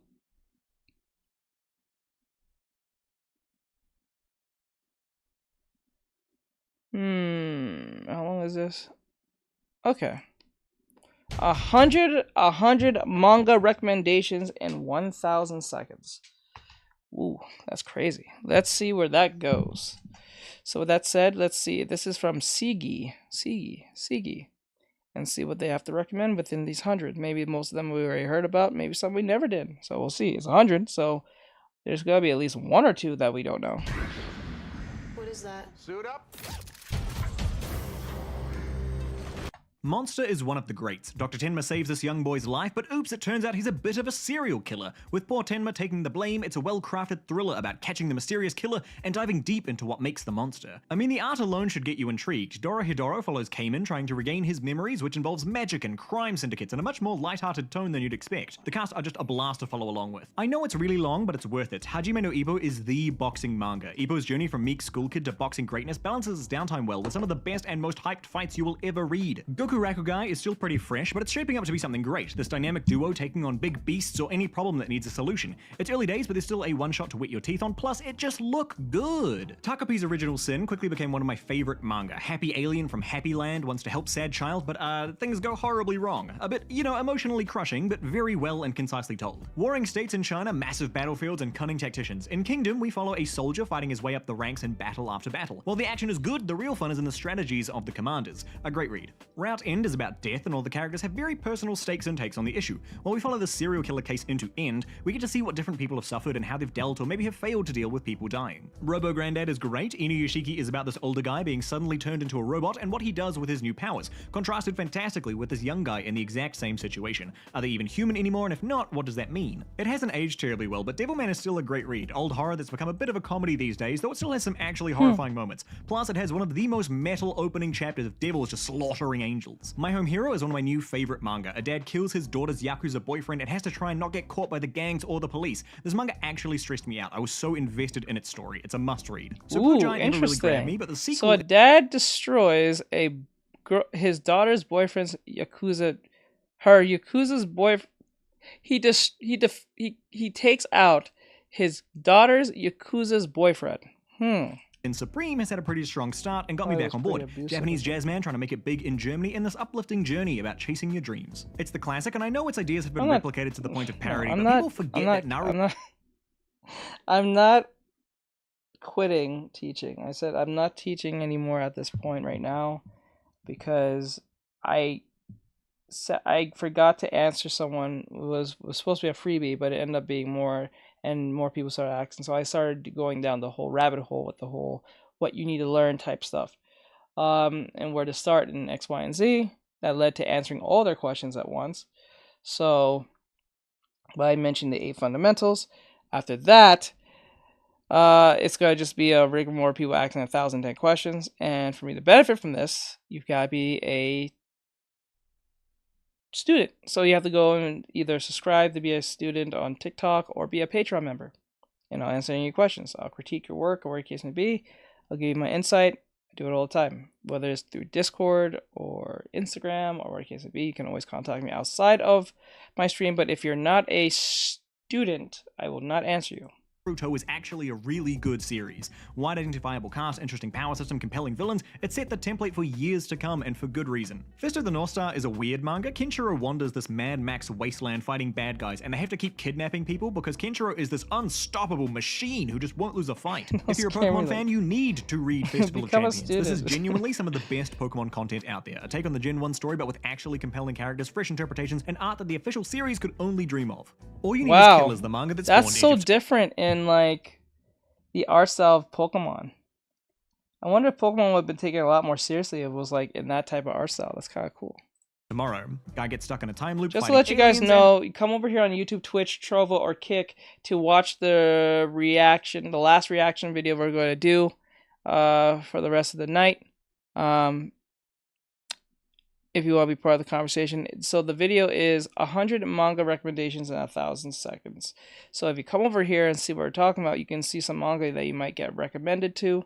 If you don't care about that, just sit here and watch. And hijinks ensue. It's a relatively quick read with a cool concept and worth your time. As long as you can buy into the premise, Psycho Pass is a nice classic sci-fi story with a manga twist, and has one of the better villains out there. Big Brother can monitor your brain to catch criminals until it can't. The Way of the House Husband is an episodic comedy manga about this ex-Yakuza living his best life as a stay-at-home husband. Surprisingly, it's one that keeps its premise alive and entertaining across all of its chapters with some good laughs. A classic shonen, Shaman King is one I've been a fan of for a long time. Hits the important shonen tropes, there's even a tournament, but the relaxed tone, headed up by the main character Yo is a delight to follow in contrast to the typical hyperactive shonen heroes. Honestly, some really strong character designs in this. Hands Guy? My hero is about a class of upcoming superheroes and the various villains that get in their way. MC Deku inheriting, as Uncle Ben would say, both power and responsibility. What happens when you raise monsters as livestock that can eat anything?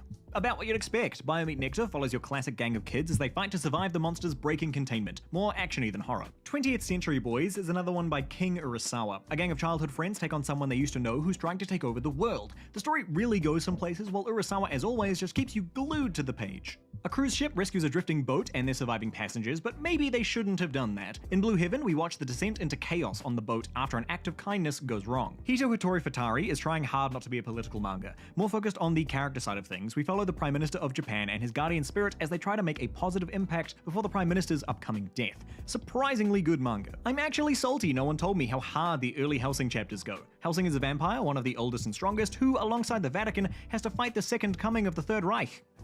Yep, Hunter x Hunter is coming back. Great time to jump into the manga. It has one of the best power systems out there, and what's happening in the last chapters, with the no spoilers, is complicated but got me hyped. I think Akira is one of those classic mangas you just need to read, but even if it wasn't one of the most influential series on sci-fi and particularly cyberpunk, Akira is just an exciting, dark, and fun story to follow on its own merits. The Most Haunted House and the Guy with No Spiritual Sense. It's a little gag manga where the title tells you exactly what to expect. It's really goofy, and I actually did have some real laughs out of this. If you're looking for new shonen hotness, check out Gachi Okuta. The elites live floating above a planet covered in garbage, but some folks can imbue their trash with sentimentality and use them to fight. Shonen hijinks ensue. I'll be the first to say it has a shaky start, but Claymore is great. Half monster women gotta fight the monsters in the land with some real Witcher vibes, at least on the combat side. And some of the creature designs in this absolutely slap. Another old boy, drifting classroom. A primary school gets transported to a strange world and try to survive without the Lord of the Flies happening. Admittedly, I can't see the art and not think of Joan Cornella comics though. Hitman Reborn is my go-to example of a series that finds something new and fun to do and throws out its old power system. Our main character ends up being the inheritor of a crime family and has to prove himself worthy of that title. The first two chapters are some of the best horror you'll find in manga. Uzumaki is pretty widely recommended, and for good reason. I challenge you to read the first two chapters and not be invested. Junji Ito literally makes a shape scary. Evangelion is another series that should need no introduction. The manga is a different story to the anime, but more like an alt-world telling of events, but still full of Gundam and childhood depression and obscure biblical references.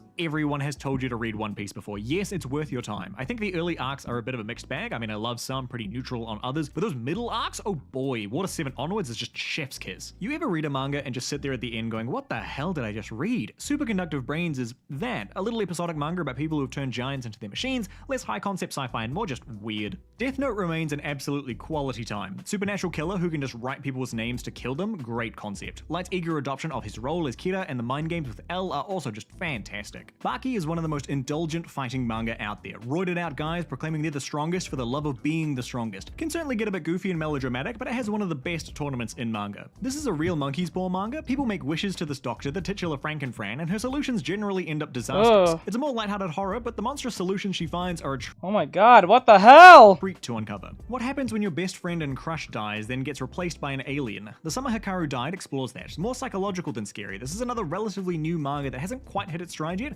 but is looking good. Yu-Gi-Oh! Is honestly worth recommending just off Season 0 alone. Before they decided on the cards, Yu-Gi was just out killing people in death games. It's a horror show. Then, of course, it takes a more family-friendly twist. There's a group of rabid vagabond fans on the roof of the house next door with a high-powered rifle pointed at me, threatening that any manga recommendation list must have vagabond on it. Well, here it is, folks. Me and the Devil Blues is about Robert Johnson, the blues musician supposed to have sold his soul at a crossroad for talent. It's taken fairly literally in the manga, the visuals unsettling and pretty bloody fantastic. I rate this manga so highly. Manhole is one of the better serial killer / pandemic manga out there. There is a scene in this that actually made me gag. Good mystery, good reveals, well-paced, well-done manga. Parasite is another classic and heavily influential manga. Aliens come down and take over humans by replacing their heads, though our MC ends up in this symbiotic sort of relationship with his. Fights and a bit of introspection follow. With 1000-Year Blood War going on, this is a good time to return to one of the greats. Bleach got a bit of a raw deal after the early arcs, but let's not forget how hard Tite Kubo's art goes. There's good reason Bleach ran with the big boys. After God is still pretty early days, but so much promise in these chapters. Horrifying beasts arrive, bringing disasters in their wake. We've got a gang of researchers trying to find a way to beat them back. Just so much potential here. Octopus Man blows a chunk out of the moon and then holds the world hostage so he can teach a classroom of kids how to kill him. Crazy premise, and Assassination Classroom takes it all in a goofy direction, making this a fun read. While not as good as the anime IMO, Demon Slayer is just a really clean shonen story. Tanjiro's sister turned into demon, Tanjiro kills demons. Add in the hierarchy gang of villains and heroes and boom, you've got yourself an entertaining story to follow. Yumagi Doesn't Have Any Friends is a slice of life high school manga about Yumagi, funnily enough, and do you know what's fantastic about this manga? Yumagi doesn't want friends, and the manga lets that be okay. I Am a Hero is one of the best zombie mangas out there. The art is fantastic and actually makes your regular zombie affair feel scary again. After that, there's still a twist or two to find, but standard sort of zombie story. Yotsuba! A little girl moves houses and hijinks ensue in the new locale. It's all very heartwarming stuff of parenthood, and yeah, it's just real cute and full of joy. No real overarching story, just good vibes. If you like twists, Tomodachi Game. A group of friends get put in the game to save one of them from debt. So there's this series of games to earn their freedom, each one ending with MC being all big brain and some crazy twist. Massacre Happy End is a modern day Death Note and just as good, though certainly darker. Our main character is stuck in a time loop and has to kill people to change days to save his sick sister. Thrilling, twisty, and just a brilliant read. Okay, hear me out, killing morphs is pretty bad, but the first 2/3 of this manga strap you down and just race you through all of this stuff. You don't really have time to process it, so fun, and then the pacing slows and the manga kinda dies. Good for a quick Arvo read though. Goodbye Eerie is maybe my favorite one-shot. It's about how our film and media can be reframed to paint people in certain lights, following our main character dealing with the death of his mother. It's also got these really creative found footage shots. I really only recommend this to a Pokemon fan, but the Pokemon Adventures manga ain't too bad. Early days is crazy, like Lance just hyper beams a town, but by the time you hit 3rd gen it's a lot lighter, and 4 is just straight up a comedy. I think the Full Metal Alchemist manga gets a bit forgotten these days, but it's so strong. Some of the best world building around where all of the little bits that are told to you are actually important. A series that I'm still wondering if they were to do another Full Metal Alchemist for whatever reason, will they, I know they're probably not going to axe Vic, but will they use his voice if they have it? That's what I'm wondering. Will they use his voice? And if they don't use his voice, they're just going to find... I think the only best similar sounding actor to Vic when it comes to Edward Elric is Arthur from Fire Force. I thought it was Vic way back when I first heard his voice, but I realized it was not. But they do sound alike. If you listen to Arthur and you listen to Vic, they sound quite similar, or at least Edward from Full Metal Alchemist, and then listen to Arthur, they sound very similar. So I wouldn't be too surprised if they were to replace Vic with that dude when it comes to Full Metal. It would make total sense in my head, or so. Everyone should read. Withering With You is the manga adaptation of the movie, and if you're not a movie person, check this out. There's certainly some things lost in the adaptation, but the heart of the story remains, which is compelling. This takes my spot as favorite full Ito book. Tomi is a collection of stories about a beautiful girl that compels you to kill her. Junji Ito knows how to write horror manga, and he just smashes it through this manga. Pluto's yet another slam dunk by Urasawa. This time the story is based off an Astro Boy arc, though with that classic Urasawa flair. This big investigation down the rabbit hole of robotics and sentience and trauma. I can only describe this as an easy read. Kaiju number 8 is a kaiju manga where our main character gains the powers of the kaiju. Real simple plot, easy to follow characters, clean as heck art, made this a really relaxing read. JoJo's is an absolute ride from part to part. Bizarre Adventure is an apt description. From rolling a cherry to punching a frog to yelling at people to fall off their horse, JoJo's is just something you need to experience for yourself. My Father's Journal is a pretty reflective manga. Our main character returns home for his father's funeral and reminisces on his childhood with his family. The things he forgot about or the things he misinterpreted but held on to for years. Dandadan is a fun action manga based around paranormal phenomenon. So there's ghosts and aliens and cryptids and all those kinds of fun things. All the while, your classic shy romance blooming between the leads. You can tell the mangaka loves combat styles. Holy Land follows a high schooler who feels he has nothing left but finds a new lease on life in learning to fight. Thus begins his journey as a street fighter and standing up for himself. Iconic. Possibly the most iconic manga in the world. If you didn't know, Dragon Ball manga covers all of Z as well, all of the goofy antics of the early chapters and the slugfests of the latter. This holds a special place from manga fans. Rakia is this bizarre series about a girl who might be the second coming of Christ or potentially the Antichrist, and religious factions start fighting over her. If there's anything to say about this manga, it's not boring. Emerging is a pandemic manga right at first contact. We're at ground zero watching this unfold. There's a lot of gross medical stuff going on in this manga with bodies bloating and surgeries, but a really engaging quick read.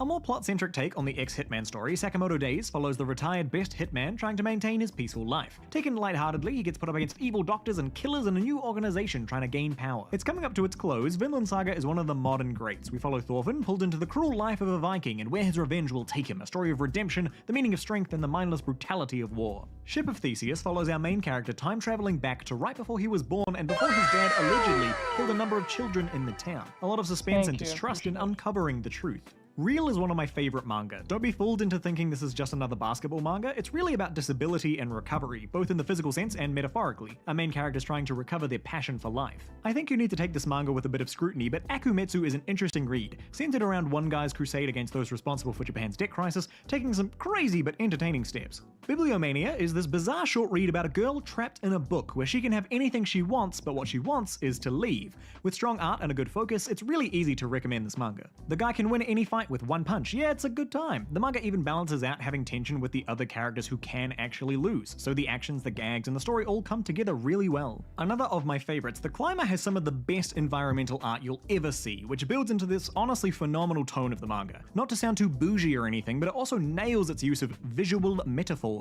So the first couple chapters will mislead you. Deadman Wonderland is really about literal blood sport, where prisoners fight with blood magic in order to keep themselves alive. If you like the premise, you'll like the manga. It's miserable. Good night, Pun Pun. I said, did they ever finish the manga of like Dead Man Wonderland? I always wondered. I know they didn't finish the anime because of obvious reasons, but like, because I think it was studio funding, lost funding or something. I think they went bankrupt or some shit, and I think they still hold the rights to this thing, so you can't get another like adaptation till like a couple of years from now or some shit. I forgot what was the reason. I think the same shit happened to Gangster in the same fruition in a certain way. I don't think it was the same studio, but I think. Yep, I read it 2 years ago. Yeah, so like, I wish they finished the anime. Pun is a coming-of-age story of this little lad, and he's just beset by troubles and unkind people. It's a tragic, emotional journey that you won't enjoy, but you will appreciate. Spy Family earns its hype, secret agent dad alongside assassin mum and psychic daughter all keeping their roles hidden as they pretend to be a family. Delightful to follow, with an actually really interesting plot tying it all together. Half-human, half-chimpanzee hybrid Charlie is raised secretly but starts going to high school. Meanwhile, vegan extremists bomb a restaurant. That's the first chapter, and the manga takes everything seriously. Fantastic. Blade of the Immortal is a samurai manga about a guy who can't die being pulled into your classic revenge tale. The art here is really the standout and will probably decide if you like this manga or not. Once upon a time, Toriko ran with the big boys, big dudes running around killing giant monsters so they can eat them. Cooking manga meets battle shonen. Still a great read, though it will get you hungry. I think this is the only manhwa to sneak its way onto the list, but The Breaker is another long-time favorite of mine. Martial arts series about a bullied kid finding his power, interesting world, amazing climax, and sets up its trilogy just so well. Kaiju definitely burns itself out, but the early chapters are great. Kaiju attack Japan and chaos ensues. It's actually crazy who the manga gets you to root for. One you can drop halfway through, but good to check out. Demons and cool powers and some pretty bloody conclusions. Chainsaw Man follows Denji merging with his dog to become the titular character, and then he gets recruited to go and kill some devils. It gets pretty metal. Apocalypse Fort is a zombie manga following some kids in a youth detention facility, basically prison. It adds in some new things to keep the zombies themselves fresh, and watching the gang form and bond is a good time. Solanin is another somber manga about young adults trying to find their way. Not just a misery train, there is some actual joy to be had in the manga following these main characters coming to terms with growing older. Tokyo Ghoul takes some of the best ideas out of something like Parasite and polishes them to a shine. Our MC becomes a ghoul, the most hunted thing in Japan, and then he has to fight and potentially do some very dark deeds to survive. Classic influential shonen, Yu Yu Hakusho. We've got our cocky hero, the gang of buddies, a crazy imposing villain,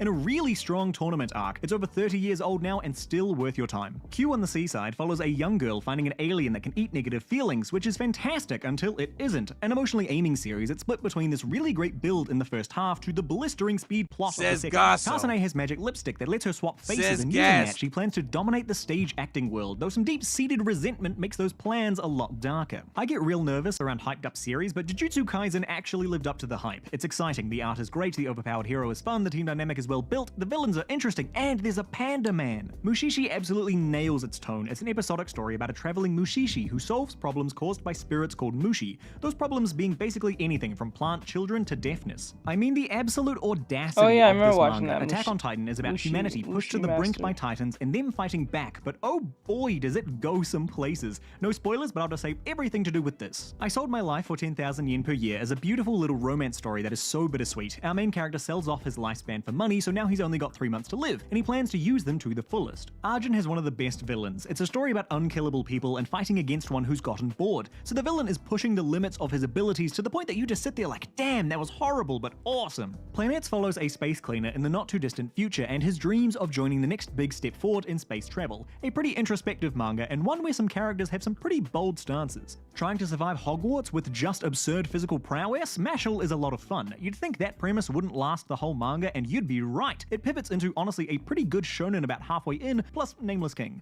Were you waiting for this one? Look, I know Berserk is great, you know Berserk is great, random people walking down the street know Berserk is great. Yeah, you should read it. A magical bat that manipulates time and a compelling story about a cartoon writer trying to discover its truths. Billy Bat is one of my all-time favorite manga, and its half-subtle dive into determinism is somehow perfectly existential and entertaining. Ooh, got a little bit of time left over at the end. Leave a comment with your top recommendations. Thanks. Oh, that was good. That was quite to the point. If you guys like CG here, yeah, CG, I think I'm saying it right. Give them a follow. You know, great stuff. For those who like this and all that great stuff, give a follow to yours truly. If you want to like these videos, please be a Patreon member and all that great stuff. And yeah, I think we're done for today. I was gonna play game, but I think we're gonna just pull that off for today. So I'll let you guys go. Have a great night, guys. I do appreciate every last one of you with me doing my studies as we do the reactions and all that great stuff. I keep saying that. But with that said, have a great night, guys. Keep safe. I'll see you guys probably tomorrow. Well, I think Good night, everyone. I think starting Tuesday, I might take a break from streaming. I think I might take maybe a week off or a few days off from streaming. Not starting Tuesday or so. I'm not sure yet. I'm still thinking of a time taking a day off because I need some rest. And get some things out of the way because I gotta start doing my taxes before March comes. So have a great night, guys, and I'll see you guys in the next one. Thank you for everything. I'll see you guys tomorrow. Bye, guys. Okay.